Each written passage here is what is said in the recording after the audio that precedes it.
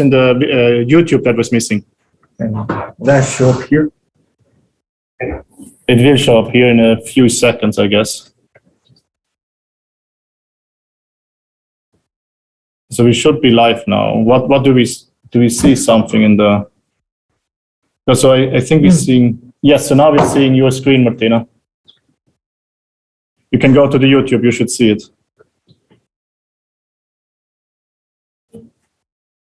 And Daniel sees it on the YouTube.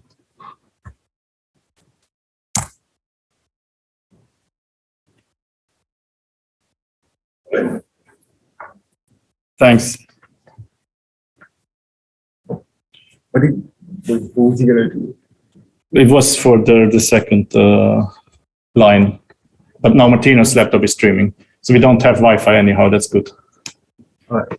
Good. So then we can see the first speaker. If you want, you can try to share the slides.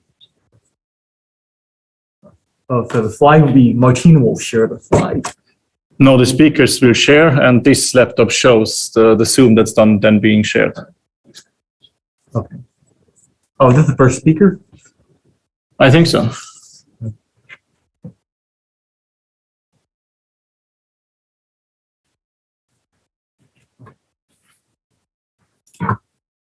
So, what about the introductory slide that we give? Yeah, that comes first. So which laptop do you want to use? Yeah, so let's try, because you're going to give that, right? And Martina, the second part. So I think we can just swap this guy, the HDMI. We might try and do that. And then this is still the laptop here. So let me move me away. I have to use this laptop.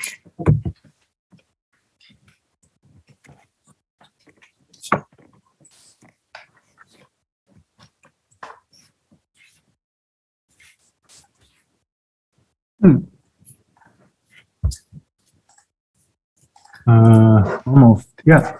See? But that's the Zoom, right? And now we need to, so you need to join the Zoom and share your slides. I'm here. Yes. So if you now start the slides.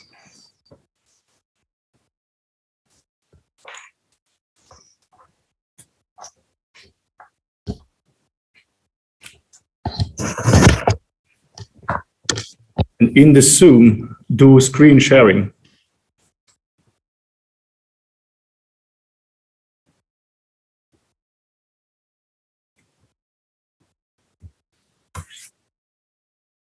Okay, so now the stream.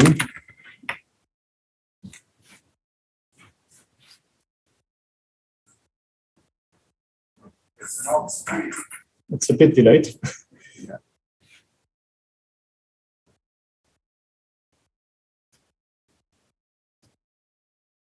Hello, everyone. Martina, can you see Daniel's slide? Sorry, no. Oh. So it says I started the screen sharing, but I don't see anything. It's black. Okay, try sharing again. Can you, your desktop too? Oh, Now it works. Yeah. yeah. I see it there, yeah. Okay, very nice. So that's what the So speaker it does. depends on how you do the screen sharing. Like it has to be desktop too, maybe. So if a speaker has its own laptop or this laptop, they're gonna need to join the Zoom and share like you now do. So the streaming works. And if they are remote, then we're just gonna let them share and connect it with this laptop. Okay. How many moving parts? Okay, on the counter is off by 2 hours. That makes 2 seconds. Your fault here for this one. Yes, but we fixed it now. It's done. Thank you so much. I mean, I volunteer for you. Okay, yeah. So Yeah. can you check if the room upstairs shows the number? No, I didn't see it. It's blank screen. Ah, okay, Yeah. okay. Yeah, maybe you can text someone about that if that's fixable. Okay, yeah. We have the poster outside, so. I mean, oh, you mean the screen that shows Yeah. the name of it? Yeah. We don't have it here? Nope, it's the only one that doesn't have it. Well, we have the poster. We have the poster, like, I yeah. mean, But does the screen work or not? No, the screen does not work. But we have why? It was working yesterday. But we have the poster. Yeah, but I also want the screen. right, but this screen is just something that's like outside the room to show what it is. Yeah, but I mean, I don't get why we're the only ones without it. Okay, guys, just one thing. So for the videos, for the Spotlight Talks, should I share the screen and play the videos? How do you prefer to organize this? Yeah, like that can, for the first one for sure, because it's going to be mostly remote. So then you share the screen the same as the speaker share their screen. So after the introduction, we're going to swap to the Zoom laptop and have the remote speakers. And then we're going to have the Spotlight Talks. And I think then you'll be the remote speaker playing the videos. Okay. So But it will be Daniel introducing them. The Spotlight Talk one. Yes, I think that was Daniel. Yeah. Can see. well, I mean- whoever introduces the speakers on the map on the plan that we have. Yeah, exactly. Yeah. Yeah, that we get the most. And by the way, Martina, I think you're sharing the Spotlight video, right? Mm-hmm. Yeah. So when that happens, I'll just switch the HDMI to the laptop. Yeah. Yeah, so after the introduction, we actually switch it. So the point is that if the streaming works well, I can share the screen with the videos. But if it doesn't work well, then it's better that you do that so that people there can see smoothly the videos. That's correct. Yeah. Okay. Let's try it. Like if there's bandwidth issue, then we share the videos here. Okay. So we stick to this plan. So I share the videos. If there are any problems, then you share them. Exactly. Okay. So that at least it's easier for you, I think. Yes. Do you have a question? So are we supposed to hang up the posters whenever or after? Yes. It's good that you're here because I'm going to use you to carry some poster stands now. Just. Okay. You prepare this. I'm going to get some poster stands. Martina, did you want to share the video? I'll set up out there with tags. Yep.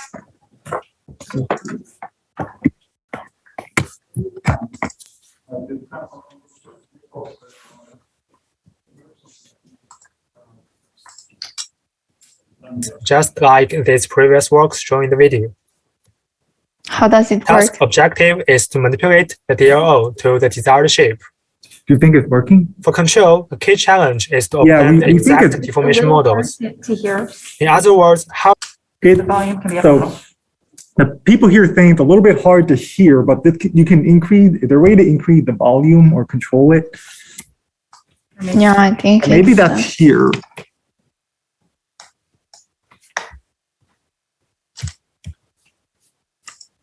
the robot motion affects the DLO shape.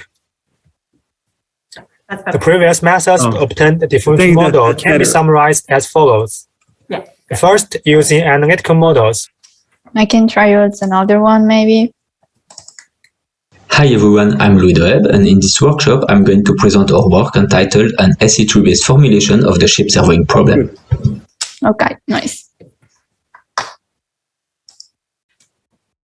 Okay. Okay, so Daniel, at the beginning you'll talk up to slide 5. Then probably it's easier if I start sharing and I talk from slide 6 on. Yeah, so actually, maybe you should be the one who shared even the introductory slide because we're gonna have to go to you anyway for the Okay. second half of that and the first and the second remote speaker. Okay. Yeah. I can stay here just to make, and I can like I'll do the speaking here. Perfect. Maybe better. Yes. I don't know. Maybe, I don't know. We're gonna be ready.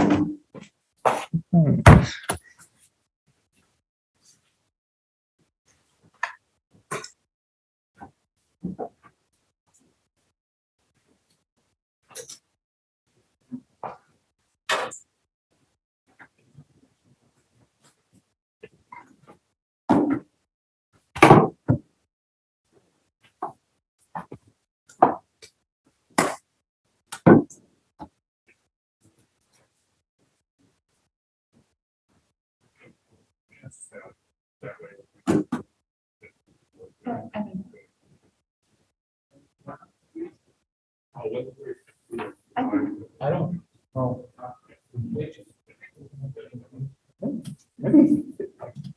Right. Yeah, let's just push it back. Okay. Good morning, organizers. Can you hear me? Yeah. Hey, good morning. Good morning. Yes, we can hear you. Yeah, thank you for inviting this. Oh, thanks to you for being here. Well, can you share, try to share the screen? Yeah, sure. Yeah, I will try it now. I think it's easier if we're sitting here because we can. I think it is because there's a lot of things happening. Okay. Can you see my screen? Cool. Yes. Okay. Works. Thank you. This is. Yeah, yeah. Okay, so I will wait until my presentation. Yeah, we need to wait a Thank bit. you. Okay. We have this idea. Yeah. I had the slider, yeah. How much time? We have, oh, I'm starting 7 minutes. 7 minutes. Yeah, but I think we can wait like 10 minutes. Yeah, yeah. all right, so Martina, you can share your introductory slide, I think, and then we'll wait 6 minutes and then begin.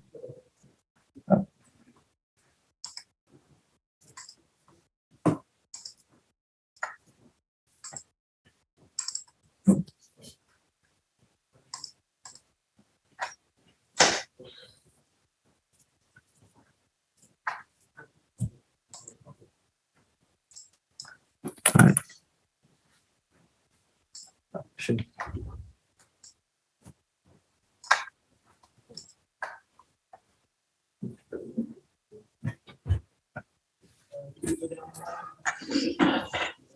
So guys, what's the setup? So when the speakers talk, do we have the webcam for them? We have the laptop camera. Okay, okay. Right? Like, can you see me? Yeah, yeah. Like, so Half of you. we try to point.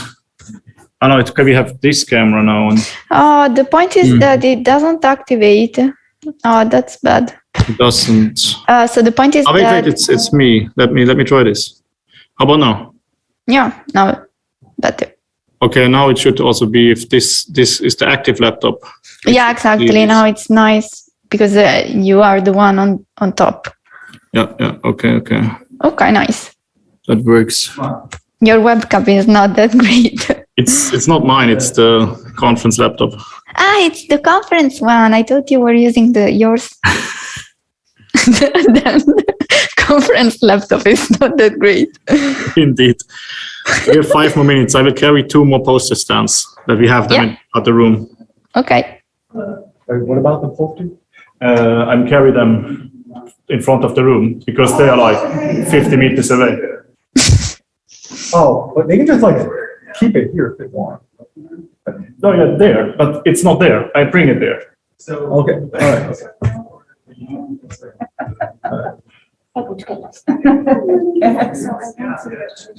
And you're like, oh, it's a breeze. Oh, I got, there was no laugh. I got here so early. Just look, see if there's anyone I can have, and I just. And then I thought one person was out, so I walked and, you know.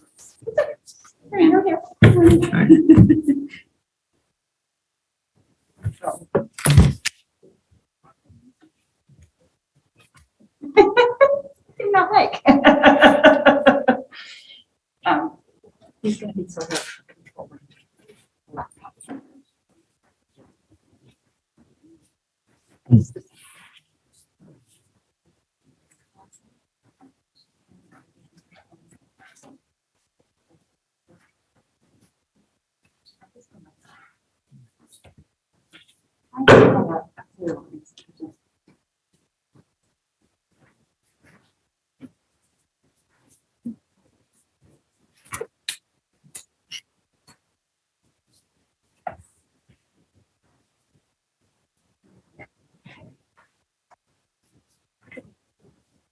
Well, I know. I thought that just in case, because last day's date.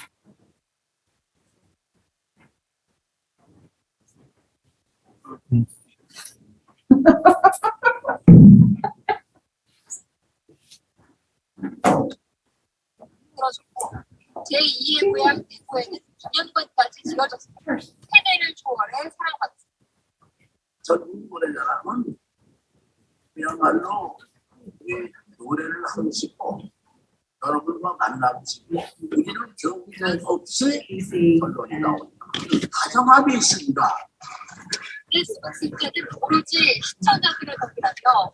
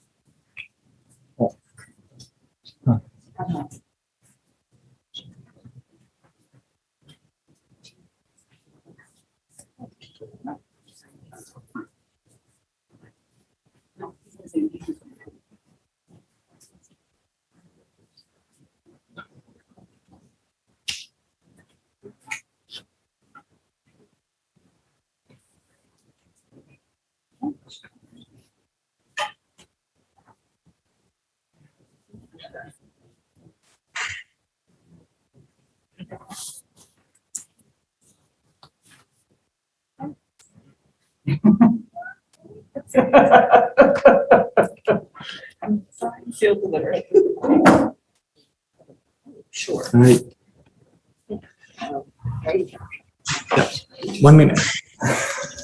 Or we could just wait another few minutes in case people join late. Oh, okay. That's tough. We can wait some more minutes. This is the hardest room to find. Like, let's wait 5 more minutes. Yeah. We just had this conversation. Yeah. But do they fix the screen thing? I don't think so. It's good that we have the poster. Oh. Right. Yeah. The next one. So I actually love them. Oh, but for some reason, from far away, I was like, oh, that sounds crazy. And so I walked up, and I looked, and I'm like, a stream and a blank, and then it's like, well, my photography is right there. So maybe I'll go that way, but then I asked. And I was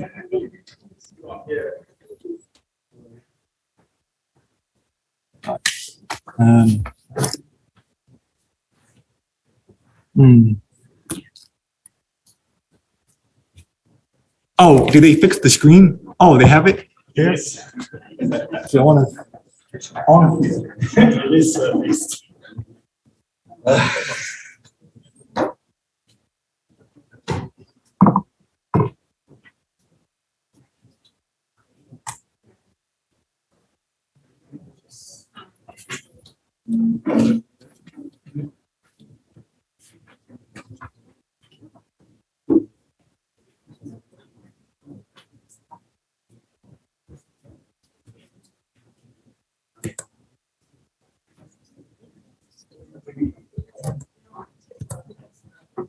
Hi. Hey. How are you? Nice, you could make it, Yanis. Yeah, I made it. But then to try today. Sorry. So are you done? Yeah, I'm Daniel. Are you one of the speakers? He's one of the organizers. It's Yanis. Hi, Yanis.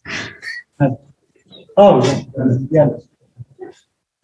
So I think I've met, yeah, half of the workshop organizers in person now.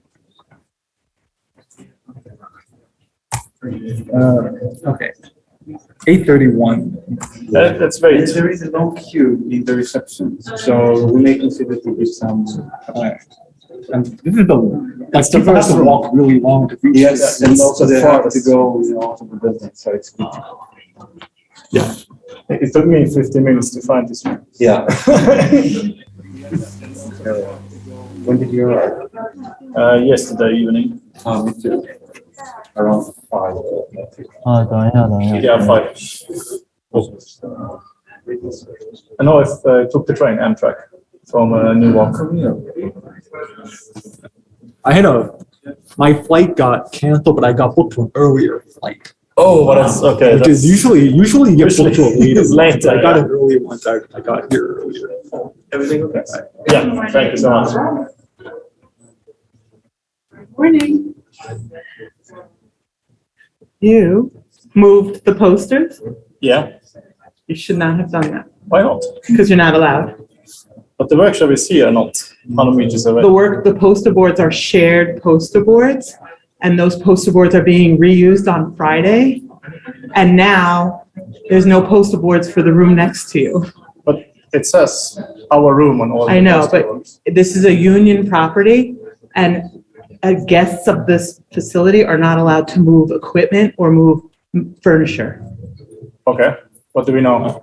I'm going to talk to the facility and find out if they want to move them back to where they were, or if they're going to leave them here, and find out if they'll charge us, Okay. just so you know. Okay? Okay. So not allowed to, or can we move chairs? Inside here? Yeah. But outside there, and it's something like a poster board? No. We're not aware of this. You're not aware of this? Yeah, no, we're not aware of Okay, this. I'll talk to the workshop Yeah. organizer So- and double check. Please tell them, Sure. because this was not something we didn't know. Okay, yep, okay, Yeah, sorry, but I guess that's fine. we can. No, but I mean, yesterday I saw you yesterday. Yeah. Well, I didn't realize we were gonna move them. So. Yeah, but I mean, they're there for this room and it's here, not 100 meters away. Anyway, I think But So, now, I didn't know now that. that there are extra posters on Friday and for the rooms down there, and they're gonna be having to come all the way down here. You see what I'm saying? Okay. That's why there's a method to how it's being set up, but Okay. I'll talk to the facility and find out. For now, hopefully they'll let us keep it there. Okay. Thank you so much. Thank you. Okay. So. It's a different country. I think we should get started soon. We should just. Yeah, let's wait just 1 minute and then we can start.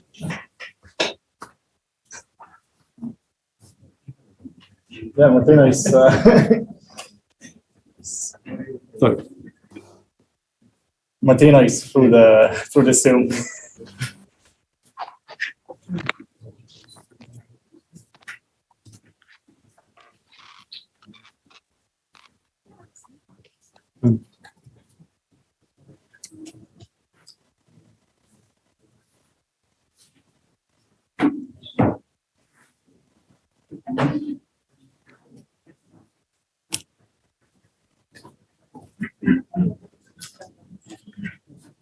Hey, Mike, I think we should get started now. We're getting more people here. Yeah. I think, Martina, we can get started. What do you think? Yeah, that's okay. Yeah, now it's 35. Yeah, let's get started.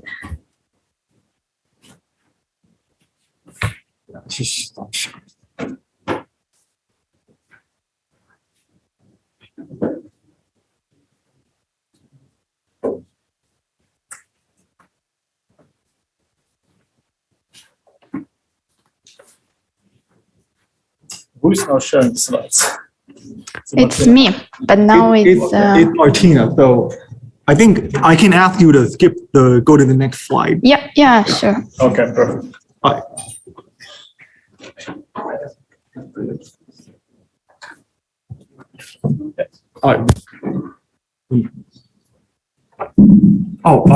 everyone. Is this working? Oh, okay. Yeah. So hello everyone. So welcome to the second workshop on representing and manipulating deformable objects. So next slide. Yeah, so we're very excited to have you here for this workshop. So to give a brief introduction, here are the organizers. So we have myself, Daniel, we have Michael here, and we have Martina on Zoom, and we have 5 other organizers, Hong, Danica, Alessandro, David, and Giannis. So why are we interested in this workshop? So deformable objects are everywhere in the world. So they include things like, say, food, dough, clothing, ropes, and so on. But from a robotics perspective, their very large and infinite dimensional configuration space means that some traditional modeling, planning, and control approaches can fail. So there's no clear state representation. So how do you represent the state of a deformable object into your policy or your planner, for example? And then there's very complex dynamics, like if you take an action with a robot and manipulate something deformable, what is the deformable going to look like after that? So next slide. So as a consequence, there's no unified solution. So there's many methods that researchers have proposed, but many of them are highly domain specific. And there's also a general lack of, say, simulation environment, and the existing simulators that we have are often very noisy or inaccurate if you've ever gone through them like some of us have here. So the goal for today is to try to collect many, state-of-the-art current methods that researchers are working on right now, identify possible future research direction, and to connect people from a variety of discipline in this workshop to share ideas and potentially overcome future challenges in deformable object manipulation. Next. Yeah, so there's a broad set of topics that we're excited to cover today, including things like representation, data estimation, simulation, sim-to-real transfer, data-driven methods, control, multi-arm manipulation, specialized tools, and various application that we are excited to cover. Yeah, so next. So Martina, do you want to take it from here? Yeah. Thank you, Daniel. And good morning, everyone. Thanks for being here. I just want to connect to what Daniel said, and I just want to point out one of the emerging fields where the manipulation of deformable object is now needed. And in particular, among the several fields, we also have the one of the precision agriculture, where an example can be found in the European project Canopies I'm working on. And here the challenges are that we need to deal with the high variability of these deformable objects and also of the agricultural settings.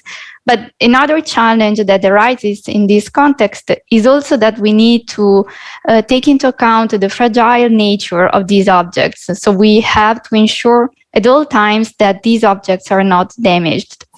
So this is just to close our overview of why we're interested in deformable objects and why we think it's nice to have these kind of workshops to talk about them. So now we will go a bit more into the details of how it's structured, this workshop. So as you can see, this workshop will be hybrid. So we'll have in-person speakers and in-person co-organizers, and we'll have online speakers and talks. In total, we have 8 invited talks, and each talk will be 25 minutes, plus 5 minutes for question and answers. And then we'll have a final discussion round at 17. We also have contributed extended abstracts. In particular, we have 17 accepted works, and each work will be presented with a 5-minute presentation that is pre-recorded. And then we'll have a 1-minute live question and answer. And then we also have 10 posters that are only in person during the poster sessions. So we'll start at 8:45, that is in 5 minutes, with our first invited talk by Kimitoshi Yamazaki. Then we'll have at 9:15 Youssef Mezouar as a second invited talk. And then we'll have our first spotlight talk session, that's at 9:45, which will be followed by the poster session at 10:25. And here we'll also have the coffee break. So please grab your coffee and then come by to talk with the authors that will be presenting the posters. That we will resume at 11, and we'll have another invited talk by Ken Goldberg. And at 11:30, we'll have the last invited talk of the morning, that is by Andrea Cherubini. And we'll close the morning with the last spotlight talk session at 12. And next, we'll have the lunch. And we'll reconvene at 13:45, when we'll have the first invited talk of the afternoon, that is by Shuran Song. And at 14:15, we'll have the second invited talk by Rika Antonova. And then at 14:45, we'll have the last spotlight talk session, which will be followed by the poster session at 15:15. Here again, we'll have also the coffee break. And we'll have then at 16 the last two invited talks by Alan Kuntz and Isabella Wang, and by Caroline Mattel. And then we'll close the day, as I said, at 17 with an open discussion round. So now just a few words about how to interact. So the idea of the workshop is to be as interactive as possible. So please ask whatever you want and whenever you want. So you can use the Zoom question and answers, especially if you're joining online. You can also use the Slido event, that is this number 6390877. And all the but gold, you can just raise your hand and ask whatever. So either virtually or in person, it always works. And if you want to read, if you miss a talk, or if you just want to read an accepted extended abstract, you will find all the talks and all the contributions on our website. So this is the time for any question about organizational aspects. So I don't know if there are any questions.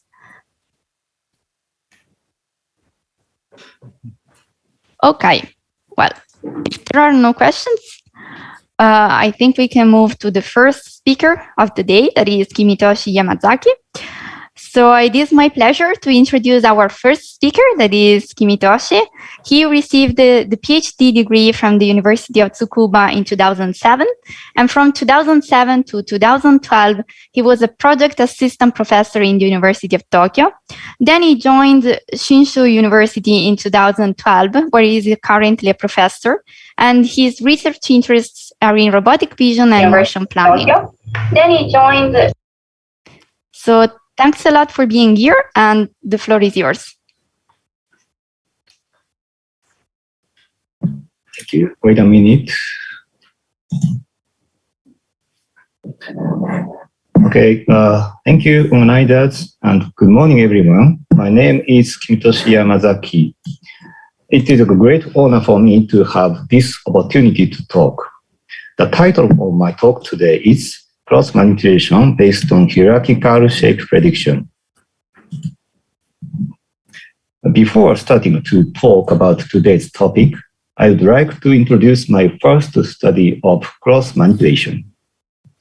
The video above left shows the work that led to this. Here, a dual-armed mobile manipulator performs various chores. One of these actions is to find a piece of fabric in a room and pick up it. However, since cross does not have a specific shape, one challenge was how to find fabric products in the everyday environment. We proposed an image processing method that responds to wrinkles. Using this technique, the robot can locate fabric products as shown in the video below left. The process flow is shown on the right. There is a learning phase in which SVM builds a discriminator that responds to wrinkle-like image regions. After that, an input image is divided into 3 categories: wrinkle-like areas, areas that may not be wrinkles, and an area that is neither part. Then graph cut is applied and we obtain a region of the fabric products. In hindsight, this was a very simple method. Okay. After the work I've just introduced, I began to try to achieve more complex manipulations than just detecting and grasping. On the other hand, I also realized that there are many difficulties in manipulating a cloth with a robot.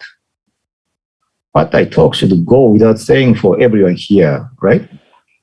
A cloth is a deformable object. This deformability is a factor such as infinite shape state, complex shape, and complex contact and friction force with surrounding environment. Therefore, modeling, recognition, and manipulation of cloth become difficult. However, humans have a high capacity for deformable object manipulation. Therefore, it should not be impossible to achieve this with a robot. For such reason, such kind of research team is very rewarding, I think. Okay, from here, I start the main topic of this talk. Introduced at top right is my colleague, Professor Sophie Arnold, who plays a central role in this work. First, we conceptualize cross-folding task as shown in the figure, this figure. Before starting manipulation, the goal state is given. Then, a sensor data for initial state are obtained. To realize the goal state, robots must predict cross shape and plan the manipulation procedure, include any midway states. We refer to this level as plan level. Okay. The robot then manipulates the planned steps one by one. Here, the motion trajectory should be controlled by predicting how the cross shape will change during the manipulation. We refer to this level as the manipulation scale. Now, I said 2 kinds of shape prediction are needed. The title of today's talk comes from this fact. To realize cross manipulation as conceptualized on the previous slide, we are building a dual level system as shown here. In the plan scale, overall motion planning, including midway state generation, is performed. In the manipulation scale, which is for executing each step, the cross shape is predicted and controlled by appropriate perception and manipulation, which are online process. Let me now explain in a little more detail. The first part is to estimate the shape of the cloth from the sensor data. A mesh structure is used to represent the shape of the cloth. The nodes of a mesh are usually represented by deterministic values. We basically use that representation. However, there will be some areas where the results of shape estimation are not reliable. In the case of deformable object, one challenge is that the shape in occlusion area is unknown. Therefore, a probabilistic representation consisting of a mean and a variance is also introduced in intermediate process of shape estimation. Below right is an example of adding uncertainty to the shape. The goal of shape estimation is to reconstruct the cross shape from a 3D point cloud. Our approach is to generate a cross mesh that is consistent with both the observation and the non-cross topology. We chose to solve this problem as an optimization problem as shown in the blue box here. The procedure begins by estimating the initial values of the mesh from a point cloud. This is here. Then we optimize the geometry and the topological constraints, like this. I will explain this procedure step by step. First, we obtain 3D point cloud data, SPC, from the sensor. Then, we convert the point cloud into a voxel representation. At this time, we boost Z coordinates to capture more fine height detail, such as cross wrinkles. Then, we estimate the cross shape probabilistically using the voxel-to-mesh network. We call this the V2M for short. The input of the V2M is the voxel representation, and its output is a probabilistic cross mesh. The probabilistic mesh format describes vertex positions as 3D multivariate normal distributions. Finally, we derive a deterministic estimate using a topological refinement procedure. By minimizing the vertex positions negative, we ensure consistency with the observed shape. By minimizing a topological loss, we improve the realism of the estimated shape.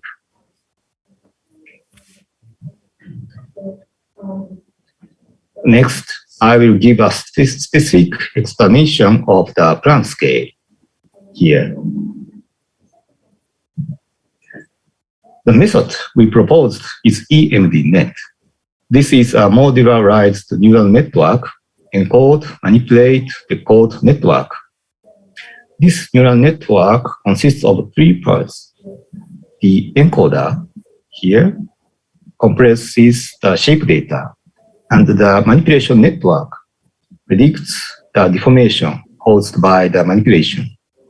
And the decoder then reconstructs the shape after manipulation. There are 2 inputs, current shape S sub I and the manipulation input M sub I. Output is the predicted shape S sub I plus 1 after virtual manipulation is added. Okay. EMDNet has 2 functions, shape prediction and manipulation planning. Shape prediction is performed by propagating the network in the forward direction. The predicted shape after manipulation is obtained as a mesh representation, like this. Next, we discuss manipulation planning. Manipulation planning is performed by propagating the error here between the predicted shape and the goal shape S star backward through the network using the error back propagation method. The inputs to the manipulation plan are the current shape and the goal shape. The outputs are the manipulations and the shapes between manipulations to deform to the goal shape. This planning makes it possible to deform to various goal shapes. Furthermore, as shown in the figure on the right, 2 or more manipulations can be performed by connecting multiple network. This is an important point of the our proposed EMDNet. Here is an example of the planning. Current shape is unfolded rectangular shape. The goal shape is shown here.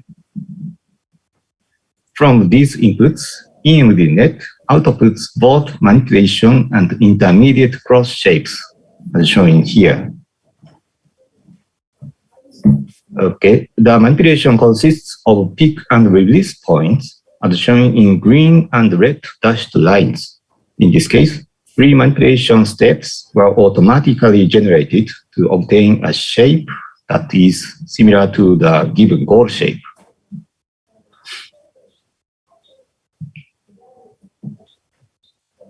Next, I will give a specific explanation of the manipulation scale, shown in the bottom. for the manipulation scale, we assume that the initial state, a final state, and the initial trajectory are provided by the Planck scale. And we aim to solve the manipulation scale using 3 core functionalities. That is, shape estimation, which I have already explained, and shape prediction, and the trajectory correction. The accuracy, flexibility, and the execution time of these 3 functions must all be at practically applicable levels. Core features of our approach are that we use a mesh format for cross-shape representation and run a forward model of the object dynamics for real-time shape prediction. Here, we explain about online manipulation trajectory correction. The goal of trajectory correction is to make the manipulation outcome S sub n here match the goal shape S star, this one.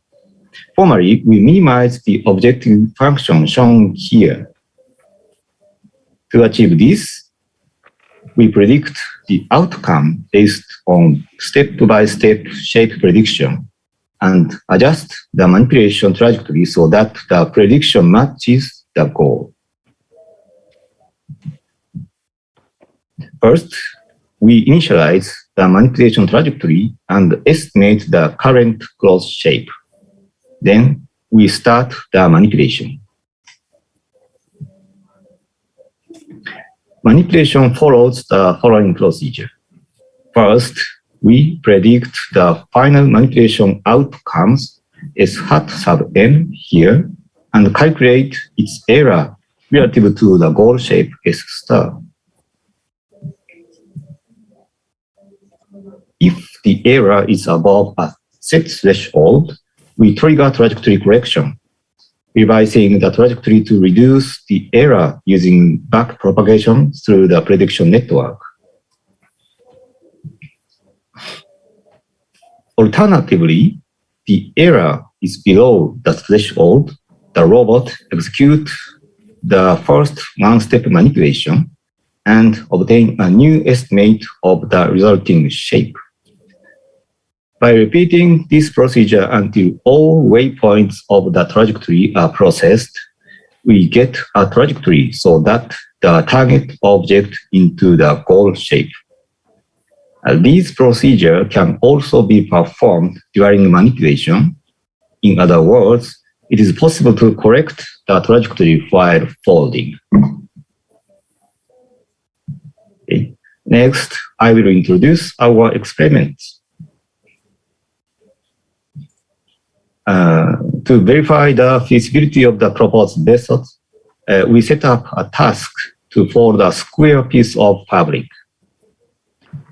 Since it is difficult to collect training data only in the real world, we use a physics simulator to collect various folding data. And Kawada Robotics Hero, a dual-armed robot, was used as the actual robot. And the RGBD sensor was placed in the position directly opposite to the robot. The picture on the right shows the experiment in progress. The training data necessary for training the networks used in the experiments were collected using the following setup. First, we decided manipulation method, that is, operate with one or both hands, and grasping position is limited to the corners of the fabric. The hand is assumed to move in a circular arc, and ArcSim was used as the simulator. As shown in the movie on the right, ArcSim provides accurate and stable cloth behavior. In one simulation, the cloth was folded 3 times. The shape of the cloth at rest and the shape of the cloth during manipulation were saved. The number of data collected was over 3,700 sets. Okay. This slide shows a trajectory correction example. The evaluation conditions are as follows. We initialize the trajectory as an arc-shaped curve. The grasp points are defined by the initial trajectory. We evaluate three test scenarios. In scenario 1, manipulation proceeds undisturbed, like this. In scenario 2, friction is lowered, causing the cloth to slip during the manipulation, like this. In scenario 3, an external disruption is applied partway into the manipulation, here. Okay, the figure and the animation in the middle right show an example of manipulation with correction in scenario 3. We observed that with correction, the trajectory was modified appropriately, this blue line, in response to the external disruption. Okay. With correction enabled, the error is about 5% of the cross size. This table shows the results.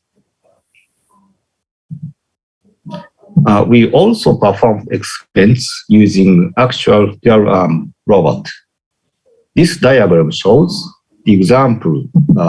This diagram shows a unified system combining plant scale, as shown in the pink square, and manipulation scale, as shown in the blue squares. So the plant scale provides intermittent cross shapes, while the manipulation scale generates and modifies trajectories in detail. Here are two videos about one folding action. The left side shows the results when a disturbance is applied during folding. The robot realized midway through that the desired shape was different from the current shape and corrected its trajectory on the fly. By the way, the robot's motion is not smooth in this movie. This is because a new trajectory cannot be generated until the shape prediction result is known. So a wait time is required immediately after the estimation. And since this does not look good, we built a control loop that takes the delay into account. As shown in the right movie, the result is the smoother and quicker motion. Okay. Using the system mentioned in the previous slide, the robot solved a folding problem, this initial shape and the target shape. The left bottom movie shows the first manipulation, and then the right bottom shows the second manipulation. In both steps, one hand manipulation is automatically selected and generated. A similar shape to the goal state was obtained. Okay. I think we still have a little time, so I will introduce some of our other research results. We also apply reinforcement learning and imitation learning to cross manipulation tasks. The upper left movie shows how to lift a folded cloth without losing its shape by reinforcement learning. In the movie below, the robot learned how to fold a shirt while placing it on its chest. On the right is our proposed policy model. It processes two things simultaneously, that is, segmentation of a task into multiple simple actions and reinforcement learning of each action. The bottom right videos show that the proposed method falls better than the single policy for. Amazingly. People know how to use Zoom now. Okay. If we want to manipulate the cloth quickly, we need to understand dynamic shape changes. We have been working on this issue. In the movie above left, we focused not only on the deformability of the cloth, but also on its stretchability. The wrinkle pattern created by the pull is used to pass a hanger through a narrow neck hole. Okay. The upper right and lower left videos show assistance in dressing. Here, optical flow is used to cloth shape estimation. This enables faster detection of snagging than force sensors. In addition, this approach allows the robot to continue moving without stopping during the recognition process. And the lower right shows the assistance of dressing according to human movements. The hybrid control of position and force prevents people from being burdened. We are also working on an efficient and stable method of cloth manipulation. The video above left shows what we call pinch and slide unfolding. The hand is moved along the edge of the fabric for efficient unfolding. The right video shows an end effector for more stable manipulation. It performs also the pinch and slide unfolding, and it can stably manipulate the cloth. As shown in the bottom movies, we are also developing end effectors in collaboration with a manufacturer of industrial sewing machines. It can pick up a single piece of cotton fabric that is thin and easily adhered to each other. As shown in the center movie, the end effector is highly repeatable. The same end effector can also be used to pick up woven rubber, as shown in the bottom right movies. Okay, today I presented cloth manipulation based on hierarchical shape prediction. We have organized the problem of transitioning the cloth to the desired shape. Two planning scales, plan scale and manipulation scale, are introduced. Then we presented feasible solutions for each scale and how to integrate them. My interest in deformable object manipulation is boundless. Therefore, we will work on quicker cloth handling. To achieve this, we work on estimating the dynamic state of the cloth and controlling its shape. Efficient learning of cloth manipulation is also important. Since a cloth can have an infinite number of states, it must be able to appropriately construct a feature space that represents the relationship between manipulation and shape changes of the cloth. In addition to these standard directions, I also interested in the elucidation of the mechanism by which people understand deformable object manipulation. Okay, before I finish, a few words. My colleague, Professor Sobi Arnoldo, is now planning a special issue at Frontiers in Neuro Robotics. I kindly introduce you. Please consider contributing. That's all. Thank you very much for your attendance. If you are interested in our research activities, let's collaborate internationally. Please do not hesitate to contact us. That's all. Thank you very much. Thanks a lot, Kimitashi. So now it's questions time. So I just want to remind the audience, you can just raise your hand or write in the chat on the Zoom and also use the Slido.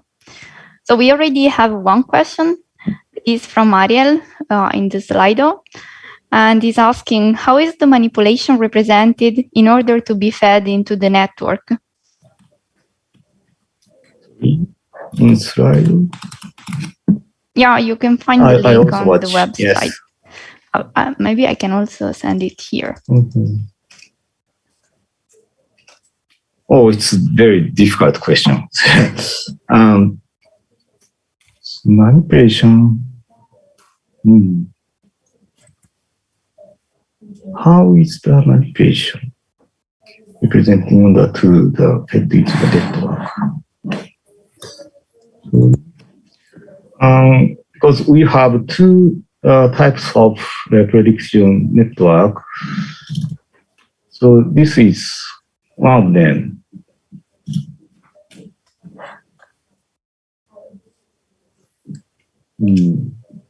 Sorry, I cannot understand very well about this question. So can you explain about this question in more detail? Someone? Well, Ariel, maybe if you're joining the Zoom or you're in the room, you could probably just Martina? explain. Yeah. I think there's a few people in person who have question too. Yeah.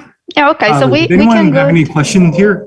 I saw a few hands. You might have to walk to the microphone if that's okay. All right. So we have one question now. Yeah. So that's me who asked the question on the. Oh, okay. Great. So, perhaps I can answer this question. So I'll try to explain. So I guess you okay. explain how the can I answer it? The mesh. So the manipulation input is very simple. Picking up. Just a moment, Kimitoshi. So they are repeating the question in the room. Okay, I think you actually need to come here. So he hears it. No, he needs to speak in this microphone so the Zoom participant can hear it. Yeah. So otherwise, you can just repeat it. Hello. No, it's a computer. It's this computer. Okay. Well, I'm the first to ask questions, so I guess I'm hitting all the glitches. Sorry about that. So I was asking. I understood that the object is represented by a mesh.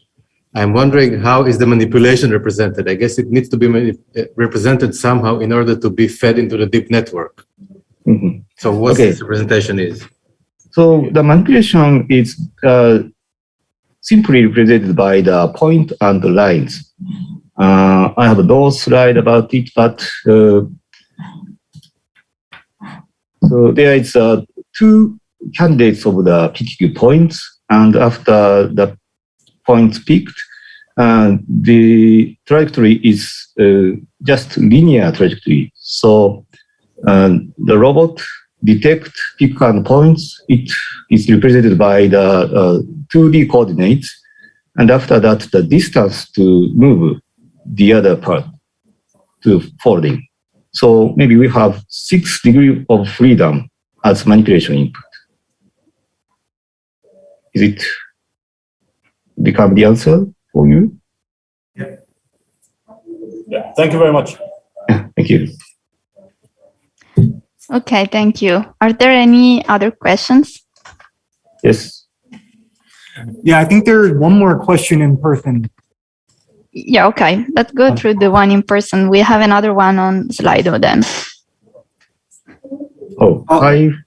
How frequent does the trajectory correction have to be run to ensure accurate manipulation? Okay, so. Okay, let me read the question so that everyone can know it. So now we are addressing the question from Thomas on Slido. That's how frequent or infrequent does the trajectory correction have to be run to ensure accurate manipulation? It is a parameter to investigate for us. And we decided to about 6 millimeters per one manipulation, because we have about 200 or 300 millimeters for one manipulation trajectory, and we divided the trajectory into 50s. So it means about 6 millimeters. This was our findings as good good frequency. Okay, perfect. Thanks. So, Daniel, you said there is another question, right? Yeah, we have one more question. I think you also just come to the laptop. We have to figure it out how to do it more efficiently, but we are sorry. Hi, I may have missed this, but I was wondering, when you're estimating the state of the mesh, how do you handle occlusion, and do you make any assumptions on the shape of the cloth? Do do you have any thoughts on how to generalizing these to different types of fabrics? Thank you. Okay. In the present, we tried just a simple shape, so maybe it is not the general knowledge, but in our case, we estimate the mesh from the point cloud, but here we may have occlusion. In such a case, such occluded part is estimated with the probabilistically. So after that, we optimize the shape by using the topological constraints. So it means the neighboring points existing the near of the present points. Using these topological constraints, after we get this deterministic shape, so using this procedure, we cope with the occlusion part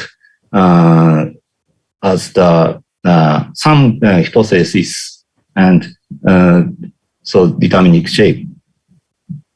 Sorry, just a difficult for me to answer this question. Okay, great. Thanks a lot.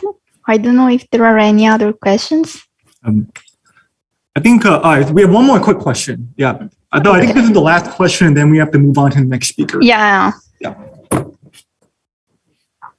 It sort of builds off the other one. Oh, so what sorts of cloth configurations do you expect the system to break down? Like, are there certain shapes you've just tried informally where you just think it just wouldn't work very well and more sensing might be necessary?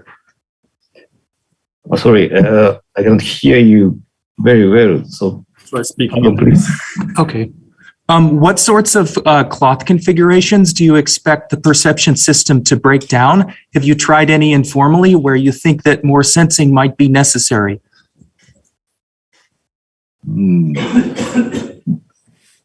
Sorry. Sorry, I cannot answer now. So please contact me after. Okay. Okay. Sorry. Okay, then perfect. Thank you, Kimitoshi. Thanks again. So I think now it's time for the next speaker. Thanks. So now it is my pleasure to introduce our next speaker, that is Youssef Mezouar. And he received the PhD degrees in automation and computer science from the University of Rennes 1 in 2001. And he spent 1 year as a postdoc at Columbia University. And next, he was an assistant professor from 2002 to 2011 in the physics department of Blaise Pascal University in France. And now he holds a tenured position as a full professor at Sigma Clermont since 2012. And he leads the modeling, autonomy, and control of complex system team of the Institute Pascal. And his research interests include sensor-based control with applications to robotic manipulation and mobile robots navigation and coordination.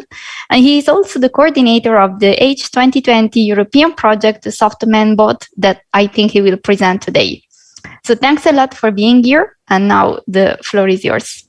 Martina, I'm sorry. My name is Mohamed Al-Khatib. I will replace Youssef for today's. Okay. Then he apologized. He had an urgent meeting now. Okay. And he asked me to replace him now. So I'm sorry. Like, he sent his apologies to everybody. Okay. That's great. We have you. Then you can just present. Can you see my screen? Yeah. Okay.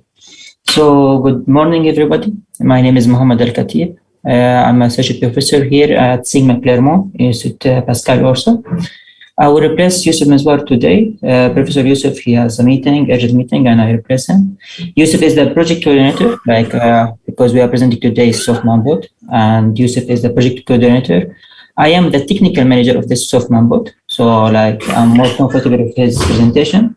Today, I'll present to you advanced robotic technology for handling soft materials, deformable materials in manufacturing sectors, which is called the Softman bot project. Before I start with the introduction and everything, I would like to show you a brief video. I hope the audio will be reached to everybody. Can you hear the audio? Yes, it's working. In today's industry, robots see a widespread implementation for more traditional and repeatable tasks, such as assembly and machining, while dexterous manipulation of soft and deformable material is a complex challenge that researchers are still facing today. From surgery to food handling, from packaging to manufacturing, many tasks involving the handling of deformable materials are today performed manually by skillful human operators. The intrinsic complexity of these tasks lies in the high variability of the handled material shape, making it impossible to automate their execution with traditional robotics techniques. The EU co-founded project SoftmanBot started in October 2019. It develops an innovative and holistic robotic system for the handling of flexible and deformable materials within labor-intensive production processes.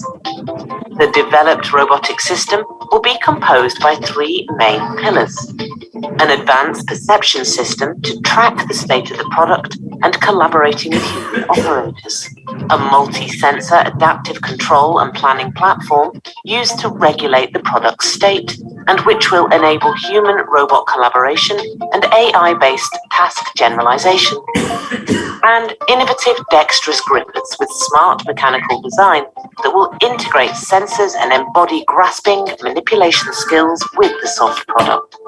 The SoftmanBot findings will contribute to help robots play a bigger role in European factories, thereby increasing productivity and job quality. The project's consortium is composed by 11 partners from 4 European countries, coordinated by Sigma Claremont, an engineering school connected to the industrial world with a global and international perspective and strong ties to high-end research and entrepreneurship. In order to facilitate the assessment of the performance, transferability, scalability, and large-scale deployment of these solutions, the demonstrations of the project are conducted under real industrially relevant environments in 4 pilot demonstrators involving 4 key manufacturing sectors: toys, Duema, textile, Decathlon, footwear, Plastina, tires, Michelin. The SoftmanBot project strives to design a modular and interoperable architecture, develop a robotic perception platform, develop a multi-sensor planning and control system, design and develop intelligent, dexterous, and low-cost grippers for deformable object handling, deliver an environmental, economical, and social evaluation. If you want to stay in touch with the latest updates of SoftmanBot project, you can follow us on LinkedIn and Twitter, subscribe to our newsletter, and check the project website.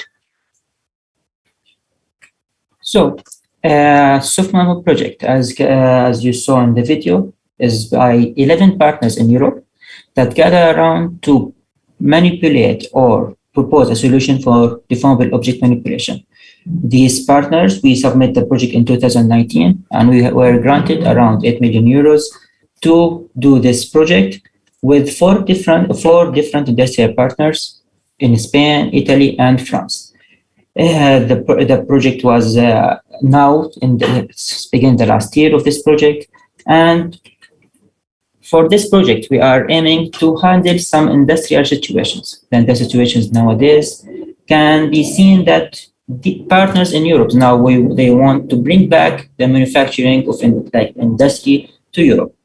How are we gonna bring back this industry? By proposing some complex materials handling, plus we can human-centered the production with ergonomics, attractiveness, safety analysis, etc. And by this, we focus in 4 different deformable object sectors. The first one is by Juema in Spain, where we assembly and demolding the doors components. Secondly is Decathlon in Italy, where we handle textile industry for manufacturing of texture or fabric with Decathlon. Third is with Plastiner in Spain for footwear industry or demolding the shoe soles. And lastly, with tire industry in France with the Michelin, with assembly the tires by the superposition of components. I will go one by one just to introduce the problem of deformable objects here that we concern of. For Huema in Spain, this is an enterprise or a company located in Alicante. They work with dolls since more than 30 years, and they are one of the best in Europe in a good quality dolls.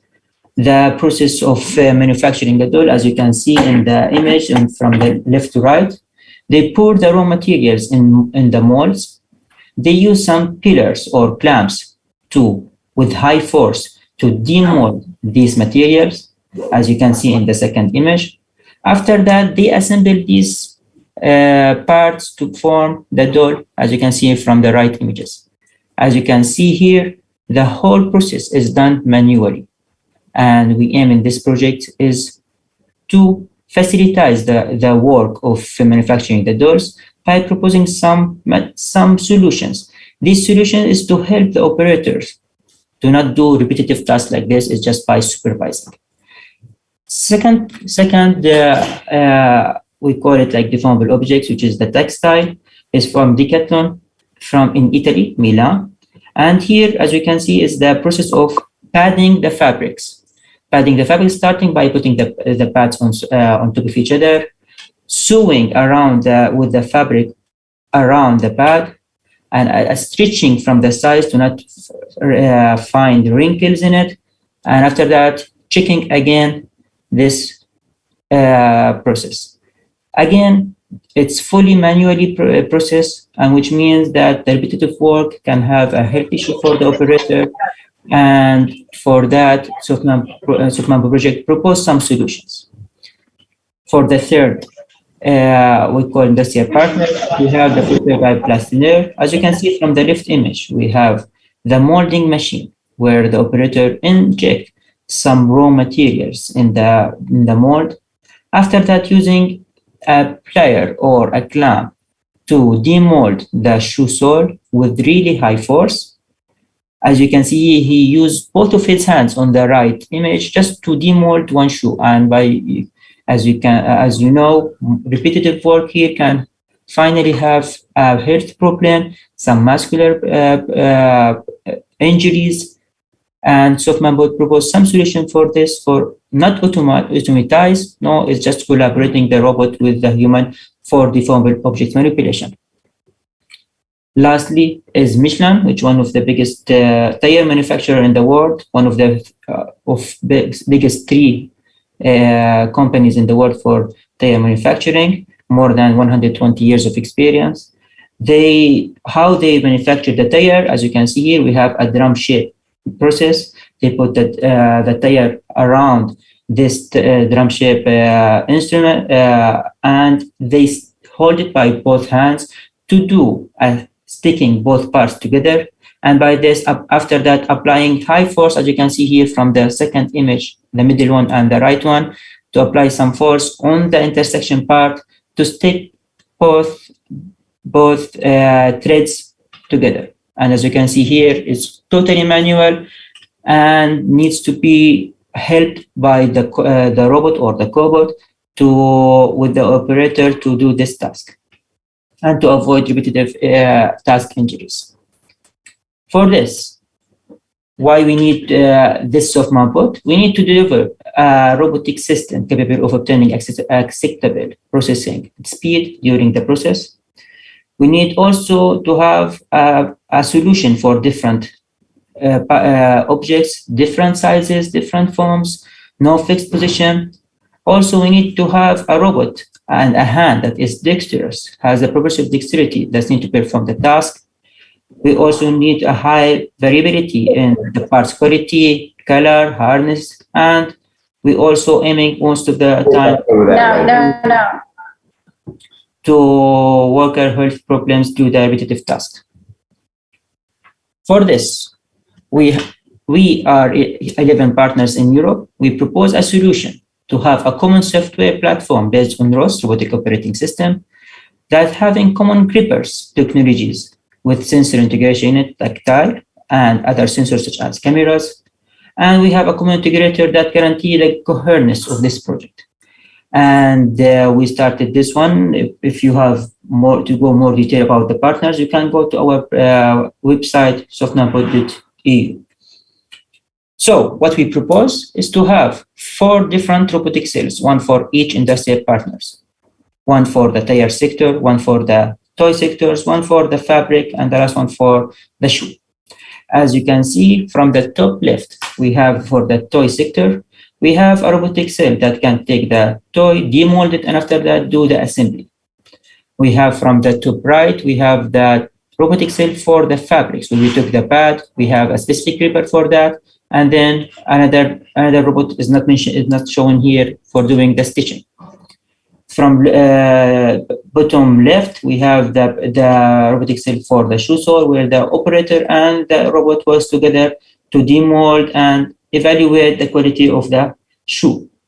And lastly, we have from bottom left, right, which is the for tire use case. We have the 2 robots that can receive the thread, the tire thread, and perform the task to put both of them into each other and do fixation of these 2 threads together. What we have challenges, as you mentioned, for this workshop is the deformable objects of manipulation. For that, we have different challenges based on deformable objects. First, we need to know how to handle these objects. For that, we have different kinds of objects, from toys to texture to tires. For that, we need to have a smart, dexterous grippers. These grippers should be adaptable for the use cases, plus should have some specific properties, which we will discuss after. The second challenge is to learn how to do the task. Like this, we need to do a human-robot collaboration. And once we mention the human, we need to also assure the safety and the ergonomy of the human. Third is to identify the objects, look at them, and to find the best resting positions, which we are working with deformable objects. We need to look at them with robotic perception based in multimodal, such as tactile, such as also vision systems.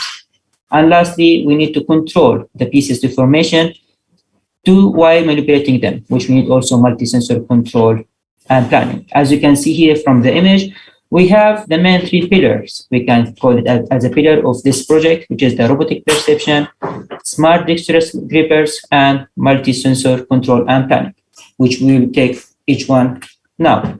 For the first one, which we have a smart dexterous gripper, as you can see here from this figure, we have proposed 4 different grippers. Each gripper has different properties based on the deformable objects. From the left, we have the gripper for the tire use case, where we need a multi-finger gripper that can, from one side hold the first thread, from the second side hold the second one, and put them on top of each other. So we need to have a long stroke plus multi-finger gripper. For the second one, we have a gripper that has properties of high forces. This one, we use it for 2 use cases, for the toys and the shoes. For demolding, this gripper can reach more than 150 newtons for removing or demolding the objects. And also, it has the properties of tactile, which means that we need to get a feedback from the object once we receive it, because once you put the gripper inside the mold, the vision system cannot be adaptable there. For that, tactile properties is important. For the third one, we have the long stroke gripper, which we propose for assembly of the toys, different parts of toys, from the head to legs, arms, which means, and the body, which means we need to have a gripper that vary in the stroke of the gripper, which means that can open very wide or can short and very narrow.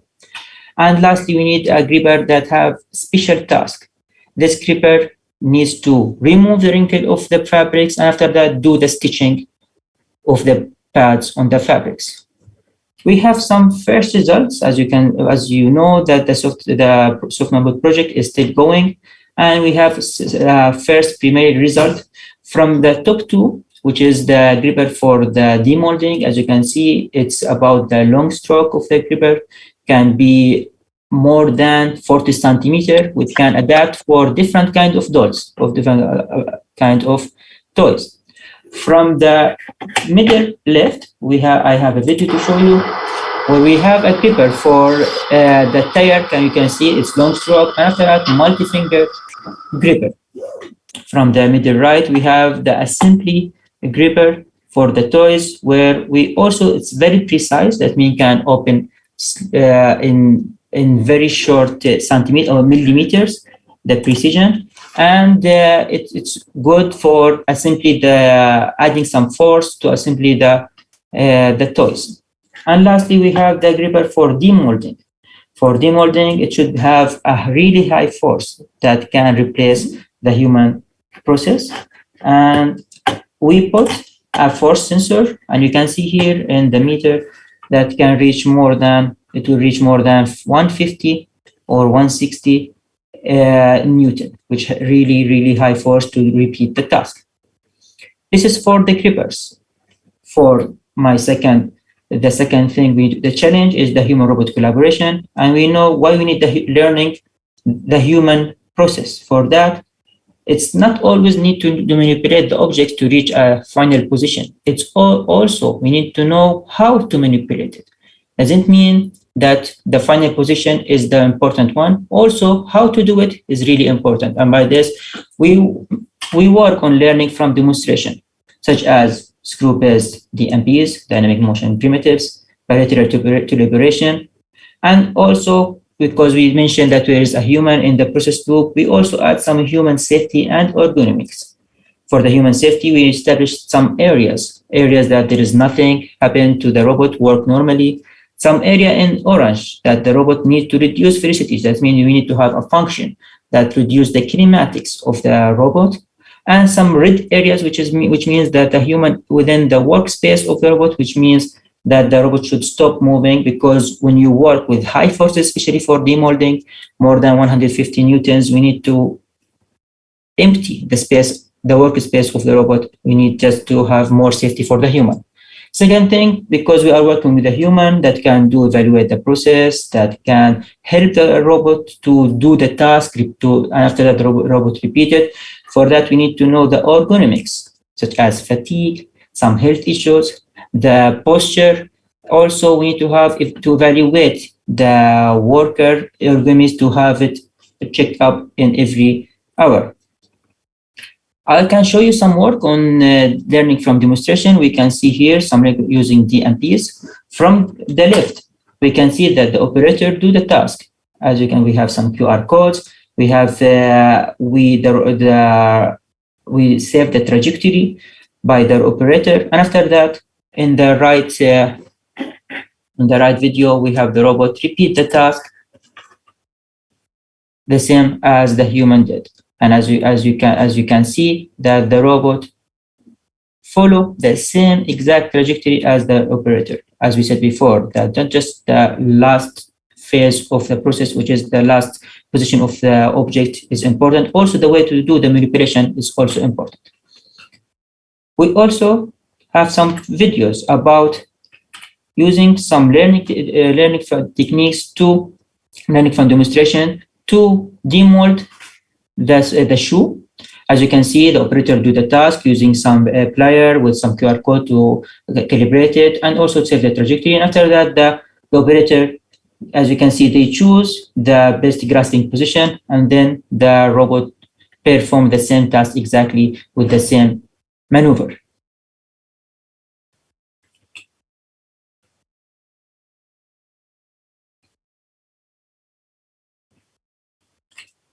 Lastly, we can not just teach the robot by saving trajectory. We also can do some teleoperation, bilateral teleoperation, that we show the robot how to do the task. And after that, the robot can do the task one more time by learning from demonstration. And by this, we can save time, we can use work from distance, etc. And as you can see here, we have a deformable object, which is a robotic, and the operator teach the robot how to handle these objects. For the third part, or the second pillar, is the perception. As I mentioned, we work with 5 different types of deformable objects, such as dolls, shoes, tire treads, and also fabrics. For this, we face some problems or challenges, such as object segmentation, shape detection and tracking, wrinkle detection, and also contact point detection. And also, we know that the human in the control loop. That's why we need to know where is the human exactly in each second, which means we need human 3D pose estimation. For that, we propose in this consortium, we propose we call it some solutions for each part. For the visual perception, we talk about particle SFTs and also position-based dynamics, as rigid as possible models. Also lattice, which is the next advance from as rigid as possible, which is lattice as rigid as possible model. And also now they are working about graphical neural network. These models can give you the shape of the objects. And also some of them can give you also segmentation of the objects that can be used for the next step, which is modeling and controlling the manipulation of deformable objects.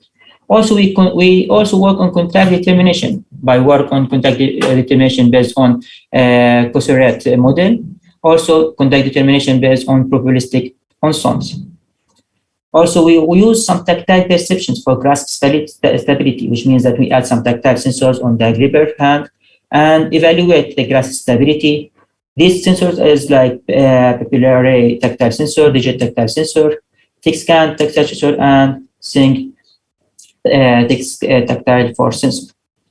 Finally, once we know also the human is around, we need to know where is the human using open pose, 3D position estimation, and also we know the recognition of some actions by the human. That means like he's standing up, he's doing the manipulation, he's away from the machine, he's retreating back, or doing some activity. And we use some deep learning methods to recognize these actions. Some of them result that can we show that for the tire thread, as you can see, is using as rigid as possible to deformable objects showing shape deformation. And as you can see, it can detect it really nice, track the deformation in each frame. Also, we have this is for the shoe sole. This is using the lattice one. As you can see, it's like around the box, around the objects, and detect the nodes using the lattice as rigid as possible. For this one, we finally work on how to manipulate and how to control and plan the deformable objects manipulation. For this, we propose some shape serving techniques from finite increment methods to meshless shape matching. Also we use as rigid as possible geometrical deformation model. Also, we need to know how to grasp the model and how to know if it's a grasping, it's stable or not. For this, we propose some methods on dynamic grasp synthesis, grasp affordance, deep Q-learning, and grasp stability. For motion planning, also we use the same model as ARAB, as rigid as possible, geometric information model. We use also G-Explore, which is a model based on G-Explore algorithm. And also we work on optimal control for motion planning. In the end, we propose in this project is to generalize all methods in one. That means that I can use one model for these 4 use cases or for these 4 objects. We use that multitask reinforcement learning and meta reinforcement learning. For some results, on the left, I will show you some results about how we manipulating using some ARAB for, as you can see, once we change the sheet in the image, the robot needs to follow the deformation of the object. On the right, we have the optimal control, but we have different scenarios, different starting position, and we need to know how to reach the final position by sticking 2 threads on top of each other.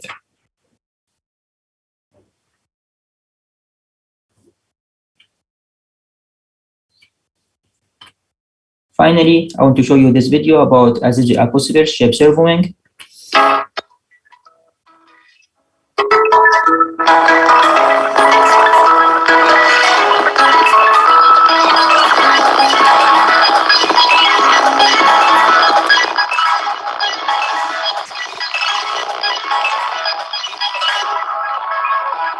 where we define the final pose of the object, of the deformable object, and the two robots manipulate the object to that shape.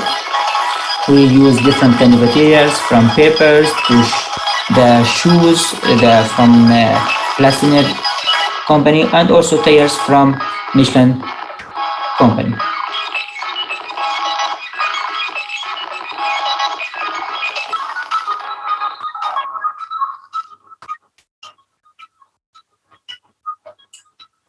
So we use the a tire thread with different kind of shapes, final shapes, and both of them the robot succeed to reach that shape. In conclusion, I present to you soft-mounted projects, which is advanced robotic system for handling soft materials, deformable materials for industrial sectors. We are around 11 partners that from 4 different countries in Europe that work on these projects. I propose to you the 3 main pillars of this project, which is the robotic perceptions, the smart dexterous equippers, and the multi-sensor control and planning. We propose to you the 4 different industrial sectors that we will work on, 4 different deformable objects, from toys to footwear, textile, and tires. Finally, if you have any more questions, you want more details on one of the methods or one of the how to do the planning or suggestions, feel free to contact us directly using the softmanbot.eu site, or you can go directly and contact us directly. Thank you. Thanks a lot for the presentation. So now it's time for the questions. So are there any questions from the audience? So you can use, again, the Slido or the Zoom, or just raise your hand.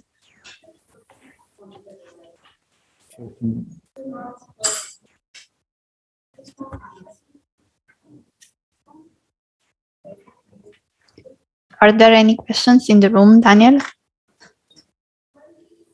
I don't think so, although it might. Oh, we do have one question.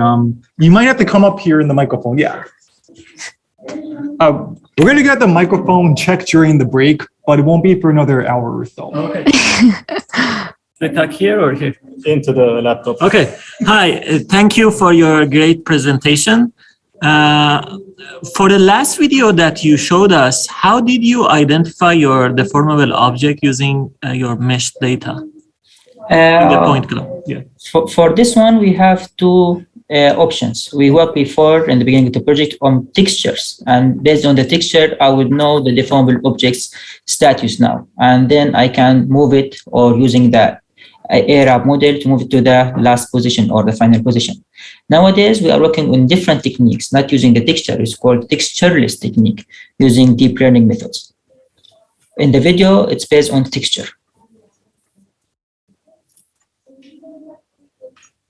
Okay, thank you. Because of time, I think we should move on to the next session. No, but we have a last question. Let's go through the question. So there is a question on Slido that is, do you use any simulators in your work? If so, which ones? For this moment, we don't use any simulator. We work directly with the robot. Okay. We have some partners planning to use some reinforcement learning techniques. But for this moment, as I told you, the project is ongoing, and I think they are going to use some real to sim to real, which is under process now. Okay, last question that is here in the chat. So it's Jiangzu and says, thanks a lot for the presentation. It seems in the project you have specialized the solution for each scenario. What do you think are the most critical challenges that you cannot have a generalized solution? Thank you for the question. I think we have some use cases have little bit different issues than the others. For example, we have for Decathlon use case, which is about the fabrics. We need to stretch the fabric using a specified paper and then do the stitching. And by this is different than other methods. For this, the generalization, the ideas or the solution will be a little bit difficult. Okay, yeah. That makes sense. I guess it's really critical to have a really general solution for everything. Okay, so I think we can move to the next part of the workshop. And thanks again for being here. Thank you guys. Thanks for the interesting talk. So now it's time for the spotlight talks. I'll share the screen with the videos. So Daniel, if you can explain how it works, and in the meantime, I will share.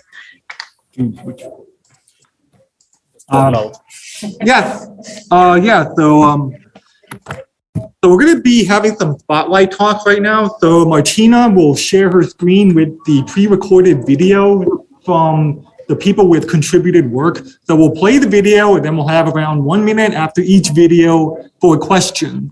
So for those, please either type it in the Zoom or Slido, or if you're willing, you can walk up here until we fix the microphone issue. But anyway, I think we should move on to the next speaker. And I see the next speaker is on the Zoom call. Okay, good. So let's play the video. Hello, everyone. My name is Yu Mingrui. It's a great honor for me to present our work, Shape Control of Deformable Linear Objects with Offline and Online Learning of Local Linear Deformation Models. In this work, we consider the shape control of deformable linear objects, just like these previous works shown in the video. The task objective is to manipulate the DLO to the desired shape. For control, the key challenge is to obtain the exact deformation models. In other words, how the robot motion affects the DLO shape. The previous methods to obtain the deformation model can be summarized as follows. First, using analytical models. However, they are just approximate model and require accurate DLO parameters.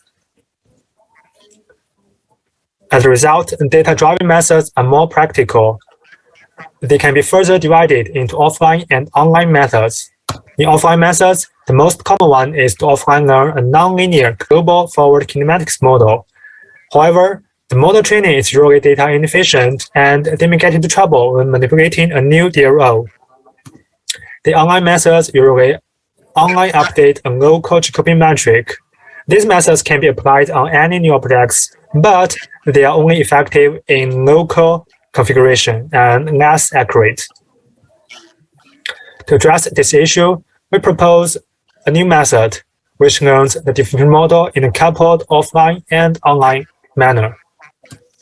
The model is first trained based on randomly collected data in the offline phase, then seamlessly migrated to the online phase as an initial estimation, and further updated while achieving the shape control tasks. The advantage is that it can allow for both more accurate modeling via offline learning and adaptation to new DLOs via online learning. As for the formulation of the deformation model, we use the local Jacobian in a global way. Here, our Jacobian model is not just a metric, but a mapping from the state to the Jacobian metric. The advantages are that it is both globally effective and more data efficient because it implies a strong linear prior. We proved the reasonability of this formulation under the quasi-static assumption. We use an RBFN to approximate the Jacobian model. We also propose a proper relative state representation as a network input. During the actual manipulation, the weight of the RBFN is further updated to compensate for offline modeling errors. We also analyze the stability of the closed-loop system using the Lyapunov method. We build both 2D and 3D simulation environment. The offline model is trained using only simulation data. First, we compare our Jacobian model with FKM. We test their offline model accuracy on a certain DLO.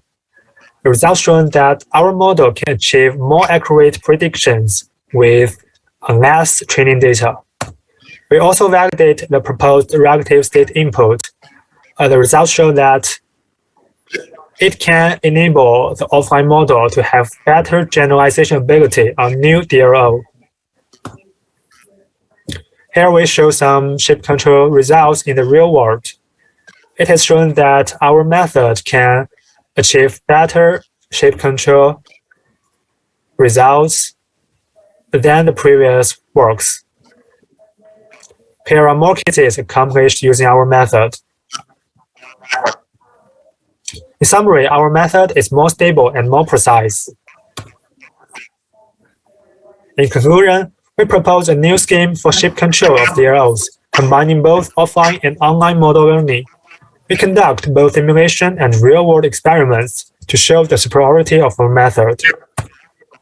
Recently, we have just submitted a journal version of this work, in which we propose new model modifications and training strategies, a new optimization-based controller, a new robust online model updating law, and more detailed simulations and experiments such as dual-arm 2D shape control, dual-arm 3D shape control, some potential application cases, and a demo for obstacle avoidance.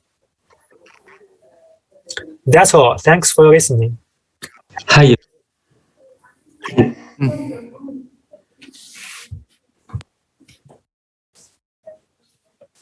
Oh, do you have any question for the speaker?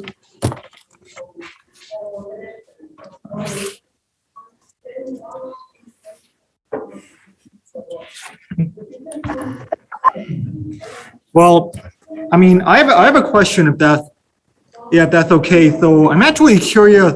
You talked about offline and online learning. So I'm curious, how far can we go with just offline learning? Like, do you need the online learning, or how important is that stage?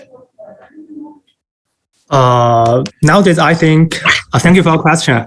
I think nowadays both offline phase and online phase are important because I think all simulators for the deformable objects are not perfect now, so there are a huge reality gap. That is why we think online model adaptation is very important. But if we have only online phase, the limited online data cannot ensure accurate model learning. Okay, thank you.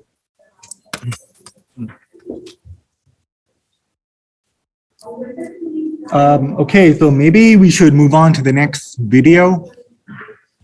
And is Louis here? Yes. Thank you, Ming-Rui. Yeah, I mean, if they're in the audience, they can come up here, sit here watching the video, and then answer questions. Okay, Hi everyone, I'm Louis. Yeah. And in this workshop, I'm going to present our work entitled An SE3-based formulation of the shape servoing problem. A general approach to solve manipulation tasks is shape servoing, also called shape control. The goal of shape servoing is to provide commands to a robotic manipulator so that it deforms a deformable object autonomously to give it a desired shape. In the literature, there are model-based and model-free approaches. Model-free ones operate in closed loop. The desired shape is given as input and is compared to the current shape of the object. With this, we obtain a shape error that a control law transforms into robot commands. Once these commands are executed, we obtain a new shape of the object from which we extract features of interest to close the loop. Different solutions have been developed for this, but a very interesting one is to use position of points in space, since this provides a direct way to define the target from the task objective. So in this approach, that I will call position-based servoing, the features in the control loop are defined by the three components of points on the object. We note them Y and their desired position YD. Moreover, independent grippers grasp the object rigidly and their pose is noted Z. Then, if the system is quasi-static, we can linearize around the current configuration to obtain a relation where a Jacobian relates gripper motions to feature motions.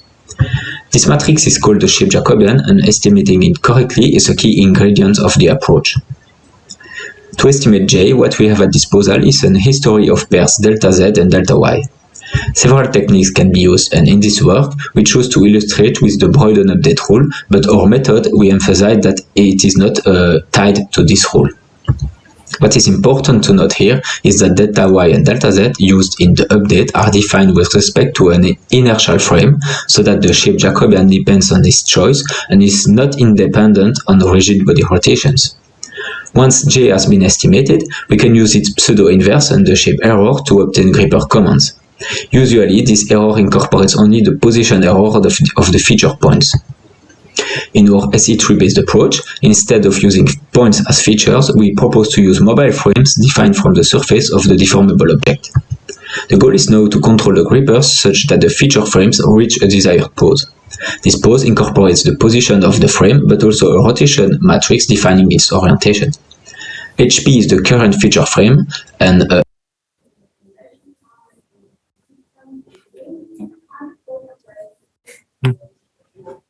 think the video is stopped. Can we try playing it again?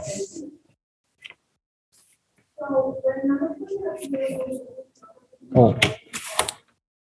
Martina, are you still there? I think there's some issues with her connection. So because Italy is far away, but we can just swap to the local version then.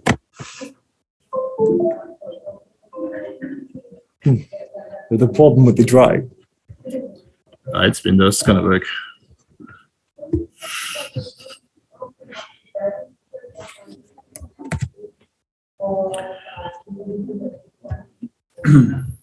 Oh. So now we just need to share our screens. So it should be this one. Yeah.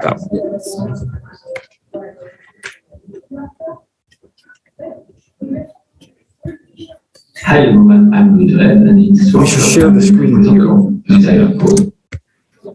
So yeah, that. No, let's just share the screen. Okay. This pose incorporates the position of the frame, but also a rotation matrix defining its orientation. HP is the current feature frame, and HT is the desired one. Now, since the shape Jacobian relates motion of frames, we need to redefine the Broyden rule.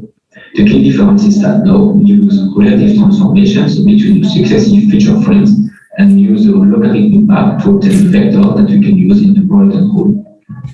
We do the same for the gripper motions, and in the end, all the variables used in the Broyden rule are now coordinate dependent and insensitive to rigid body motions, so that it will also be the case of J.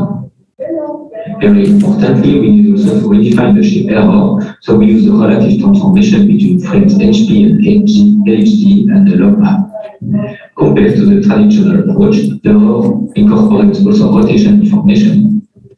Again, we simply invert the model to obtain gripper motions, and we update them with either position or velocity control. To illustrate the results, we have made several experiments in the simulator bivalent. The controller has no access to the object model, and we initialize the Jacobian with null perturbations and finite differences. In the traditional approach, called here position-based servoing, we use 3 points shown in green here, and we use the same points to build the frame HP in our new approach. For small deformations, we observe that both methods work. However, the advantage of SE3-based servoing is more visible for high deformation tasks. Here, coupling position and rotation in the error avoids twist because it deteriorates the rotational part of the error. The trajectory we obtain is smoother and more straightforward. In contrast, for these two tasks, the traditional approach failed. Finally, when we subject the beam to rigid body rotation, we observe that in position servoing, the components of the Jacobian vary non-linearly, while in our approach, the repeat remains constant, which should be the case, since the shape Jacobian should only capture shape variations. Finally, I would like to thank the ERDF that supports this research through the ICRA project. This is an interim project in the region Beuzrin that gathers partners from several countries to promote the development of composites in the region. To conclude, I would like to highlight that our approach is not tied at all to the Broyden rule, nor to the controller used here, so our method could be easily extended to other frameworks. Thanks a lot for your attention, and please do not hesitate if you have any questions.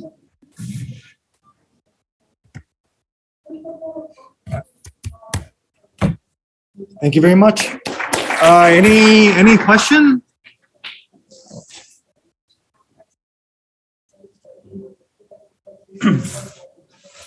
We have questions on Slido, actually.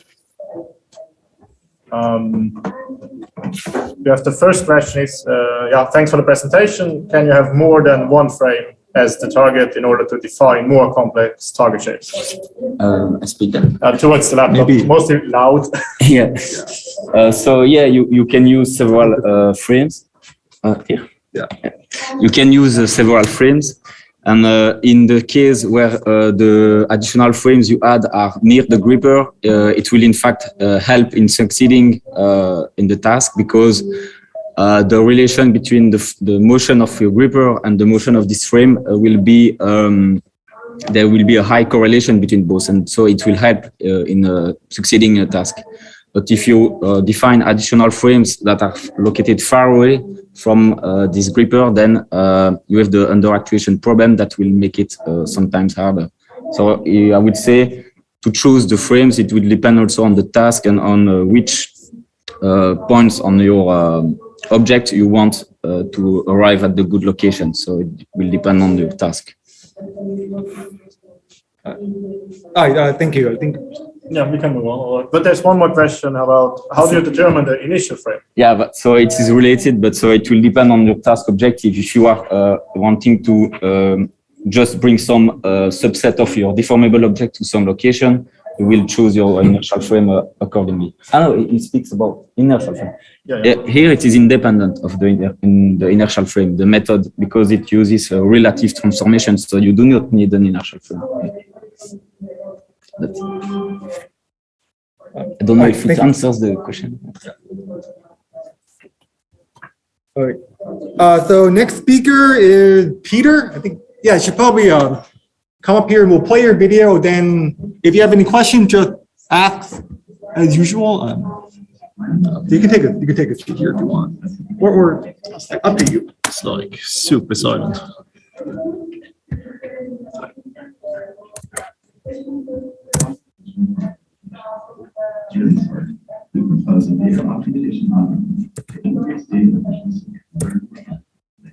Oh. I think we need the volume.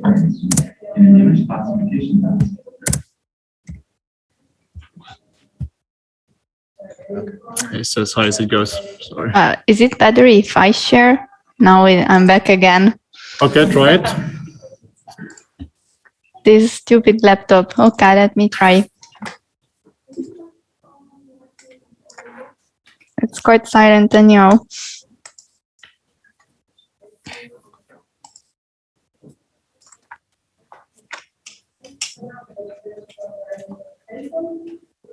And I'll be discussing our paper titled Data Augmentation. My name is Peter Matrano, and I'll be discussing our paper titled Data Augmentation for Manipulation. Okay, we're just going to have the presentation live. Do you want to talk over that or just without slides? Or? I'd rather than mute it, so it's not confusing. Yeah, it's probably better, or just play it on this side. Okay. Oh, so okay. We can play it on this level, or we can just mute the sound and he talks over the slides. Okay, cool. Okay. Now I'm starting. All right. Hi, everyone. My name is Peter Matrano, and I'll be presenting our paper titled Data Augmentation for Online Learning of Rope Manipulation. In this work, we propose a data augmentation method for increasing data efficiency for deformable object manipulation. Data augmentation has been used to great effect in computer vision, wherein, for example, an image classification task, we can sometimes apply random rotations or crops. And this has been shown in prior work to increase the data efficiency and generalization. But these methods are typically specific to both data type and task. And so while existing methods exist for text and images, the same cannot be said for robotics. In this work, we focus on augmenting trajectories of geometric state and action data. This includes object poses, joint configurations, voxel grids, or point clouds. We focus on short trajectories, and our method is applicable to both classification and regression problems. I'll now describe our method and then our experiments. So at a high level, we apply, we also go over the assumptions carefully in the paper, since data augmentations are typically very specific. At a high level, we apply a rigid body transformation to some of the objects in the scene. So we decompose the scene into three categories. There's the robot, the moved objects, and the environment. We frame augmentation as the following optimization problem with three terms: validity, relevance, and diversity. Validity means that the example obeys the laws of physics. Relevance means that it's similar to data you'd see when performing the target task. And diversity is maximized when the transformations are uniformly distributed. We take this abstract problem and propose a specific version for robotic manipulation, which has 6 terms. The first term expresses diversity as the distance to a uniformly randomly sampled target transformation. And the next 4 terms describe the validity and relevance of the object state. They enforce that the state remains within the workspace bounding box. They penalize invalid transformation parameters and preserve near contacts and contacts with the environment. The final term defines the validity for the robot state in action. We solve this optimization problem by splitting it into 2 parts. In the first part, we optimize the validity, relevance, and diversity of the moved object state. And in the second part, we optimize the validity of the robot state in action. I'll now go over experiments. So we start by evaluating on bimanual ropes manipulation and simulation. The robot is holding the ends of the rope and is tasked with placing the middle under the hooks in the goal regions in purple. The planner here uses an imperfect model of the rope dynamics. And so in order to produce accurate plans, it learns a classifier that predicts whether the dynamics model is accurate. And we apply data augmentation to the training data for learning this classifier. If we analyze the success rates over the final 10 iterations of learning, we find that the method which uses augmentation has a success rate of about 70%, and the method without augmentation has a success rate of 48%. We also evaluated on bimanual rope manipulation in the real world. So the scene here is a mock-up of a car engine bay, and the robot has to move the rope, the middle of the rope under the engine without snagging to set up for lifting the engine. Here we used CD-CPD2 to track the rope state with 2 Kinect 3D cameras. We ran 30 iterations of learning and then froze the models for evaluation. The evaluation found that without augmentation, it succeeded in 7 out of 26 trials, and with augmentation, it succeeded in 13 out of 26 trials. In summary, we propose a novel method for data augmentation for robotic manipulation. We formulate augmentation as an optimization problem, and we show that it improves performance on downstream tasks in the low data regime. Thank you.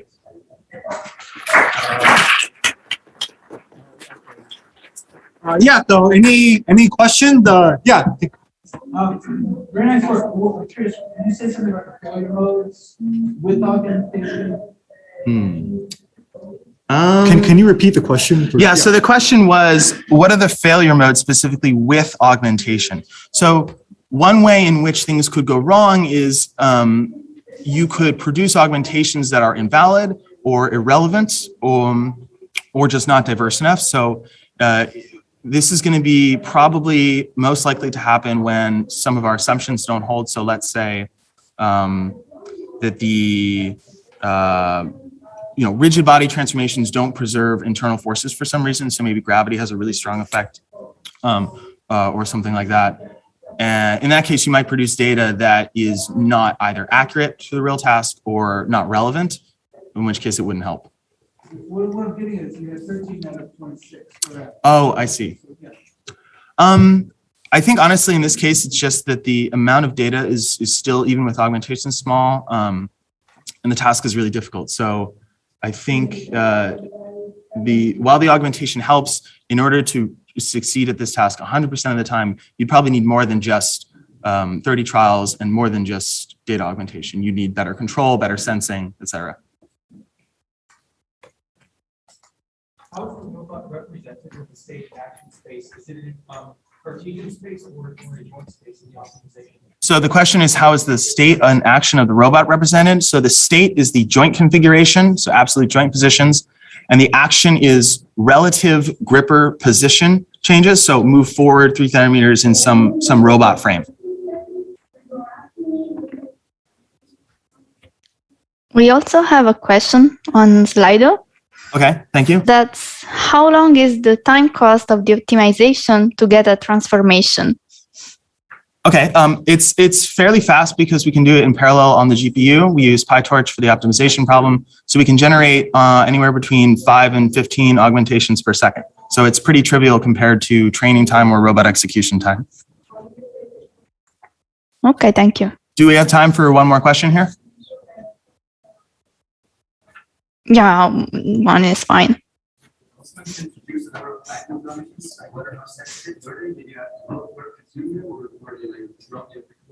So the question is, how sensitive is it to the hyperparameters and the optimization?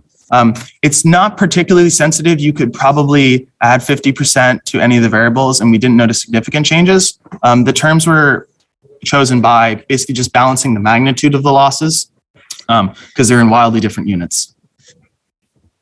All right, I think we should move on to the next speaker, but thank you very much. Thank you.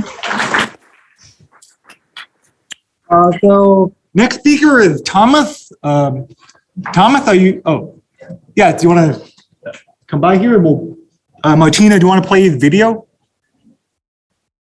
Yes, I'm playing it.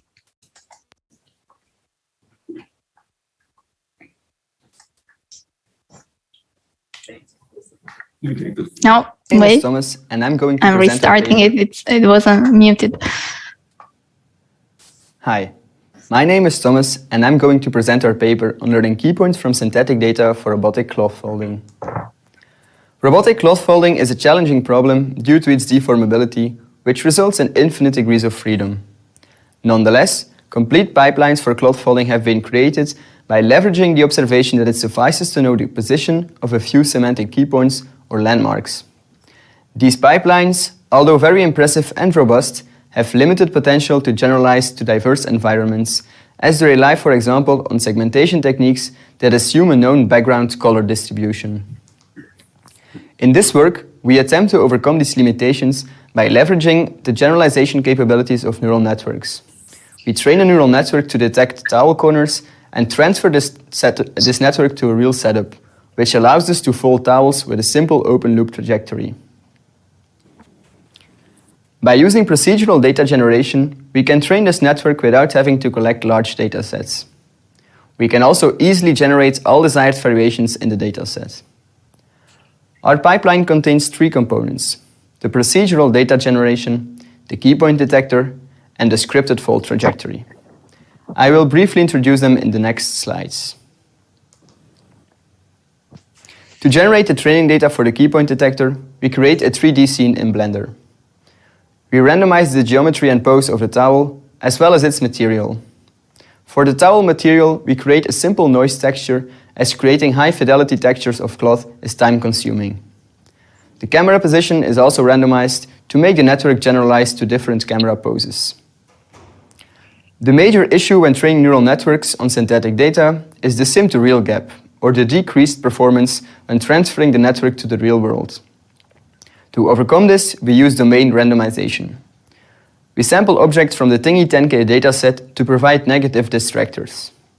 To introduce diverse lighting, we add high dynamic range images as environment maps. Finally, we add a random material to the surface to introduce spatial patterns.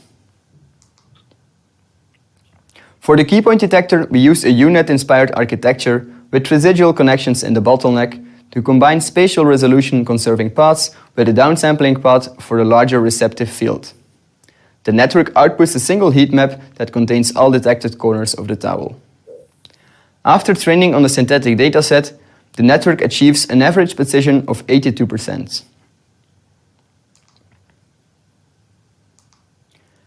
We then manually define the grasp pose and the circular fold trajectory in a local frame on the towel.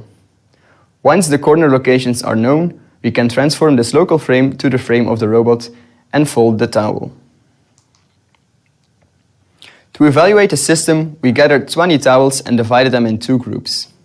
Within distribution towels that have uniform textures as modeled in the synthetic data, and out-of-distribution towels that have unmodeled textures. The robot attempts to fold each towel under various circumstances. We change the towel's initial state, the environment lighting, and the presence of random objects in the scene. We use the grasp success rate to measure the performance of the key point detector and evaluate the complete system with a fold success rate. The system has a grasp success rate of 80% on the in-distribution towels. Grasp failures are due to wrong or incomplete key point detections, indicating that there is still a sim-to-real gap. In future work, we aim to further explore this to provide more insights and a more principled approach to procedural data generation. The difference between grasp and fold success rates are caused by limitations of an open-loop unimanual fold trajectory. In most failure cases, the corners of the towel get bent, resulting in a failed fold. For some towels, the difference in material properties causes the fold to fail. To conclude, in this paper we showed how to use procedural data generation to train a neural network to detect towel corners and use them to fold towels with an open-loop trajectory. This shows that synthetic data generation can be used to solve perception tasks for robotic cloth manipulation. You can obtain more information in the paper or by visiting our poster stands.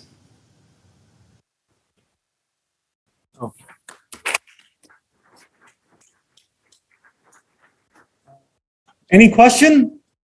Yeah, I think you can ask your question here, and then you'll just repeat it for the people on Zoom. Yeah.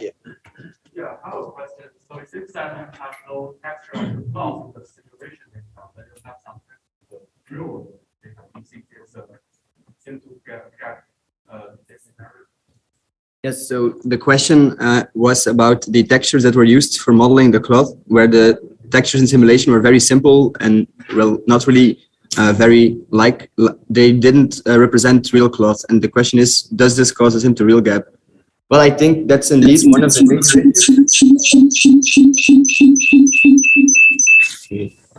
I'll move away from this mic. So I think that's indeed one of the main issues with the reduced performance we saw. But the point is that if you want a diverse set of real textures of cloth, well, that's very hard to create, right? So this was the reason to use a low fidelity texture, but indeed it's causing the sim-to-real gap.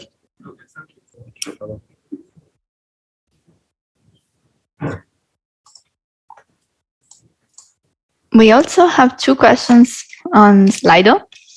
So the first one is, can you use traditional methods like Airy's corner detection for detecting these corners? Yeah, sure. That's a great question. I think indeed for the settings that we evaluated in this paper, you could use more traditional methods like the Harris corner methods. I also quickly tried it and it did seem to work.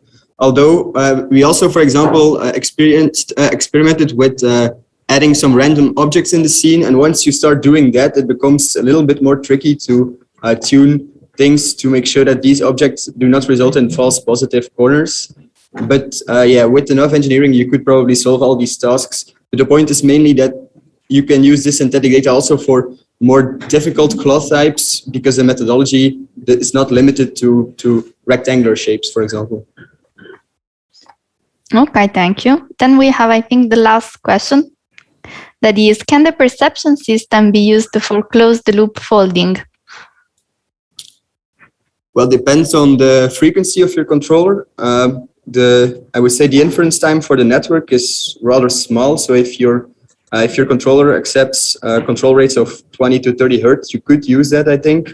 But then you would also have to train it on data where the manipulator is also in the scene because it would cause occlusions and stuff like that. So if you add this to the data, then you could surely use it for closed loop simulation as well.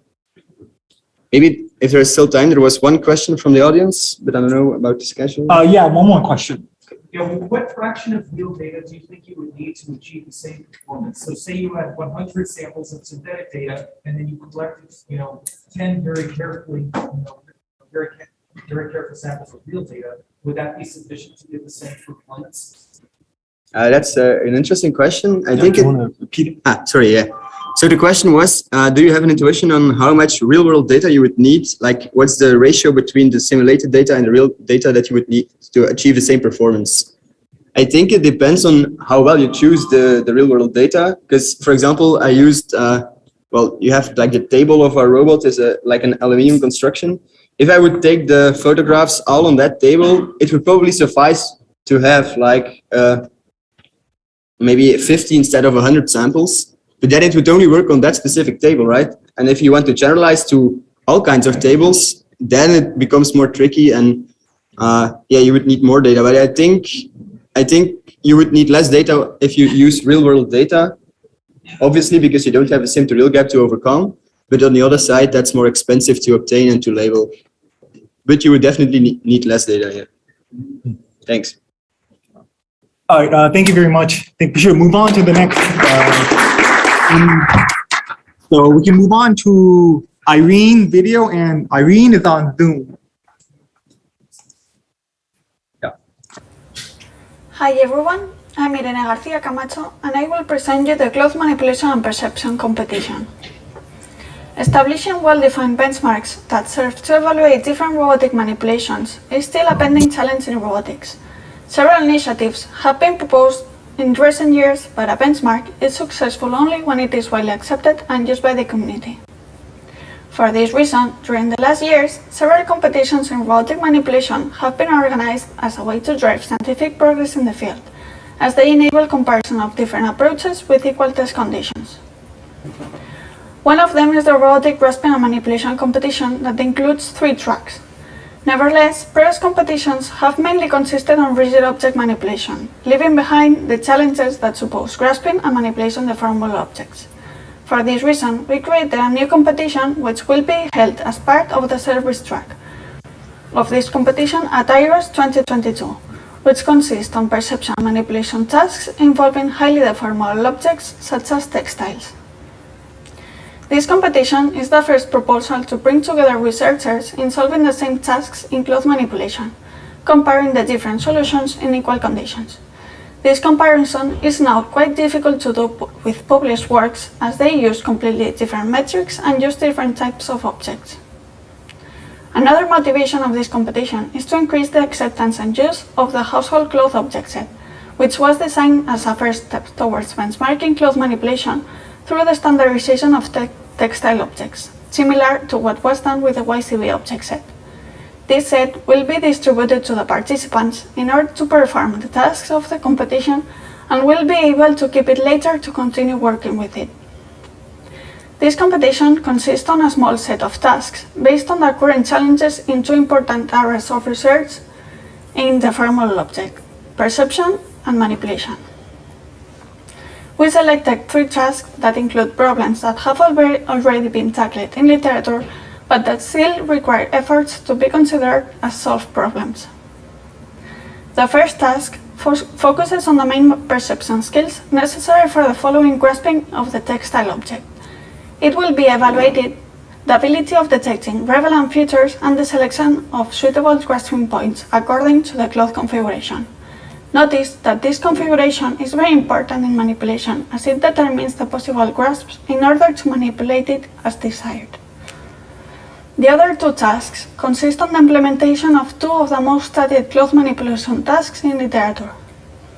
On one hand, the unfolding task consists on grasping a cloth and manipulating it until it is placed flat on the table.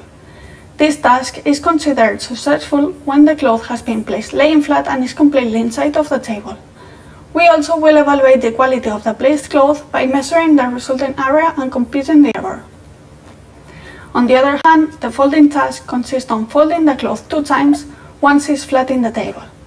This task is considered successfully completed when the folds are performed according to the protocol and the opposing corners are together in each fold. In similar way to the previous task, here we will also evaluate the quality of the result. We selected tasks for both areas in order to allow people from both sides to have the opportunity to participate. In this way, with this competition, we are able to test separately the vision solutions, but also assess 2 common cloth manipulation tasks, which require of several manipulation skills that are also present in many other cloth manipulation tasks. We also allow to focus only on the manipulation part by easing the perception with the use of colors on the grasping points, for example. Besides, these three tasks together form a complete pipeline that can be executed continuously. Therefore, we offer a competition with a compromise between doing something that has been studied in literature and fosters research groups to participate, but also providing challenges with increasing complexity. We believe that the organization of this kind of competition is a great way to improve and compare state-of-the-art approaches, and that it will provide useful knowledge for the deformable object manipulation community. Thanks for listening.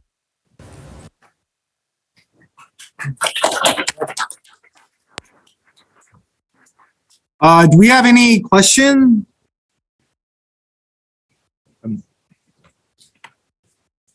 Well, I think Thomas has a question, right? Do you want to repeat that? Oh, gee.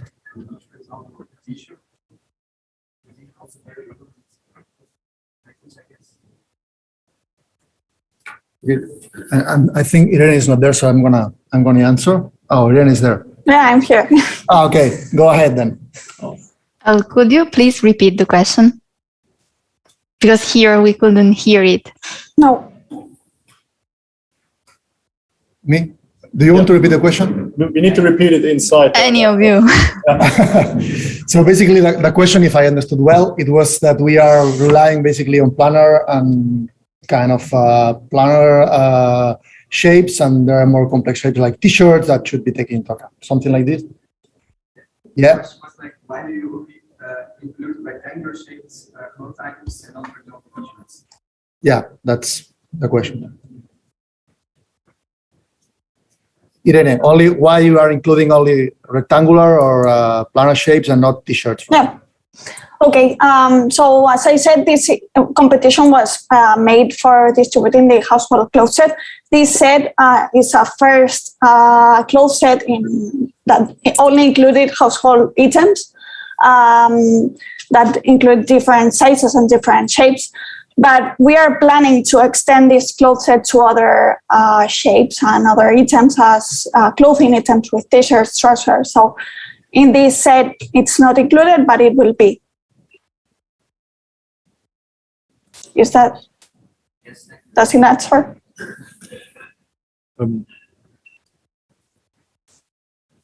So Martina, should we move on to the next? I think we're running a little behind. Yep. We also have a poster session afterwards in the break. So if there is additional questions, go to the poster. But we have one more video speaker.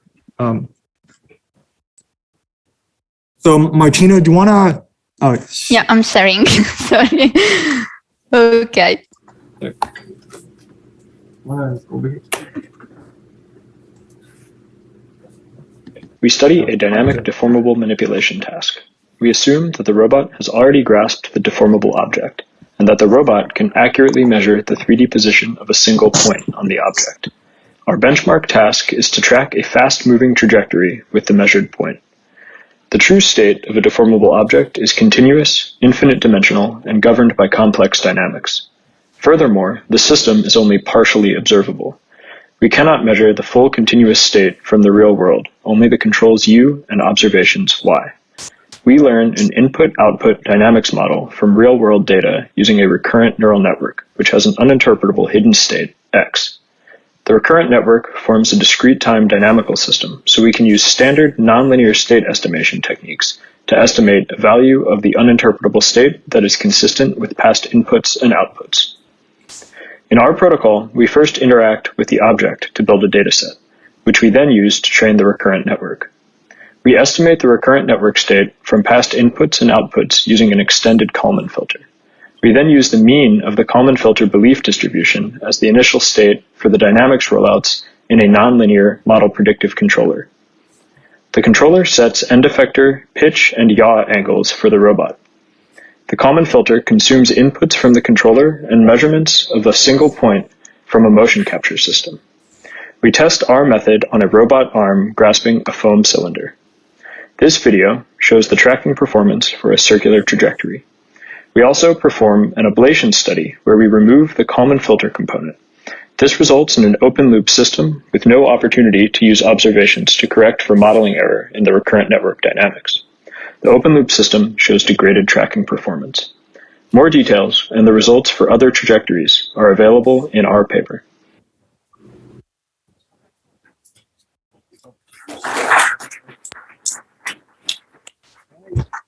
Any question? Oh, you're on.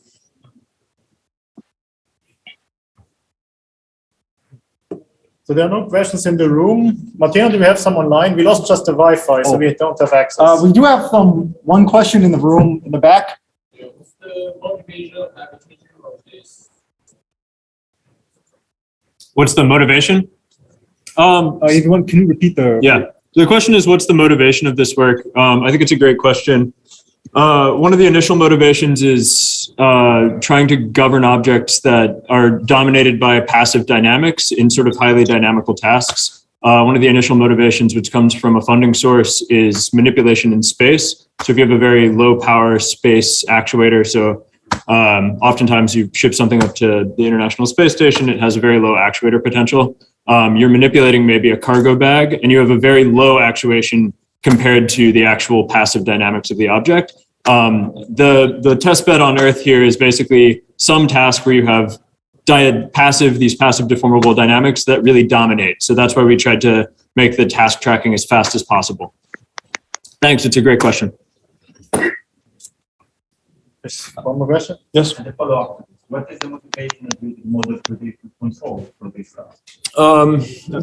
Yeah, what is the motivation of using model predictive control for this task? I guess my question there would be sort of as opposed to what? I mean, do you have something else in particular in mind? Yeah, I mean that we can do something that does not require to have a receiving horizon. We can minimize some instantaneous cost instead. Yeah, it's a good question. I think because the dynamics dominate here and because there's some significant nonlinearities in the dynamics, that's why we chose a nonlinear model predictive control architecture.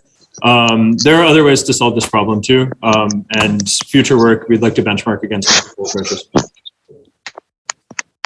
Thanks. Yep. How big was Yeah, the question is, how big is the data set when we train the LSTM? Thanks for your question. We actually only needed, I think it was about 10 minutes of data. We just rolled out some sinusoidal trajectories. One of the things that we found was surprising is we actually had pretty good task generalization. So we were able to track like a rectangular trajectory pretty well. Please stop by the poster. We have some results there too. Yeah, thanks for your question. All right, thank you very much. I think it's time for our first break. So we'll have a break right now, and please be back by 11 o'clock for our next speaker. So right now we have a coffee and posters, I think. Yeah, so the posters are just outside the door. The people that post the posters, please hang them up on the poster session. The posters are just outside. And see you all at 11. And we need to see if we can fix the mic thing. And Martina, do you want to share the slides? Oh, look at my slides here. Yeah. So do I do it on Zoom? Do you have an HDMI? I have an adapter. I have an adapter. Yeah. So ideally, we could plug you in here. You join Zoom. You share your screen, and then you talk that this and the room can hear. That would be ideal. Okay. Okay. So I have to join the Zoom. Yeah. Otherwise, the remote participant cannot enjoy. How many do we have remote? It's 13 Zoom. 34. Let me see. How do I join the Zoom? Should have been an email, right? Email, or you can on the website if you Google Deformable Object Workshop. And then this. Oh, that's right. Is this one not working? I'm not sure. Hey, check. I'll turn this one off too. Okay.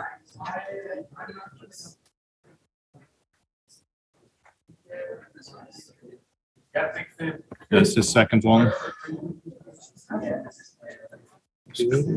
Zoom link.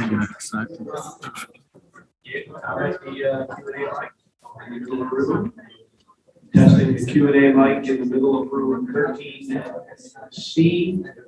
Testing 1, 2, 1. So it's there. Okay. You can place it really. We came Podium microphone, 113C, testing one got some serious reverb. The audio. One. Oh. I'm hearing it from the last phone. I think you have to mute one laptop. Yeah. I think the microphone. Okay, that worked. I am talking into the podium. You're going to hear some reverb because the laptop is broadcasting as well. Oh, should I turn this one off? No, you're fine. You're fine. Yeah. Yeah, you're good? Okay. Should I turn off? You just hear what happened? Yeah. It's picking up my voice and then it's picking up the speaker. So I should turn your laptop volume off. Volume off. Okay, so like that. Wait, that. So now I'm not. And you're still. So it's not the volume, it's the input. Is it this guy? It could be either one. Oh, I see. Wait. Maybe just this guy. No, it's probably. I should. Yeah, this is broadcasting your video audio. Okay, so wait. So I can turn off my audio here. Hold on 1 second. Stop sharing. Then I'm going to turn off. You're perfect. You're not hearing the reverb anymore. Now it's good. Do they hear us? Do Yeah. they hear us? Yeah. You hear No, us? Yep. no, it's You're good. plugged in right here. So Okay, and then people in the room? Yeah. You can hear us all right? It's just not a great setup, like these mics. So let me see if we can get closer to you. Oh, I see. Okay, so if I'm like this. Yeah, it's not working. I can't turn it up like much. That's size. I got it. Yes. It's a tape. All right, how's that? Like, sounds good? You hear me all the way out there? All right. So then, if we turn this a little. Now, here's another option. If you want, you can. Yeah. Then you don't have to use that. Then That's you better. push that back. So. Great. Okay, let's go with that. Everything okay? Yeah, we are fixing it. We're good. So then But- just put that. Oh, so all the speakers should hear that. I think if it works, we test it out now. So. Testing. Oh, that's much better. So. Yes. Yeah, I'm good. All right. One more question for you guys. But do they hear me? Yeah, so this guy still picks up with his regular microphone, right? Is the point? I brought this microphone, it's mine, to plug this into this. Oh, yeah, do that. That's probably Yeah, as long better. as you're into this laptop. This is the broadcast laptop. All right, Maria, can you hear me all right? Martina? Yeah, it's Okay. good. Okay. And then you have my screen. Oh, I lost the screw. It's right there on the table, along with the two washers. Just, We're adding our own microphones with this laptop. yeah, that would be wise. That's probably the best setup you can do in this type of thing. Maybe you could help me with the laptop setup if you would be so kind. Maybe plug in this guy. It's USB. Hey, how you doing? Yeah. Good. It's a little chaotic. Was it? No worries. Okay. Trying to figure out the subway. Oh, yeah. How was that? It was all right. It might got. Pretty straightforward. Just get it. I'm gonna be back in 5 minutes. Yeah. It should be like just a couple of stops, right? Yeah. Okay. Good. So let's just plug it in. I think we don't need this. That's pretty clicker, Yeah, right? yeah. We don't.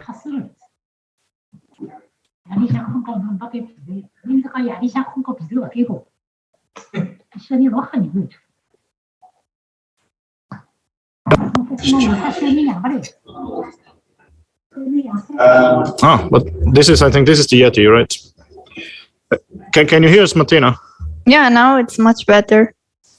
No, we don't hear Yeah, we here don't hear anymore. her. So I think it's like one or the other with these. I haven't hooked one of these up, so. okay.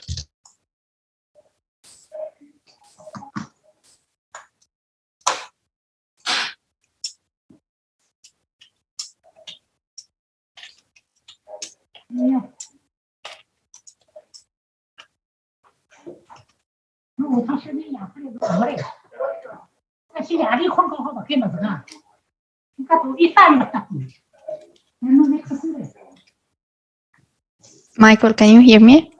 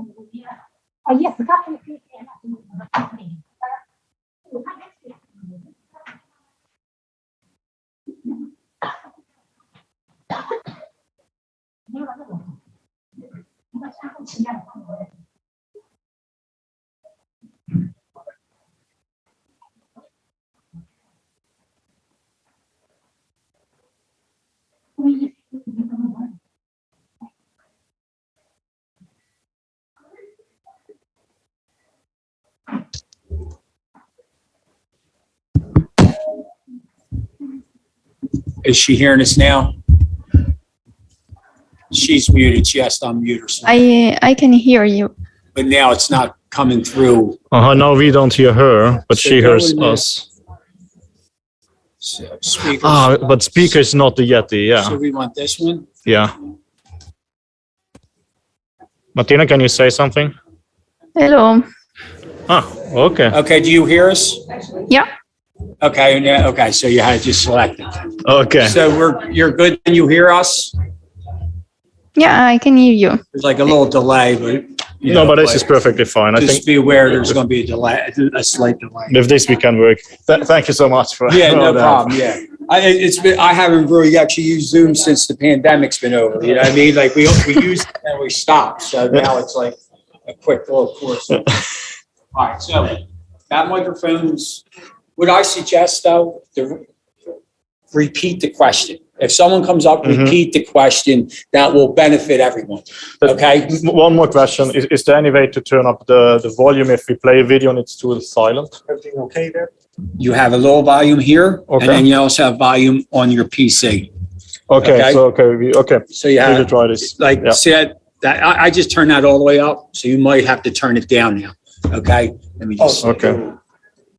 So for any video now, we just adjust with that. Yeah. That comes out of this laptop. Yeah. But for okay. All right, so for the speaker speaking there, they use their laptop and speak through this. This will be. Or a lav. The gentleman has a lav too he's using. Yeah, so a lavalier. So if one of them. Yeah, they need to speak into this, or the other gentleman has the lavalier on somewhere. He walked out of the room, so. He's over there. Yeah, so he'll come back. And does this microphone work? That's on, yes. Now, what I just said to repeat the question. It will help in the room all together, okay? We did that first. If you get people that speak this far away, it's not going to work, okay? So if you hear the question, repeat the question nice and loud in one of the microphones and then move on from there. That's what I suggest would work the best. You know, you just get people that just speak too far away from it, okay? So I think you're good then? Yeah, thank you so much. And listen, you have an issue or something, we're out there, lunchtime, we can go over and try to work anything out that you need. Okay? Thank you so much. No. Wait, are you giving part of this talk? No, you asked me for the citation. check my pictures. I just put it in. Because like one of the speakers has a student giving half the talk. I didn't know if you were doing that. No. Are we using the same? Yeah. We are. Michael. Yeah. Can you make me host? You are. Oh, really? One second. Okay. Yes, now I am. Thank you. You have control of her on this knob here. Yeah. Okay. You know, you have the control of whatever's coming out of here on that knob. You know what I mean? So like if you're too loud, they'll complain like they complain, you know what I mean? But whatever. Yes, Just so okay, you know yeah, you yeah. have that knob Yeah. that's control. Yeah. Thank you so much. If it's too loud or too silent, we have this knob. Hey, check 1, 2, 3, 4. So if they're talking back here, so you know, have them speak in. Very close. Okay. Yeah. Thank you so much. Like when I adjust it, just tell me if it's the right audio level. Yeah. Right. Is that laptop working? Okay.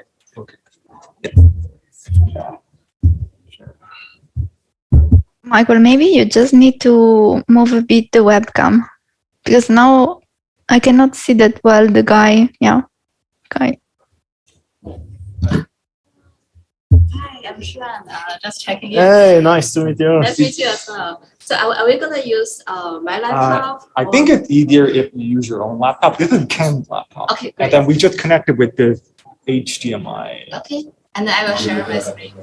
Yes, you join the Zoom. The link is either on the website or in the email. Okay. And then you just share the screen, so the remote participant also see it. And it's, yeah, we will see it now with Cam. He tests it. Okay, okay. Thank you. Hey Daniel, how you doing? The workshop is going well. Did you just come in? Yeah, I go. No, right. That's good because this was the only room that didn't have a projector setup. This room did, and all the other did. This was the only one that, like, we got them here in time, but.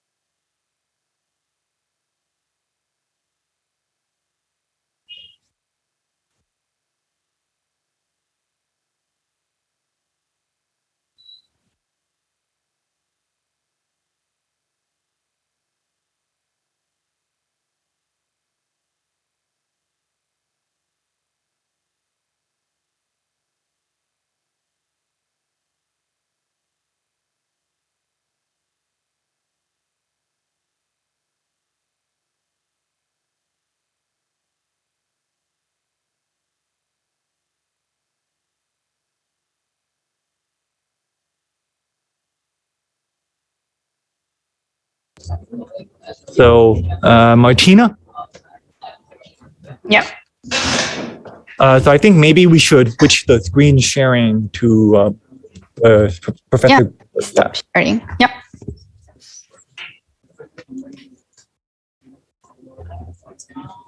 Oh, this one?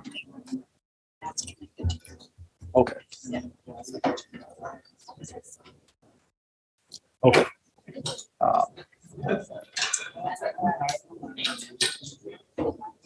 Yeah. Yeah, and then if do you want to? If Ken could share, then Oh, yeah, I'll share. yeah, then we'll Start now or in a few minutes? Well, I can. You can start sharing, and we wait a few more minutes. Because I'm just going to check my schedule. Yes, yes. Okay. But do you mind if I give the introduction to you?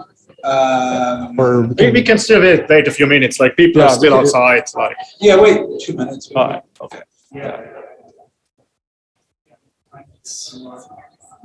I want to listen to the talk and not be distracted by people coming in. Sorry, what did you say?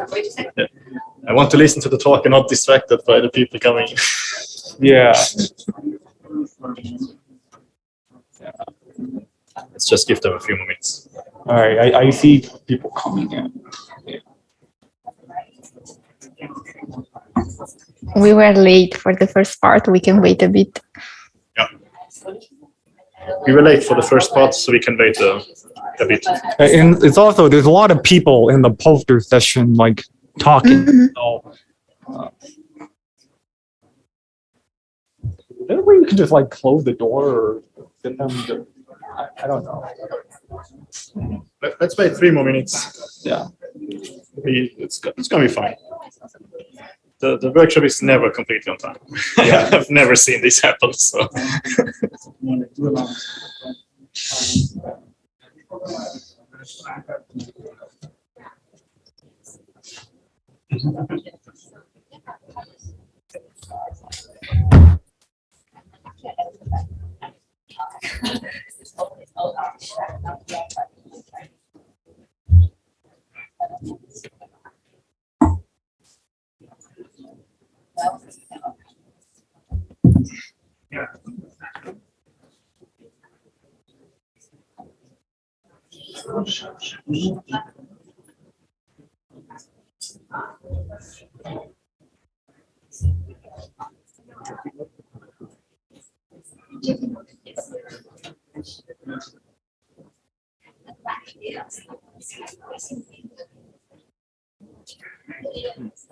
Oh, hi.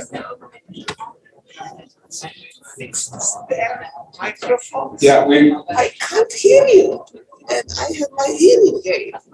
Well, they fixed it. Good, good.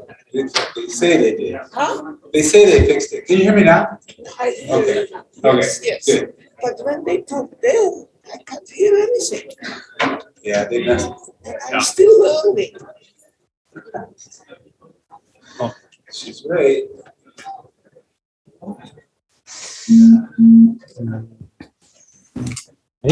I mean, if the other room they're closing the door, maybe we should do something similar. But I don't know. Let me just inform them that we are starting up in 1 minute. Yeah, they come back in. But I also don't know if it makes noise. If not, people. close it. Yeah.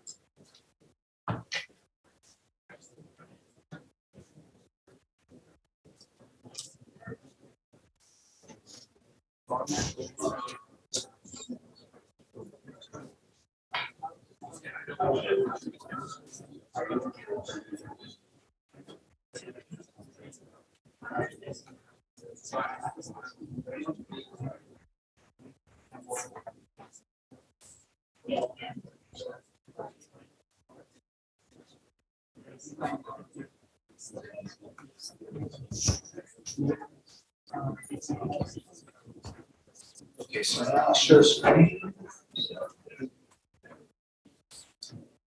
Make sure this works.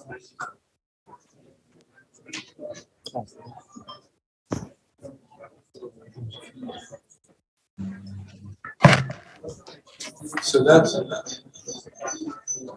I hear an echo. The two mics next.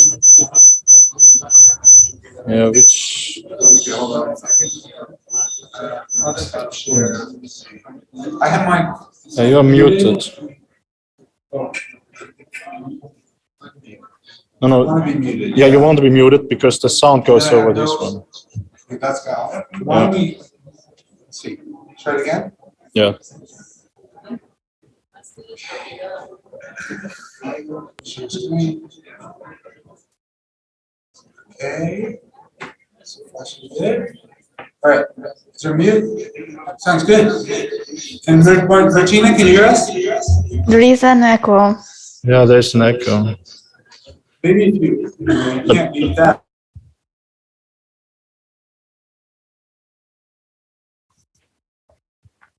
Off the volume on those guys. Yeah, mute that. There you go. All right, now that should help. It's. Still got an echo? I'm hearing it from here.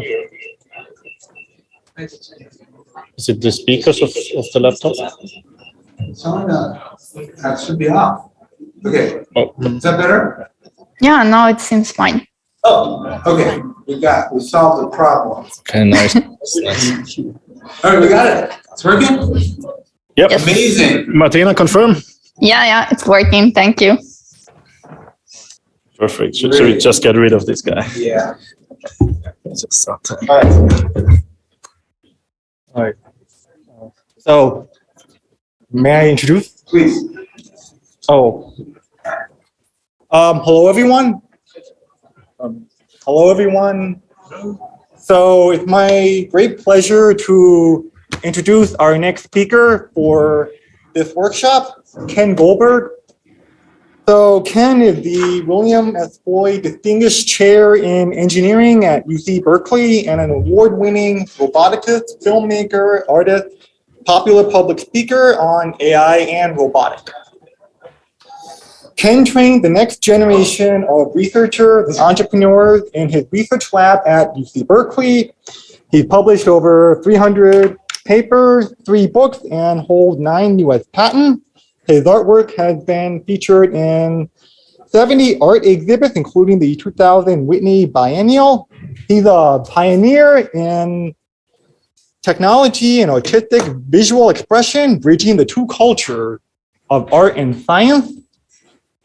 With unique skills in communication and creative problem solving, invention, and thinking on the edge, Ken has presented over 600 invited lectures at events around the world, including this one here. And I'm very happy and honored that I got to be one of his many PhD students during my PhD studies. So please take it away for you. All right, thank you so much. Appreciate that, Daniel. It's an honor to be here, and I want to, this topic is something that my group and I have been thinking about for the last 5 years. We're really interested in it, and I'm so glad that this workshop is having a new iteration. So we've been thinking about this in 3 components. One is one-dimensional deformable objects like strings and cables, 2-dimensional deformable objects like fabrics and garments, and 3-dimensional deformable objects like solids and bags. Now, I just want to briefly acknowledge that this is my group. It's that all this work is really credited to them. They deserve the credit. And here's a little cartoon of our lab with some of our actual robots in it. More information is on automation.berkeley.edu. So what I want to talk about today is something that we've been exploring in just this past year, and will be presented at the conference. And what we're particularly looking at is an approach to deformable manipulation that we're calling real to sim to real. So I'm going to go back a little bit in time and start with some earlier work and then come up to that. I'm also going to talk a little bit about this idea of labels from ultraviolet light, which we're very excited about, and I think is relevant to almost all the work that's going on in that I've been hearing about in the workshop so far. I'm very excited about, and this is a general technique, and I want to make sure I have time for that at the end. Okay, so going from the beginning, our first foray into deformable objects was learning how to manipulate cables dynamically to do things like this. Sorry? Oh, I thought I heard something. So this was inspired a bit by the Raiders of the Lost Ark TV or movie series, and how you can manipulate something like a bullwhip. And so we wanted to see if we could get a robot to be able to do something analogous. And here's the idea. So we have a fixed, actually it was inspired a bit by vacuuming in the lab. And we were trying to get the cable loose because it was snagged over a chair. So you know how you do this, you kind of fling it and it goes over the chair. So that's the idea here. And we looked around for related work. There is some interesting, very interesting work in manipulating flexible objects like cables, and also, of course, throwing objects, tossing by. And we considered here 3 tasks. We looked at vaulting, which is just to go over an obstacle, knocking, which is to knock something off of an obstacle, and the third one is weaving, to weave the cable in and out of different obstacles. And the assumption is, again, that the one end of the cable is fixed, so it's plugged into a wall, for example. And we also wanted we wanted a method that would be general, that we could generalize to different cable types. So we looked at these ones. The idea, and this was reported in the paper last year, is there's an algorithm. First, something that we call INDIE, which is a acronym for iterative training for dynamic cable manipulation, and I'll mention that in a minute. And then GOMP, which is a method for optimizing the motion trajectory of the arm to minimize jerk. So the parameter learning here was based, in this case, for learning a single key point for the ballistic trajectory of the arm. So we wanted to learn the apex point where the arm the midpoint of it should pass through, that would cause the cable to do what we want. So again, the assumption is that the endpoint is fixed, and that we also are holding on to the cable with the gripper.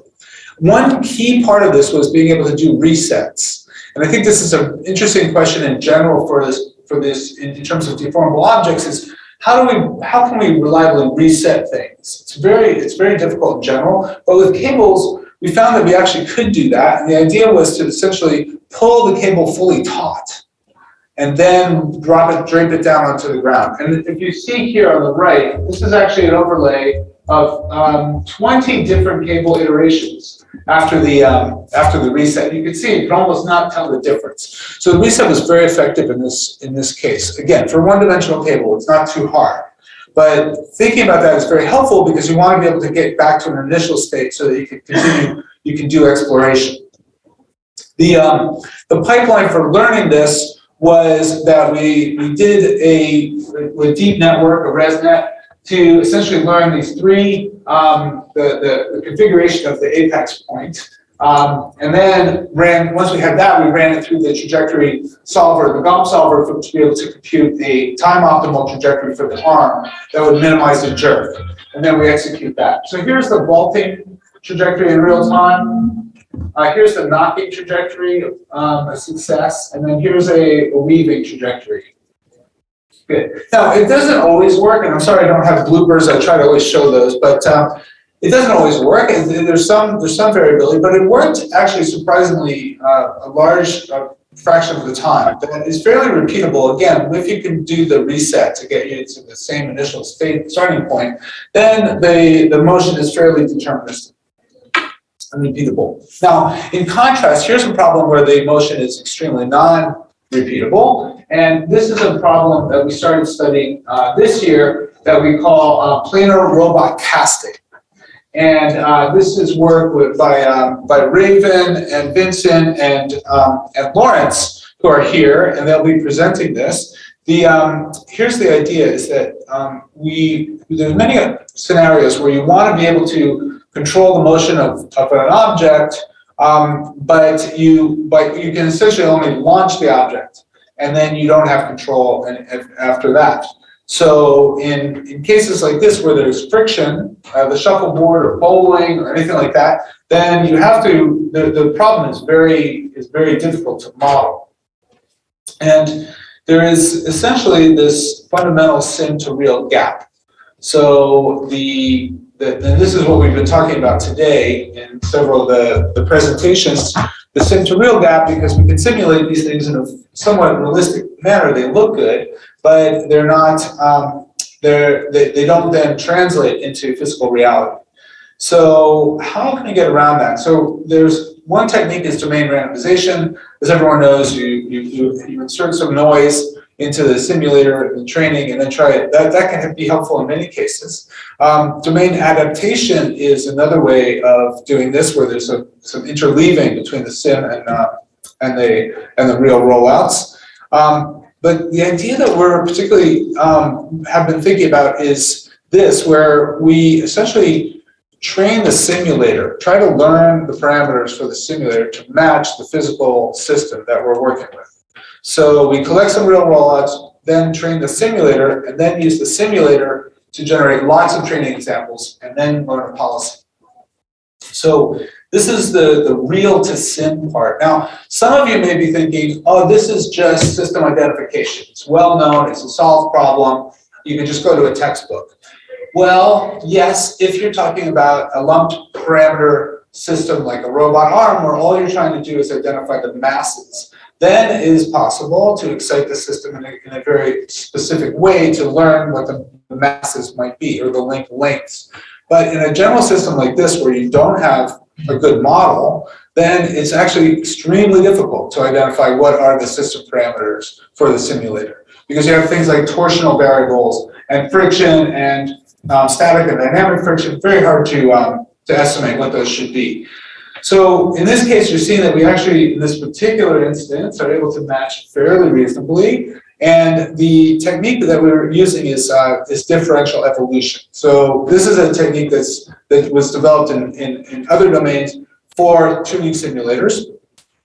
And so what we do is we start by collecting a fairly small amount of data of examples of just pulling on the cable, basically casting, and then we try to look at those trajectories and run them through the simulator, and then tweak the simulator essentially until it hopefully converges. Now this was interesting and surprising to us. We tried a number of different methods, but this one, differential evolution, worked surprisingly well in this case. And then we were able to generate, once we have the simulator tuned up, we can generate lots and lots of examples, like 40 times more examples. Then we use that to do policy training. And the,